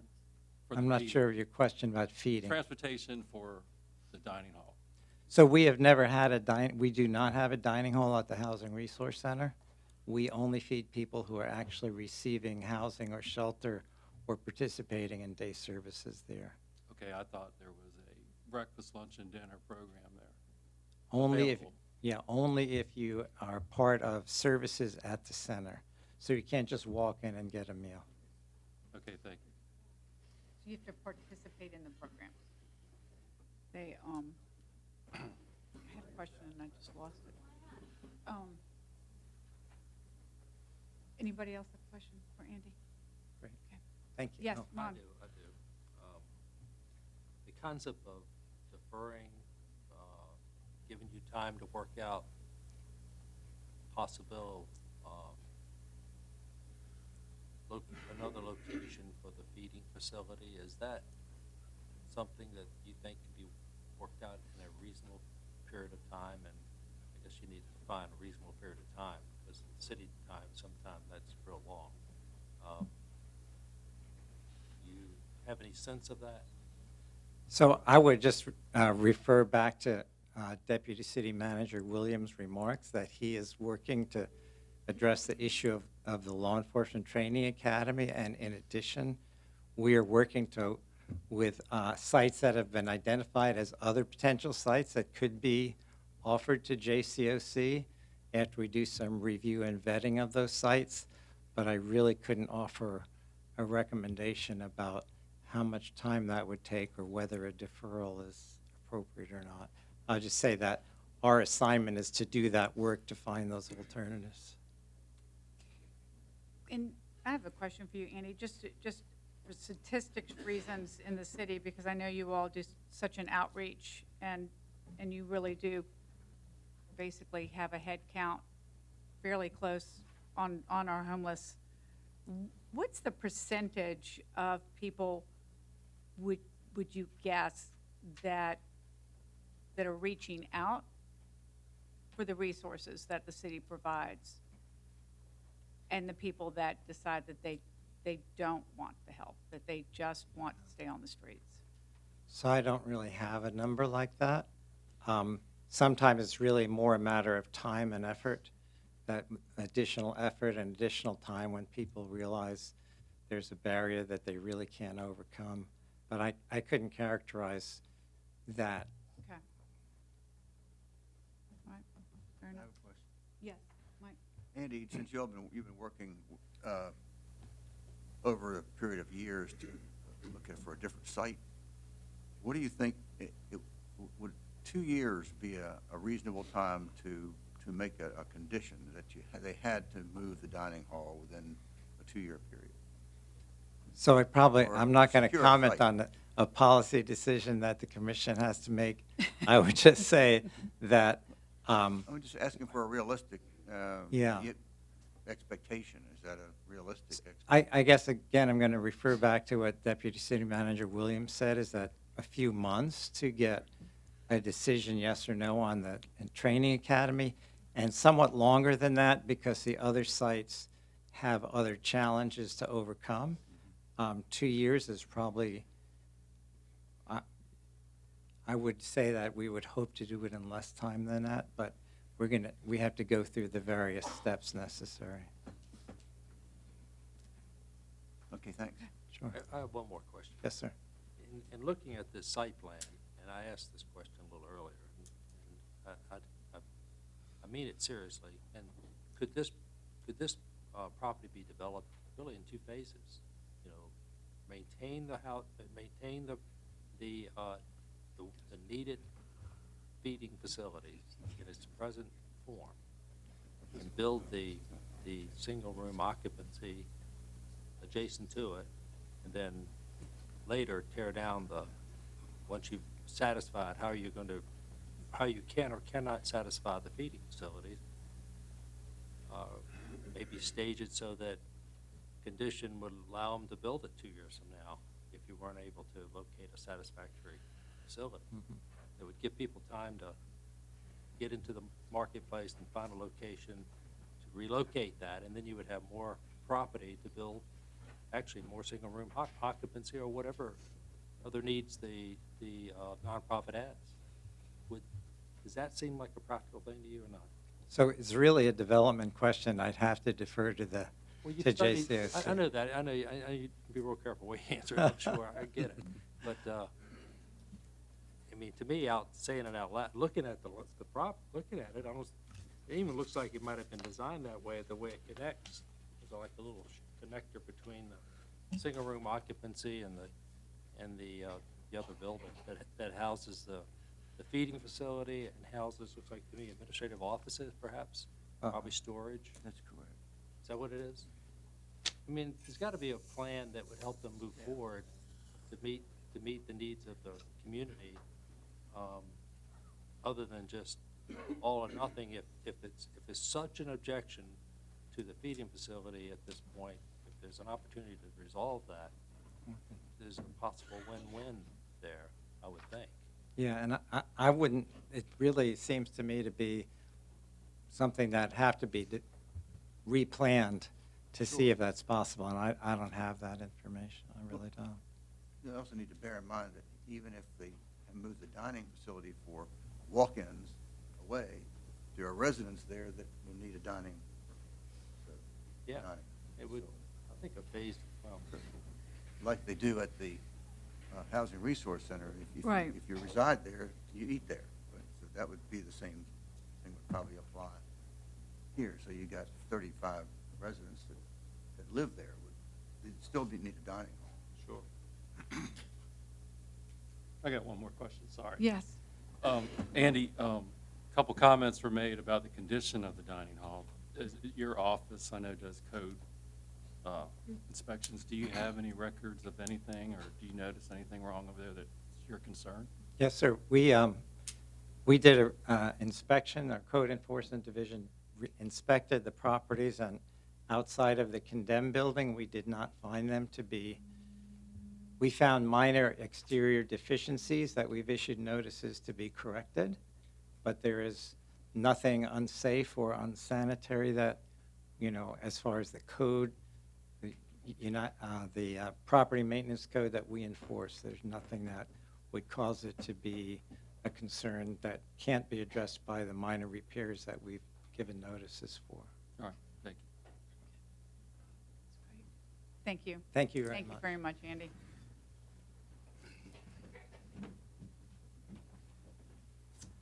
First of all, Mr. John, Mr. Johnson?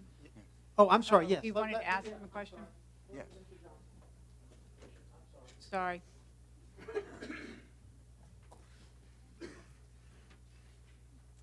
Now, I'd like you to tell us what else you had to say before your time ran out. After, what you wanted Okay. to say, but your time ran out. Thank you. Well, I got down to the point where we know homelessness is an issue at the second precinct. It is all over the city, but certainly at the second precinct. But in my estimation, the two hats that I wore over the period of time that I was down there, the JCOC does way more to help than it does to hurt. To suggest that some of the people that are hanging out at the shopping center or at the gas station down in front of Seabreeze, to suggest that none of those were at JCOC would be disingenuous. Some of them certainly were. But having worked down there and been responsible for all the crime data in that area, there's a lot of crime that happens in Friendship Village. There's a lot of crime that happens in Atlanta's apartments. There's a lot of crime that happens in Colony Trailer Park. I became a police officer in 1980. I wrote search warrants in all three of those neighborhoods when I was a patrolman. Chief Severa actually was the SWAT commander that executed those search warrants for me, some of them, in the late 80s, right around the time JCOC was opening. So again, to suggest that the JCOC is the cause of that is simply wrong. There are issues with it, and I wouldn't sit here and say otherwise, but it does far more good than bad. I'll just anecdotally tell you, in 2014, David Kilgore was shot and killed in an armed robbery at Beach Pharmacy. And I was sitting in the precinct when it happened. They put out a description. I got out, went into my police car and drove 3 minutes and drove right to the killer. He wasn't at JCOC. He was at Colony Trailer Park. And he was at a trailer that we all knew was a place that distributed drugs in there. I've done 10 search warrants in that place over the years for drug search warrants in Colony Trailer Park. How many the department's done is I have no earthly idea. and again, with the other neighborhoods that are around there, that's a crime problem. And again, when I referred to the meetings that we would have, and you better believe that Colony Trailer Park came up in those ComStat meetings almost every month. Atlantis and Friendship got to where they didn't even have to bring them up. They just automatically kind of self-reported because of the problems in there. And that's been going on for close to 40 years. And so when I read some of the stuff that came out, the confirmation bias, you can sit down and type things into a computer and get stats out. And if you're inclined to believe that that's a problem there, then you can make those stats say that. And if you're inclined to believe that it's not a problem, you can make them say that too.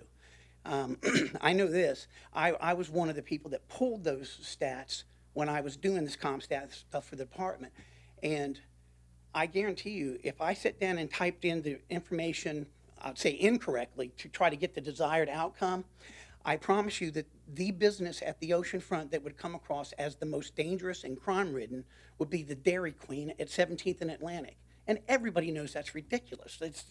But when you type in an address or you type in a block, anything that happens in that block is going to come up. And then I can hit print and hand it to you, and then you can look at it and go, oh my gosh, there's 400 calls at Dairy Queen. There's not 400 calls at Dairy Queen. There might not be 4 calls at Dairy Queen, but you can make it say that. And I'm not saying that anybody's intentionally trying to lead you one way or the other. I'm just saying that the numbers are there. It's pretty easy to explain most of those numbers away. Thank you. Thank you. You're welcome.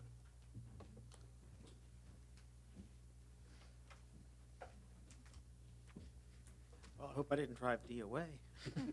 Now it's your turn. All right. Let me start with Mark DeRoche made a statement that, in essence, his belief is that the dining hall is incompatible with the sports center because the dining hall causes crime. That's the logical progression of what he said. Now, and I also heard about the fact that, JCOC doesn't give people a blood test or a breathalyzer before they come in to eat. Neither do any of the restaurants, bars, and other establishments in any of the commercial up and down 17th Street. JCOC doesn't serve alcohol, allow it on its property, don't provide drugs, and will call the police and get anybody out there who has drugs in a heartbeat. So we're blamed for people drinking and taking drugs before they come and eat. We don't serve alcohol. We get blamed for alcohol that people are consuming that they went down the street and bought. But that's the JCOC's problem. Now, I'm not here to say that everything that y'all heard today was baloney or wrong, and we do as a community need to work together to try to get a handle on issues that exist, and Chief Severa's security process is something that we're happy to participate in. But Chief Severa was also right about something else. There's a perception, but perception doesn't match reality. To suggest that the JCOC, which had 66 calls for service, and they're not calls for service, that's a bad, visits from the police is a better way to put it, and I'll go over that in just a second. There are no violent crimes, there's no anything to speak of. I mean, I'll get to them. But that's the problem. When what was happening elsewhere in the block, there were a lot more serious issues. And to suggest that when the Colony Trailer Park has 6 times the amount of police visits for all kinds of bad acting and bad problems. We left out the Murphy Trailer Park, which also has a huge number. That hadn't been addressed yet, as well as what Johnson just was talking about. This is a problem that exists there. That's a societal issue, problem issue.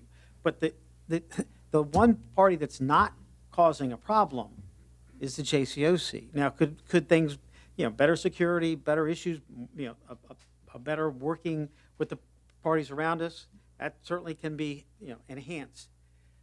The center to our east, I've lived here my whole life. There have been people loitering in that parking lot to get picked up to go to work in the morning, dropped off in the afternoon, since as long as I can remember. And when I first got out of law school, lived on Norfolk Avenue in the Land's End Apartments and was up and down there all of the time.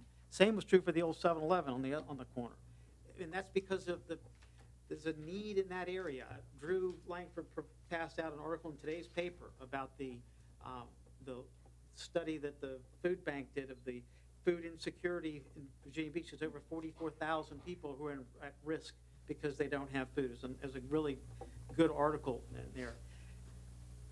So, this, and Tom, I mean, God bless him, one thing we do agree on, he thinks that this SRO is a good thing, but he wants to see but the thing, he's told Civic Leagues that we have he said it again today, 1,200 calls in 3 years to the site. It's just not accurate, not true, not even close to being true. Also, Morris and he both said that Morris today, Tom at many Civic League meetings, that people get bused from HRC to JCOC for dinner. Completely and utterly false. Doesn't happen. Hasn't happened. So that's not accurate. And there are other inaccuracies. But JCOC wants to provide shelter and also the service that is absolutely needed in this area, which is to keep people from becoming homeless. And the gentleman on the board who, I think he was responding, Whitney, to the issue because he followed Mr. DeRoche about somehow blaming the dining facility on crime. That's where his focus was. But our focus, the focus of the group overall, is to provide shelter and to keep people from becoming homeless, as Andy and others have said. So JCOC is absolutely willing, if it weren't for the complications I described originally, to work to move it over to the LIDA. But we've also spent 4 years trying to, and we, JCOC, brought that to the city over 2 years ago, and we're told no. So that's something that they're more than willing to do, because that'll put 50 SROs there, which will provide even more people who can potentially work in the restaurants and the other places, the oceanfront, that need them. But those restaurants, a lot of them will still serve alcohol, okay? So blaming the JCOC for people who have alcohol dependency problems when we don't allow it, don't serve it, et cetera, they have to go to somebody else's property to get it, and the people on the other property are blaming JCOC because they're the tenants who are selling the alcohol, not JCOC, or giving them alcohol, which we don't give. So we don't have. So it's really, that's kind of disheartening. But I think 99% of the people in this room, if we could all sit here today and say, move the food pantry and service to LIDA and do 50 SROs, everybody be happy. But the reality of that is we hope it can happen, but we all know, because that lease expires in 5 months, that we have no idea whether that will ever be able to happen. And we need to move forward with changing, because JCOC can decide, okay, we can spend the money, we have money, we can get additional money, we can fix everything up that we have and keep right on operating just the way we've been operating with a shelter there. It's not, there's a need. The shelter's full at HRC, but we think, and we want to work with the city and have worked and will continue to work with the city to try to get the best infrastructure, the best system to better serve this community. And it's, unfortunately, as I said before, we wish it would all go away, but if we can just keep it if we can keep it the same as it was 30 years ago, which is what it essentially is at where JCOC is, then we're not falling behind. But this is an excellent application, and you have excellent people that are running the JCOC who have worked diligently for 4 years and will continue to work, obviously, with the city and with the city council. And if there's any way that LIDA situation can be resolved and we can move the food service there, we have committed that we would be more than willing to do so. And the SROs would be 50 instead of 38. And that can all be done by city council. It doesn't have to come back to you all to do that. It does not have to come back here to do that. And they're the ones that are going to have to make this happen. None of us can make it happen. I can go into a lot of other things, but the simple truth of the matter is that until those trailer parks are redeveloped, and God only knows how long that's going to take, until that happens, these problems that exist there are going to continue to exist there, because the problem isn't emanating from a facility that doesn't serve alcohol, allow alcohol, drugs, etc. Can things, maybe security, be better and more coordinated? Absolutely. And this new building and new investment with the cameras and everything that we're going to be doing there will make it better. And that doesn't mean it can't be made better before then either. But the JCOC, I think everyone has heard all they're going to, I don't know what else you can hear. They are a wonderful partner of the city.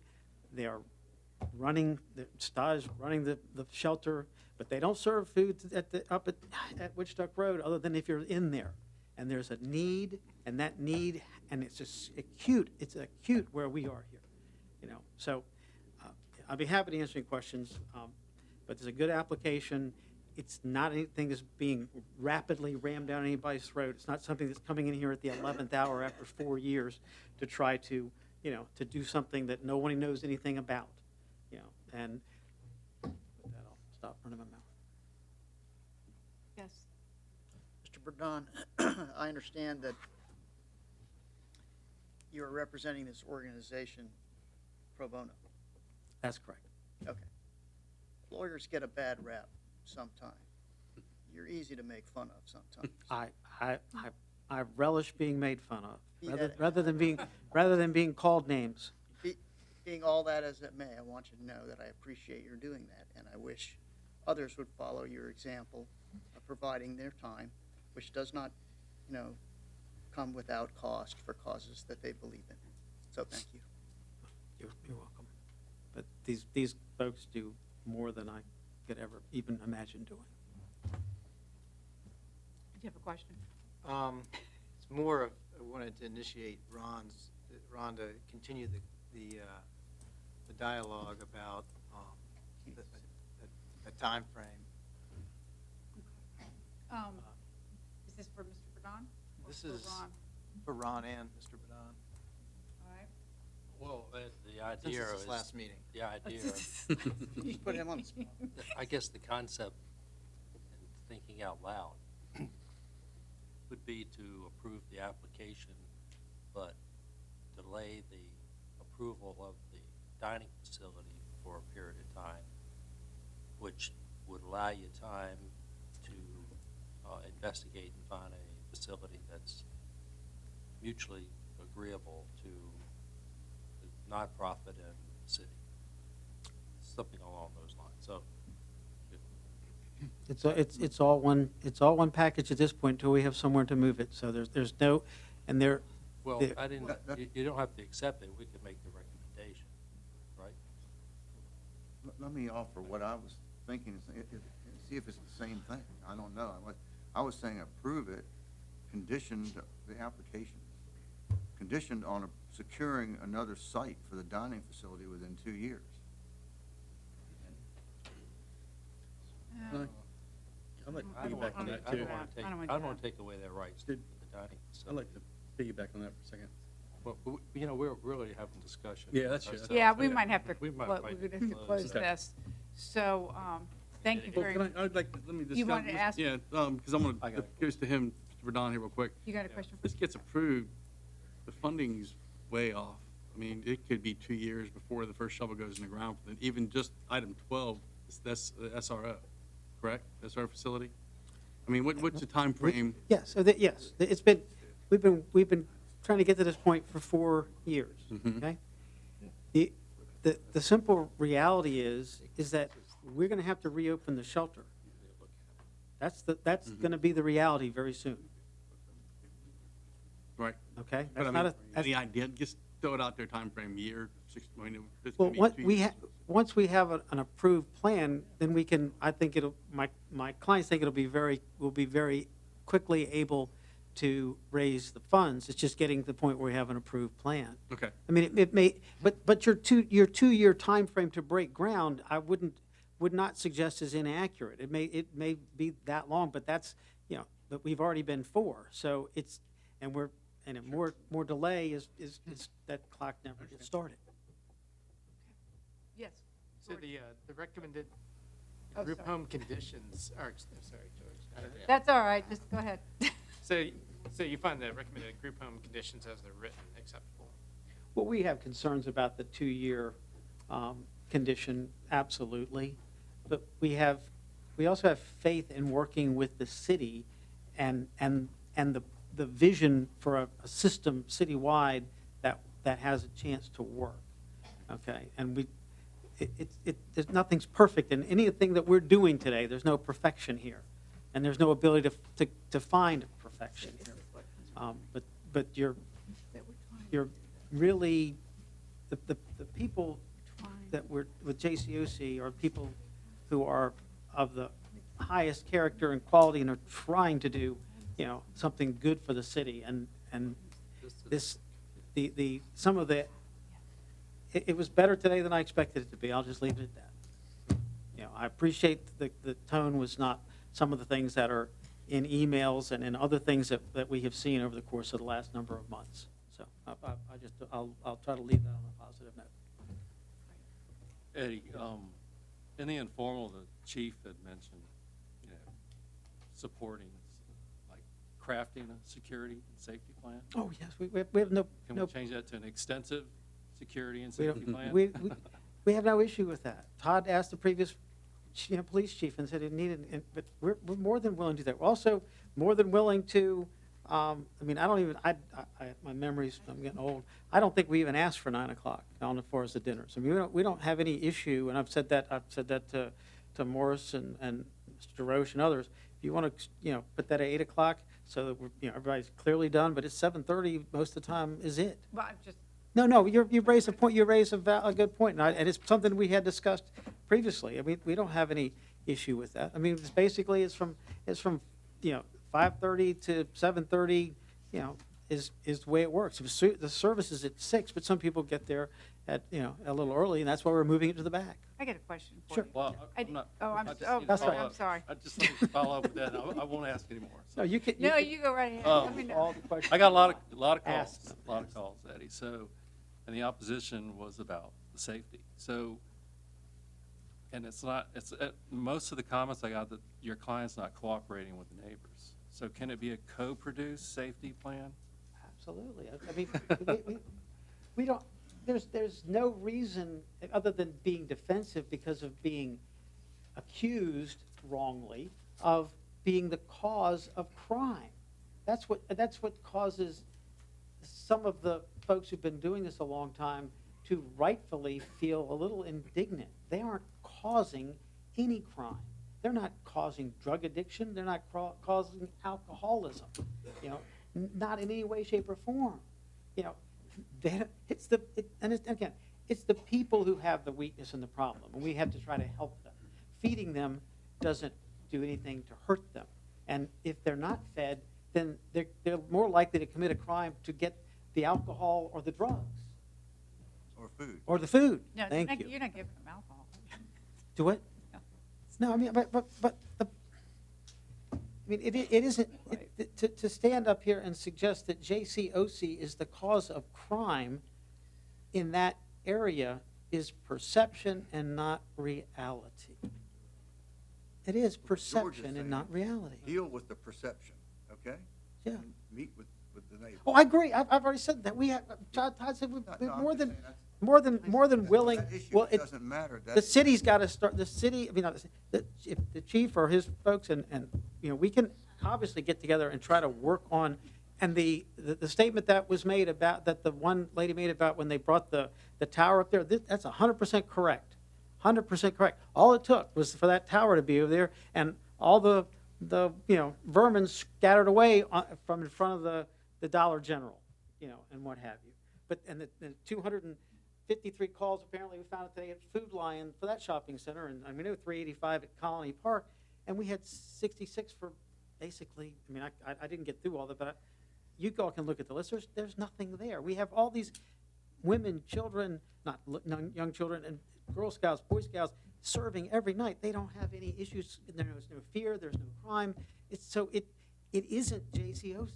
It's the folks with issues that some have shelter. No two ways about it. Not those who don't have shelter.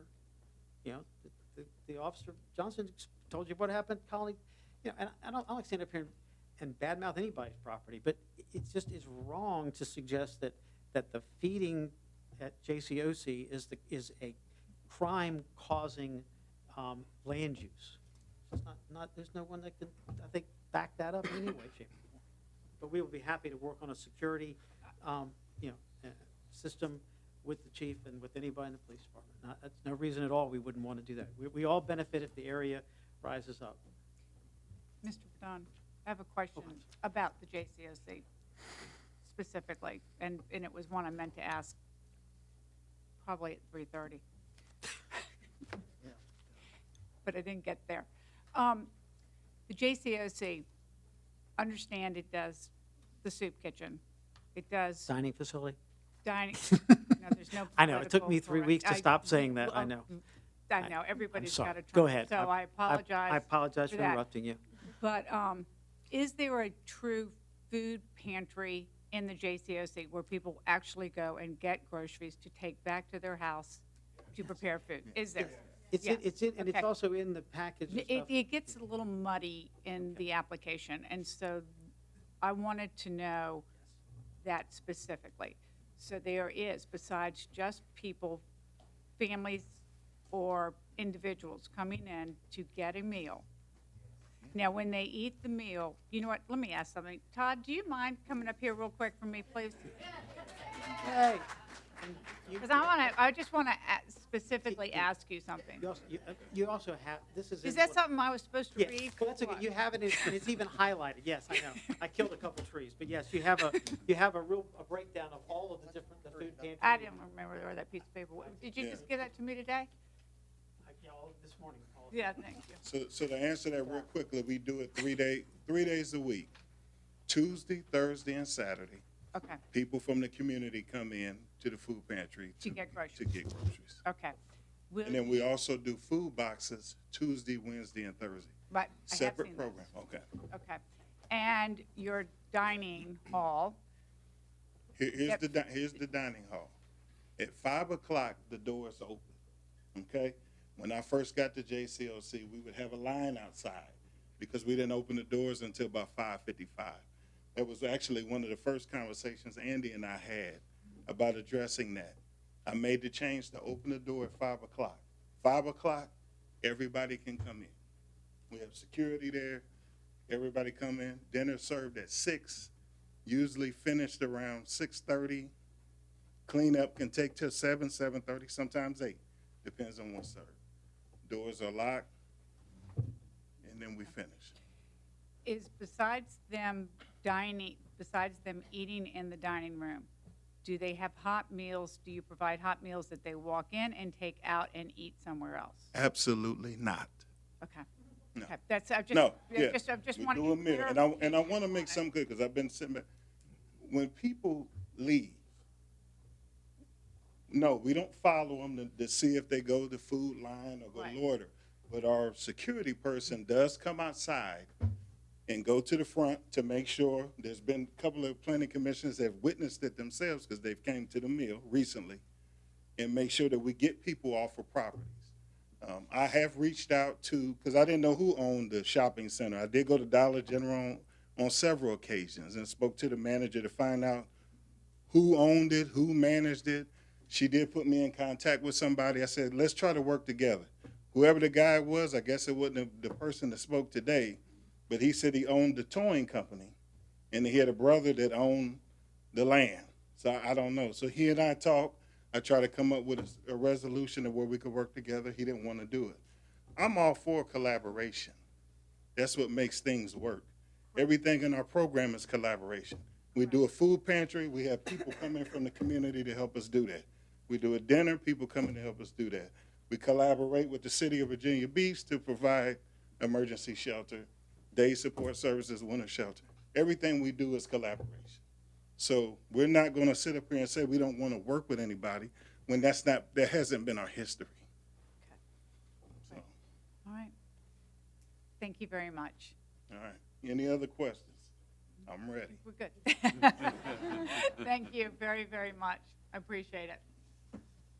I think we'll close the hearing now. I think we're closed. 4:30. It's only 4:30. We'll close the hearing now and open it up to the commissioners for discussion. May I ask our planning director a question? You certainly. All right. Bob, can you tell me where we are right now with the existing use permit for the dining hall? Where is it? What conditions are? What's the time limit, if any? Can you just give us a real quick? So the existing conditional use permit addresses the existing buildings on the property and allows them to perform the feeding program and the dining hall with no limitation. So it was a modification of one or two modifications of a conditional use permit.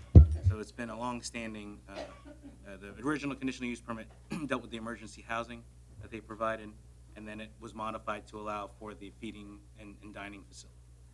So there's been a lot of improvements across the street, a lot of planning for big projects across the street. We've had use permit in front of council 89, 92, 93, 95, 2000. And it's never been brought up to either relocate it, or would you know that? Well, as Andy had mentioned and Deputy City Manager Williams noted, there have been previous discussions, and I believe Mr. Bonan has also discussed it, about potential other locations for some of this. I'm not saying that that has not happened, but as you can tell, there hasn't been enough to push it over the line. So 4 years they've been working and they're still not to a place where they can relocate. To be honest, I believe they've been working prior to the 4 years as well. Okay.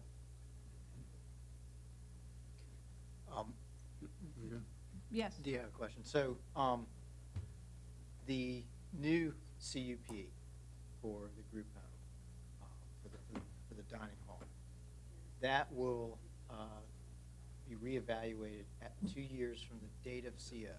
Correct. Yes, sir. And is that a point where if there's still issues, that can be revoked? So it has a sunset on it, which means it would automatically go away in 2 years, and they would have to reapply for it.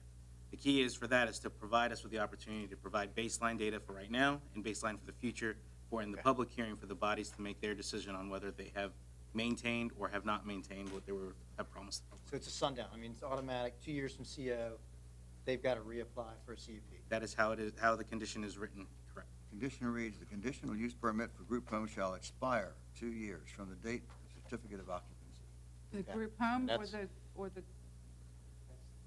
It does not include it is not for the single room occupancy, which is the multifamily use. It is for the modification of the conditional use permit, which is the one that provides them the opportunity to do the dining facility that's open. I just wanted to clarify. Yeah, I know what you're saying. For the dining. Because it says Confirm. group home. it says group home. That's what- Understand, Right. but the dining Under it. facility is covered under that Under the- existing Under the conditional use. group home CUP. Got it. Got it. But they would not lose the CUP for the group home. That is correct. That is a separate conditional use permit for the single room occupancy multifamily use.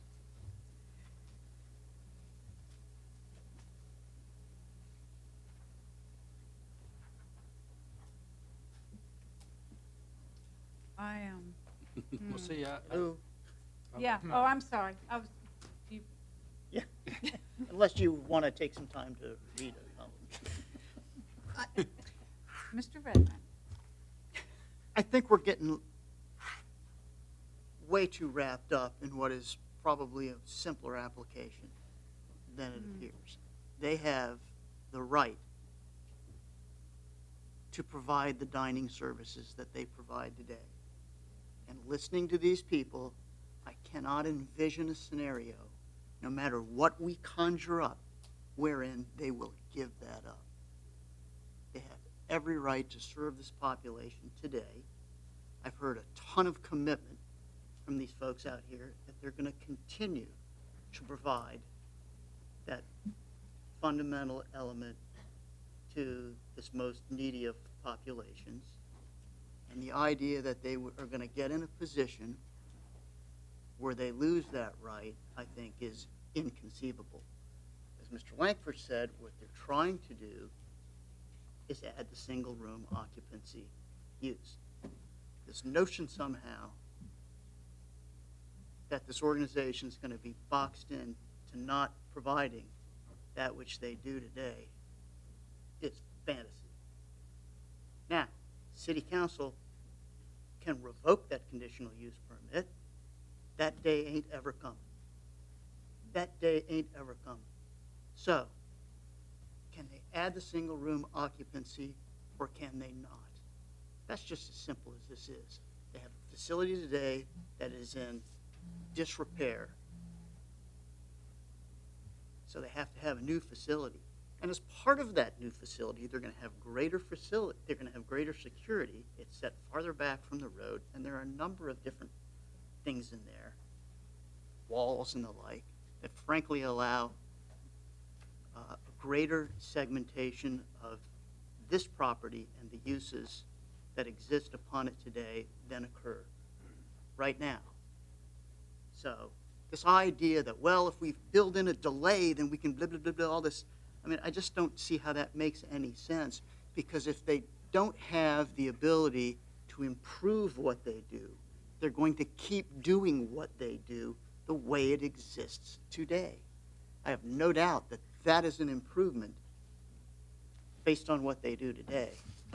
But they're just not going to walk away from the population that they serve. They're not going to be boxed into that. Now, with regard to some of these other issues, Mr. Burdon and some others are absolutely right. I think they've been unfairly picked on the notion that somehow they're causing all these problems, in that there's a 37-acre trailer park, and it ain't the prettiest trailer park I've ever been in. That's where most of the problems in this corridor are coming from. So that's just reality. With regard to the development in this corridor, we are today building the sports facility, have already built a big convention facility. There are improvements going on, redevelopment going on within this neck of the woods all the time. Today, with this facility in its current state of disrepair already in place, the idea that this is a barrier somehow is flatly contradicted by facts on the ground. There is a facility under construction across the street, and there's a lot of momentum in that district. We have whole staff people dedicated to energizing the Vibe district. So, I mean, the idea that we're going to hold them up in terms of the planning necessary to add the SRO element and hope somehow that they'll fall on their sword for this dining hall element, I think is just fantasy land. They have, admirably, they have expressed, I don't know how many times here today, their willingness to look at relocating that facility because it makes sense for their purposes, because they can get more rooms in their SRO facility. But they're not going to give up those uses. So a delay does nothing. Mr. Friedman said earlier, those conversations are going to continue no matter what we do, no matter what city council does. They're still going to have those conversations, and that's a good thing. The idea that they should stop their fundraising for these things is just, that just doesn't make any sense to me. So, I mean, we've gotten all of these various things about all these populations, and it really is a simpler thing to me. They will keep doing the feeding program. There's too much in need, and there's, 75 people there a night. They're not walking away from that. So it seems to me this makes a lot of sense, improving the facility and recognizing that that program is going to be there in one way, shape, or form, unless it's possible to move it someplace else. And they're open to that if it can be done because it suits their purposes. So it seems to me our job is to pass judgment on this application. You know, I mean it's going to be an easy vote, but we ought to pass judgment on this application because 95% of the policy of all this stuff is in City Council's lap. It was when we got here, and it's still going to be that way, and they're going to have to sort it out. So I think we just have to pass judgment on this application one way or another based on what we've heard over the course of the last several months. So that strikes me as the most responsible thing to do. Thanks. Sorry to be so long. Yeah, Ron. Yeah, I think the application ought to be approved too, but I do think that the sequencing of the construction of the dining facility, I think from way I see it, I would venture to guess that you said it, that they're not going to give up. You got to have the dining facility. You cannot do without that. So that dining facility is probably going to sit out there while the SRO is under construction and finished, torn down, and then build the I would think, sequence. They would be building both at the same time, but they would tear down, they would keep the dining facility in place, build the facility behind it, and tear down the dining facility. You've got to have that dining facility. You can't miss a day. You can't miss it. No, that's right. You can't And miss they're a not day. going to. They're not going to miss it. So if it would satisfy the community better, and you could work something out and toll the development of the actual new dining facility in the back, go ahead and build the SRO, toll the modification of the conditional use permit for that part of the application for a period of time, 2 years. then it would give you opportunity to work through, hopefully, some sort of satisfactory arrangement within the community to hopefully relocate it. If not, you build a facility. We give everybody time to work through it. Why don't they have time to work through it today? They're working through it to the greatest extent possible. They're meeting today, they're pursuing sites. I don't understand what how we provide time in any way. Time's marching on, trust me, man, I had hair one day. But Well, the idea that, I mean, Mr. Friedman's having these meetings with the JCOC, with the LETAC, with the LEDA, with the, all of the interested parties. He's pacing, so he's gonna have something to say. But, I don't know how that provides them any more time than what they're doing already today. If it's possible, it's in their interest to do it. If it's not possible, it's not possible. So I just don't understand how that's to be done. Mr. Verdon, you are pacing, and I want to invite you to come up, and, because we're all just, we're Wait, hold on one speculating on second. stuff that. Let me ask one question, please, with the planning director. This is a two-part application. Am I correct? That's correct. Okay. I want to make sure that we are all paying attention to that while we're sitting up here. That it is two parts. But one vote.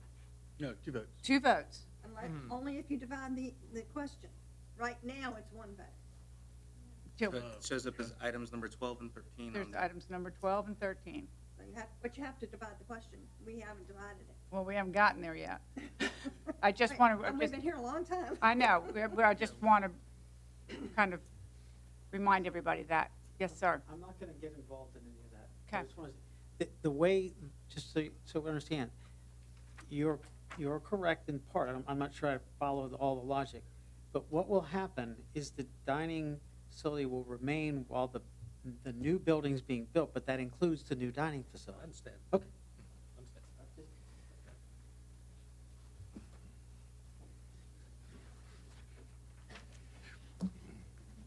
Mr. Graham, I know you have something to say. I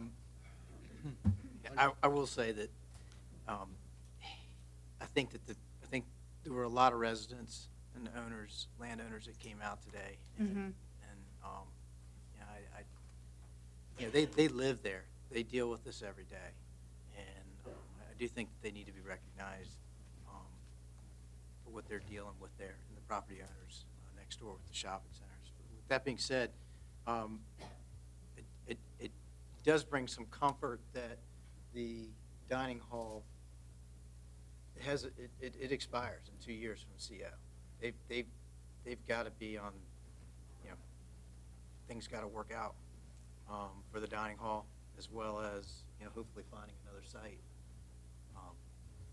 And right now, under the current CUP, that dining hall will continue to be there into perpetuity. And if the ultimate goal here is to see the dining hall somewhere else, I think we have to approve it. Go ahead. He wasn't done. I'm just I am. trying to let everybody finish. Thank you. Yeah, I think my view on this is this JCOC is a shining star in the continuum of care in this community. The overwhelming support that's received over the years that is evident today by a myriad of organizations throughout this city is so impressive. I think we all here know it's essential to provide for the citizens that are getting the services. We need that in this city. We need more than we've got, and so we need to help make this happen. But we need to recognize, as Whitney said, the concerns of property owners that are adjacent. I think we've heard a commitment from Eddie, and I think from Todd, that there's going to be a collaborative effort with the neighboring property owners to address the security, the safety, and I would even add like decorum, if to the extent that's possible, that has caused them to be concerned and be here today, and be. But this brand-new facility will be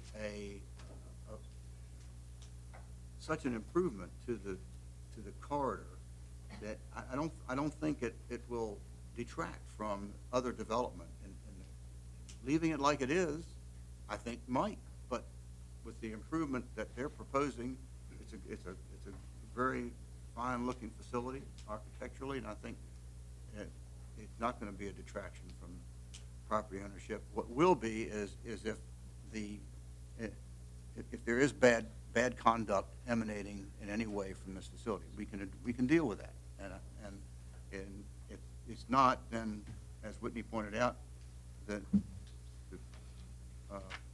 permit for that dining hall is going to be gone. But I don't see any, why it can't be dealt with successfully. David? I came in here today thinking one thing, and now I've completely changed a little bit. But I do feel like the JCOC is getting a bad rap. There's a lot of crime around there, and even if the trailer park is redeveloped, it's not going to take away from crime from everywhere else around there. That being said, as Mike said, I believe how the JCOC is being rebuilt and the elevations of it looks really good, and it's going to fall in line with the way the corridor is going to be looking. So I mean, it's going to look a lot better in the shopping center. I just don't feel like they're getting they're not getting a good rap here. But Mr. Ripley said something in the informal about if we could add maybe the safety and security plan to the conditions. Yeah. If that would be we'll get to possible. that. And the 8 o'clock. Change the time. But, Yes. but in all that, I like the 2 years of the soup kitchen, and that's I'm willing to support it. Yes, Jack? I think that there are, certainly, societal, social issues with homelessness. Probably most felt by those that are, in most proximity to it. But the dining facilities they currently are can continue into perpetuity. In the facilities that they are. So the facilities that are proposed are certainly betterments, to the property, to the community, that are proposed. I mean, I'm actually a little concerned about condition number 2 under the group home conditions, that there's now going to be a 2-year expiration on the conditional use permit. But Not on the group home, though. no, on the group home, that's what it says. This condition. Not on the SRO, though. It's not. Not on the Not on the SRO. SRO, no, not on the SRO. No. But, so I support, both the SRO and the group home application. Anybody else? I'll say something. Okay. I support the SRO also, and the group home, and I look at these numbers, and the dining facility. I mean, if you're gonna serve meals to the people staying in these rooms, that's over half of the number that normally dine in that night. Looking at Mr. Burdon's 77 meals at dinner. So you're probably not talking about that many more people coming in there. I mean, if you're going to increase your number of rooms also. So let's hope we don't have that many more people. If we do, we got more of a problem than we think we've got. So I support the application, and if we put the 2-year time frame, and if it satisfies people more, but I don't think they're going to bus these people from the single rooms over to the other facility for dining. I think they're going to still be dining at where they're staying. Am I correct in that? So we're still going to have some type of a dining facility there. And if you're going to feed 50 single room occupants, it's not going to take that much more to feed the others. So when you really think about it, and that's what I've been thinking, how much more of a facility is it going to take to feed the 77 people than it is the 50-some people that are going to be living there. So I don't know whether we're fighting something that we shouldn't be fighting or not. But still, I think the city has got a good effort going to remove this other dining facility. And probably those people that go to the other dining facility may be some of the potential troublemakers that were going to be there anyway. I don't know if there were troublemakers.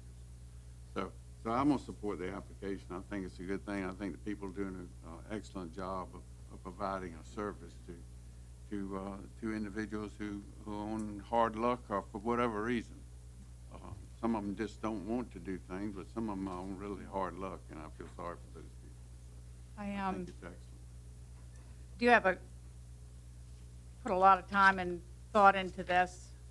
We've had a lot of phone calls and a lot of conversations about this application, more than I can remember in my short 6 years, unlike Mr. Ripley in 19. But there's a lot of players in this, and I don't think anybody in this room, I don't think there's one person in this room that is not compassionate to the needs of people that are underprivileged at all. And I know that each one of us sitting here are blessed, and we are quite aware of how fortunate we are.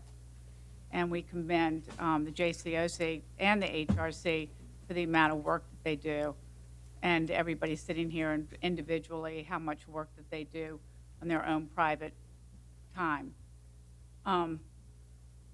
We got a lot of things going on 17th Street, and it's been a street as long as I can remember, since my grandfather was here, that since the fuel feed left, it's been a hard road. I mean, just in developing, just all the way around, and it has taken a long time for it to get the attention that it's getting. And thank goodness it is, because it's great.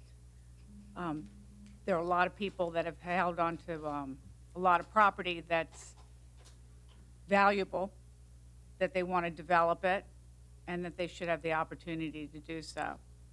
And so, Planning Commission, you know, we do the comprehensive plan, and when the Mr. Branch was here and he showed us this.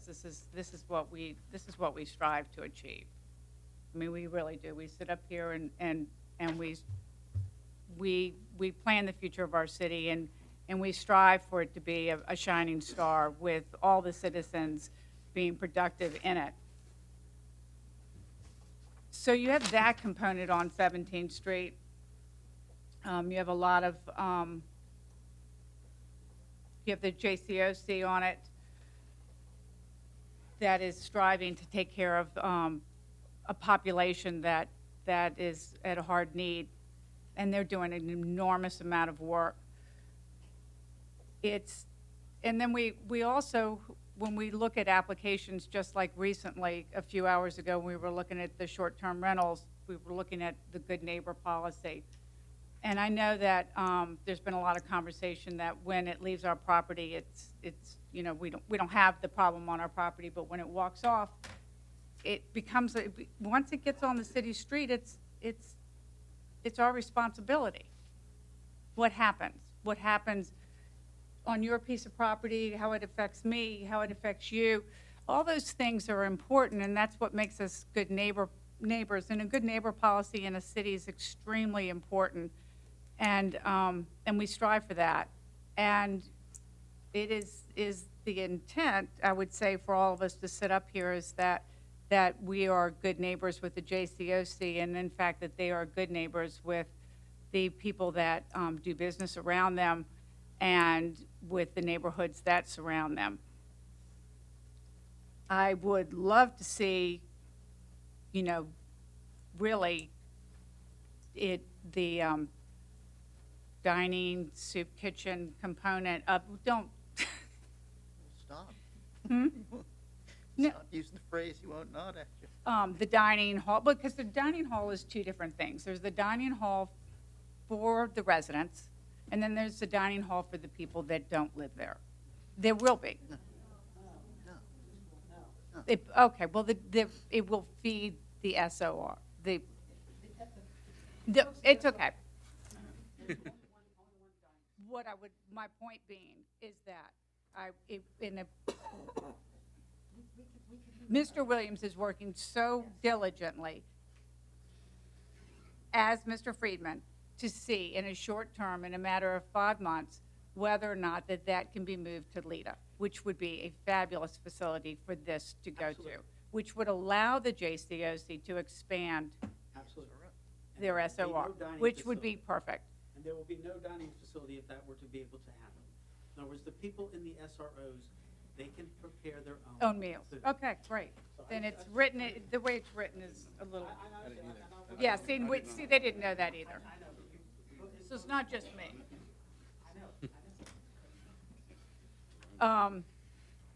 But all that being said, you know, there's just a lot of pieces to this puzzle, and you want everybody to be successful. And I want, you know, the gentleman that owns the shopping center to be successful. And I want the people that live behind the JCOC to do well and sleep well and not have problems in their neighborhoods. And I want all the people that are hungry on the street and the young man, the gentleman that's feeding the young people, to be able to have that opportunity to do it. I think there is a great way that we can all work together to make that happen. I just would like to see more time. But I understand that with this application, there is the condition that it gives it 2 years. And therefore, if the JCOC comes back and it's not, we're back in this situation again, then we'll revisit that. In the meantime, I really would like to see that they would aggressively look at LIDA. And if that is the case, and they do get it, Eddie, in 6 months, would it be possible for them to go ahead and would they be agreeable to go ahead and moving it? Okay, I'm just looking for confirmation. I'm just looking for confirmation because there's been a lot of conversation. So I'm just being very. Because we wouldn't build a new one if we would Okay. rather, we would much rather get 50 units. Okay, I'm just making sure we're clear. It's been a long, and that we add a condition that they add the security component to it. Madam Chair, I'll make a motion. Thank you. Second. Are we doing Redmond? So I had the opportunity to meet with opposition, had a lot of calls. I met with the applicant. I was actually there and I got a tour. I walked the site. I know there were some comments about being in disrepair. I got my own visual. I didn't see anything, and Mr. Reedman kind of confirmed that. The current CEP is there. It's going to be there unless something happens with what we're going to do today.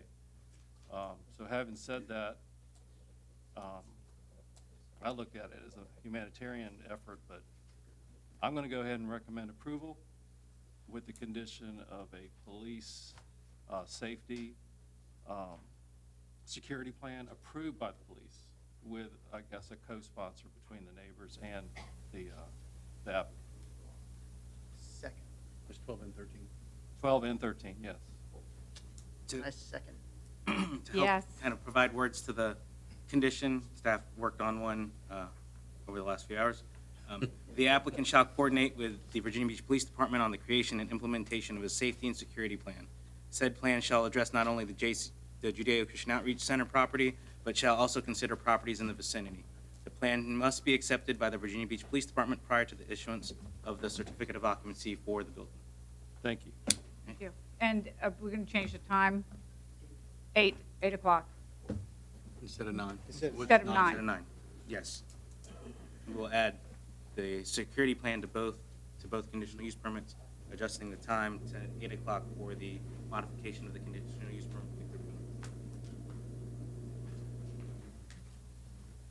I just want to clarify one thing, and I didn't know, Mr. Badon straightened that up You yelled on at the, Mr. Redmond. you said if we move the kitchen, there'll be no kitchen there, that people prepare their own food. I didn't understand that way. I thought that there was a dining facility for the residents.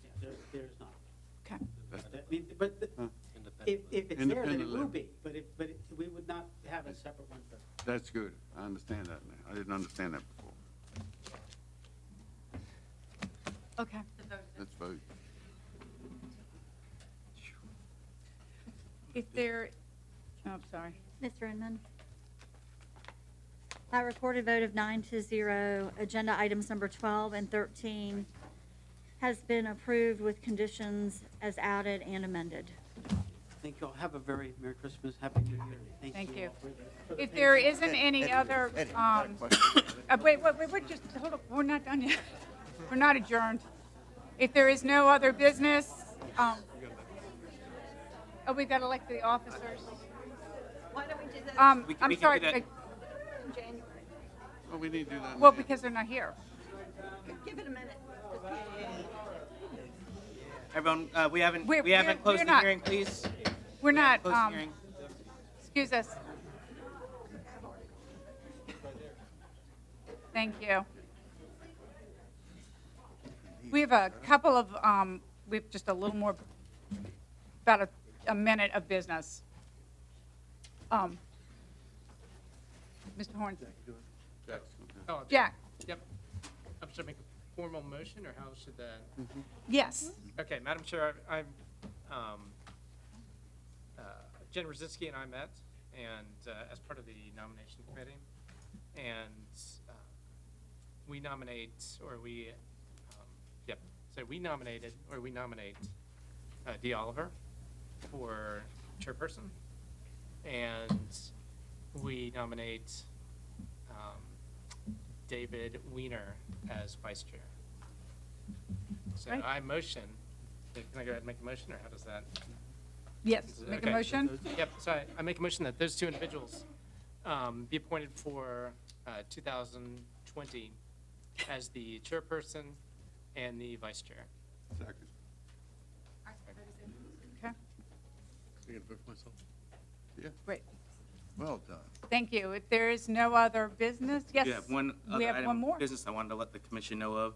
Due to some security changes that are happening in the City Hall building, it is my anticipation and understanding that our January informal session will be held in the STIR office, not in the city manager's conference room. We will provide more In the what? in the strategy, innovation, and resiliency office, which is in the parking lot across the street. Building 19? 19? Building, No. right next to 19 in building 21. Okay. We will provide more information on that, but there are some security measures that are being looked at, and it is our anticipation that we will be told that all of the boards and commissions will have to have their informal hearings at another location. That is a location that has the opportunity to provide us the same technology that we're dealing with now. So. Okay, great. Thank you. If there is no other you're gonna tell building, us more business, building, we are adjourned. Merry Christmas, happy holidays.